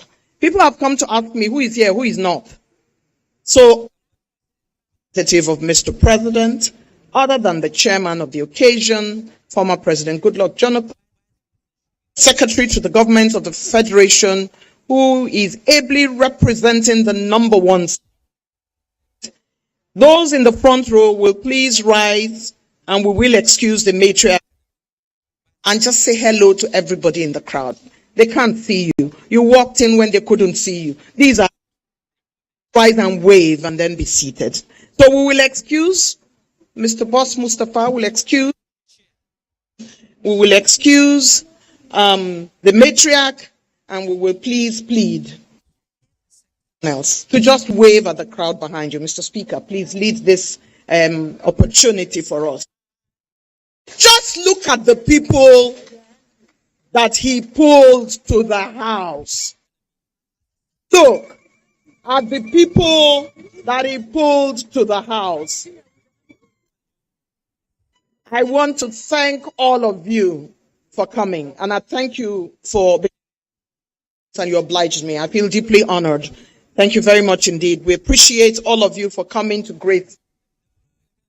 And because this occasion was put together by a visionary, a lady who has been in front of the passion for Nigeria.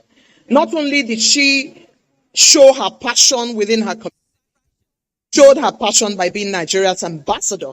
Please help me welcome to the podium the patriarch of the La family, Her Excellency Ambassador Professor Mary. Come and give her remarks. You people should just be asking for good daughters. Just look at, as Igbo, just take a look at who is escorting her mother to the podium. Such a beautiful event. Beautiful. Please encourage the clap.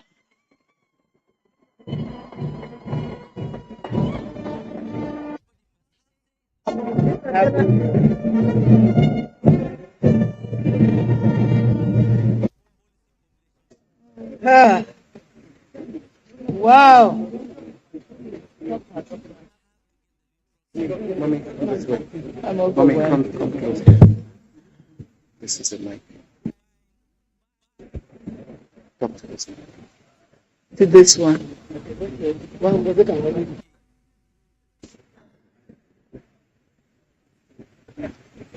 How do I start this? I'm overwhelmed.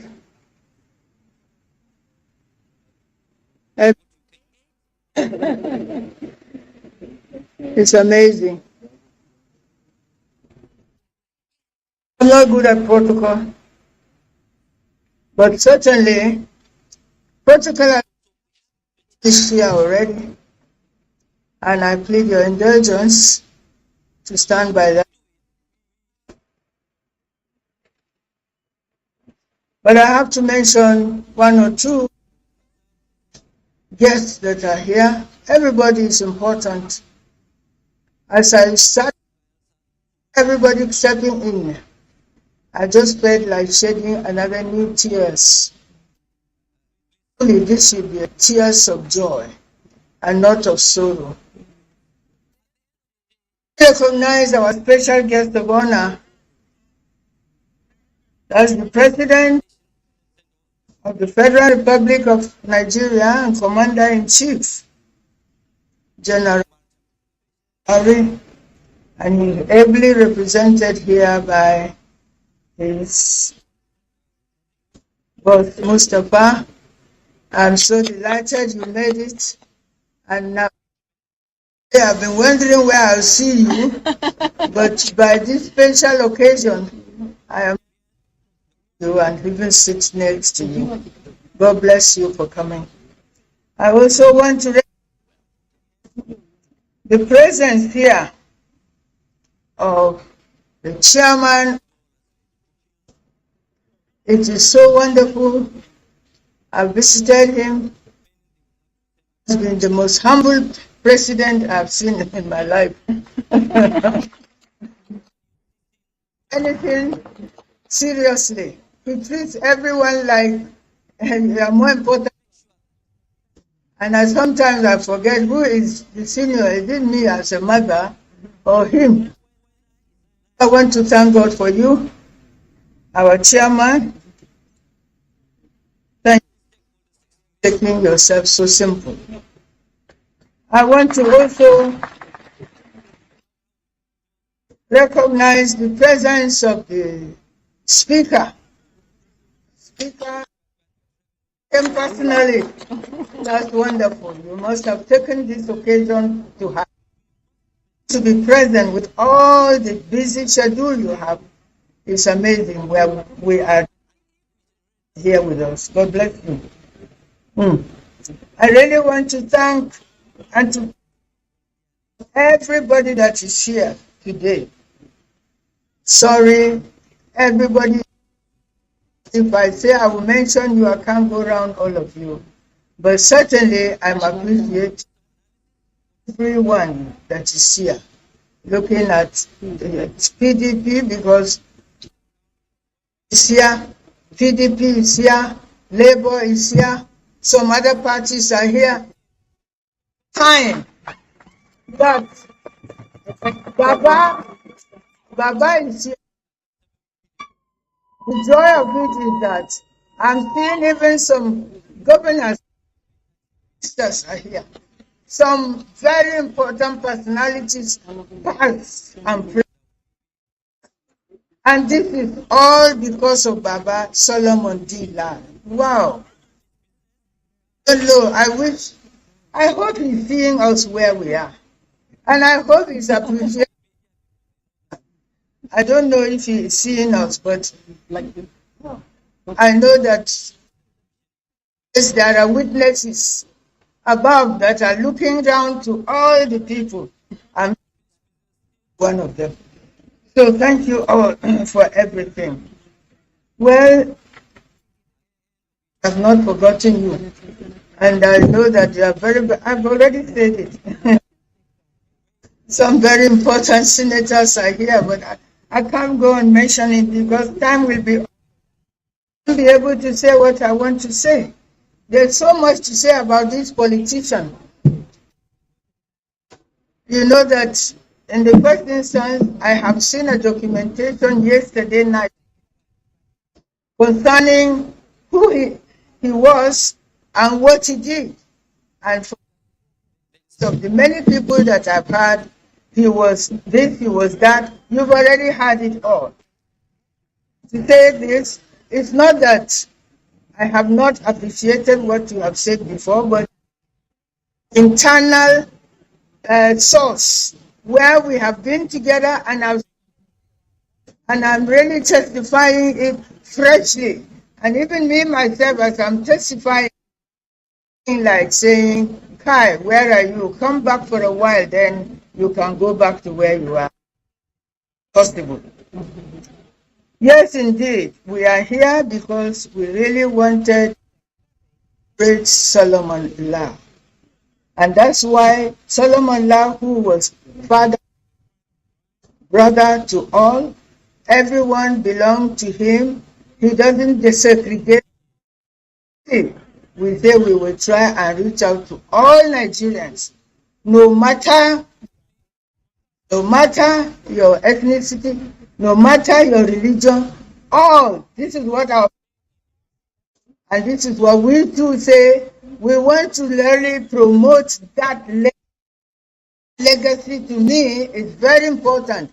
Anytime in a nation of mixed society, it's good that the legacy of inclusiveness is remembered and is excellent. I want to pray that Nigerians will continue to adapt from Babala. As an astute and bold politician, groomed in the political culture of the First Republic, he had a political iron.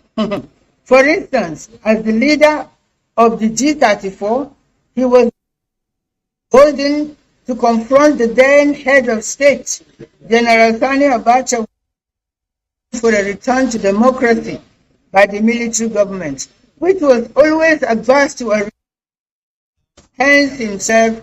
Some of his political colleagues were always arrested, imprisoning him. Oh, the arrival of a important guest. Alhaji Atiku, welcome. You see, you should have been waving the handkerchief of Babala. Oh, come on.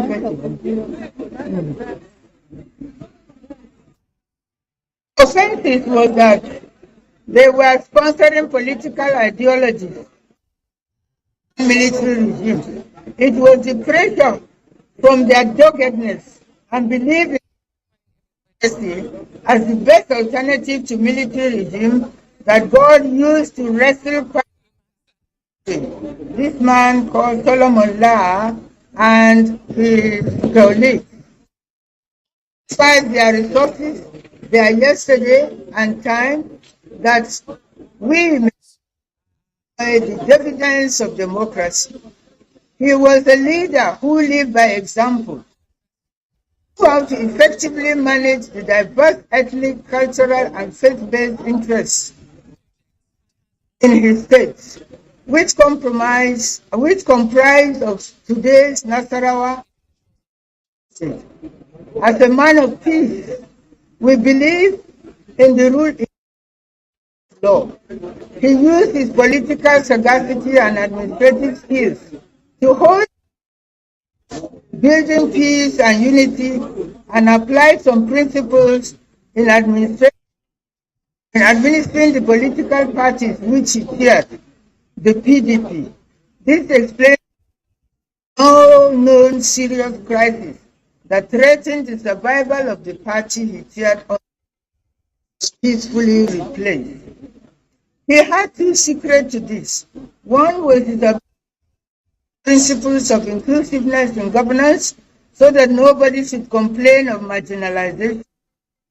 He applied the principle of politics without bitterness or shunning winner takes all politics. No, that was not part of Babala's politics.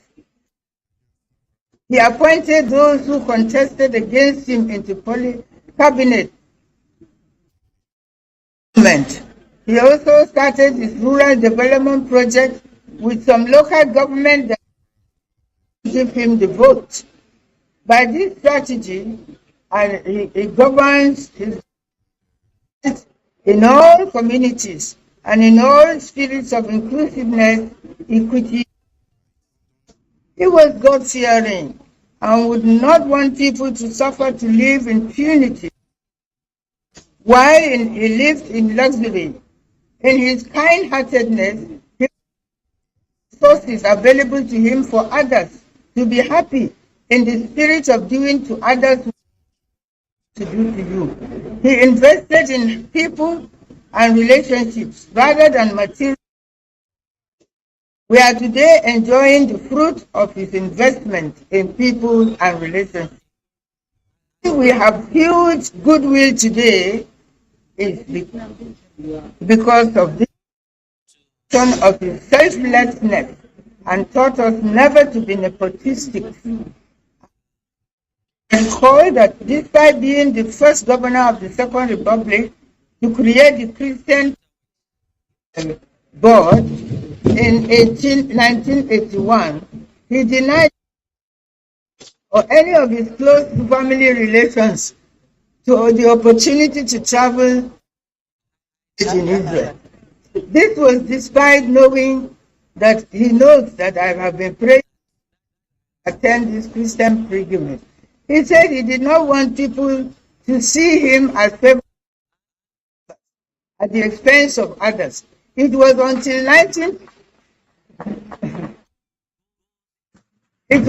until 1992 that somebody came on board also allowed me to go on pilgrimage. So I'm very grateful.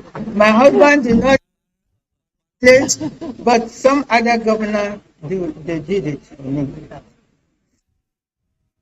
An approachable man. Listening, he has a listening ear for people. With all the power to assist. That was why he was also called the people's governor. Fearing person, he hated injustice.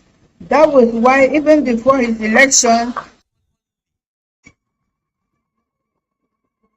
he started the legal aid program in Nigeria who could not afford to hire services of lawyers. This was the spirit behind for liberating the poor and vulnerable people and in communities. And he was called the emancipator, which was also associated with rural upgrading of traditional institutions and creating district areas. I believe that education is foundational to the progress of society. More educational institutions broaden opportunities for training, including additional scholarship for foreign trainings. His God-fearing will always act with the highest sense of responsibility.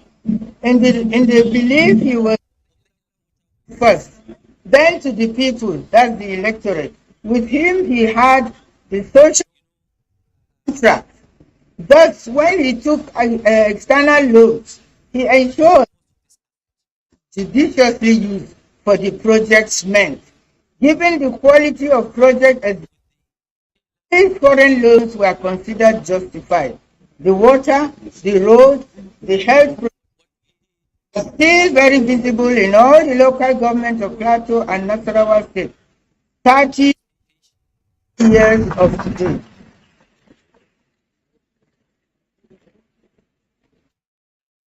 Audience have been asked to round up, but certainly there is so much to say. We saw Daddy, and we said we need to do something to promote his. We will not allow it just to die or just pass by the table. And we are grateful that you responded so very well to this call. knows that he may not be with us for long. So what did he? His friend, this man called Sheikh Abdallah. Sheikh Abdallah, oh, you are here. They were colleagues in the university. They started this project of writing his autography together. They were just about finishing, and the Almighty called him home. He carried on and finished the book. I think he deserves a bigger clap than that. We are grateful to you and your effort. His leadership, Kabbalah, gave me more hope for our country. If only Nigerian youth can earn it, I think we will go further than where we are. I want to thank God that when we formed a committee, and this committee was led by a very able man, Dr. Mike Omeri. I think you've seen him here on the stage. You can see the result of his work. The number of people and the number of turnout as a result of his hard work. And he worked wholeheartedly. I will also example of hard work. And I pray God will richly bless you. Thank you very much. And they are saying I should run up, there's more to say. Now, when I became a governor, some people were accusing me for not supporting him. They've never seen me on the drum campaigning for him. Say, what kind of a wife is this? Husband. And he dispelled that idea. Within a short time, he said, my wife alone. She has been an educationist. Her calling is different from me. So whatever she's doing that is touching humanity is supporting me already. It's touching humanity, is supporting LAR. So try and support as much as possible, and we'll be grateful that through the support you will give us and every other thing that we will be doing, especially in building up some trained young ones, we believe that certainly it will go a long way. Thank you. All right. Thank you.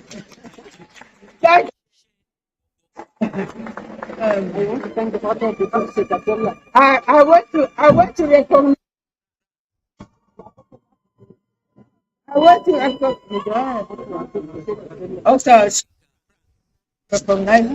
Thank you so much, everyone, for everything. It's certainly appreciated. Don't stop here today. We need your advice. Be with us. Thank you.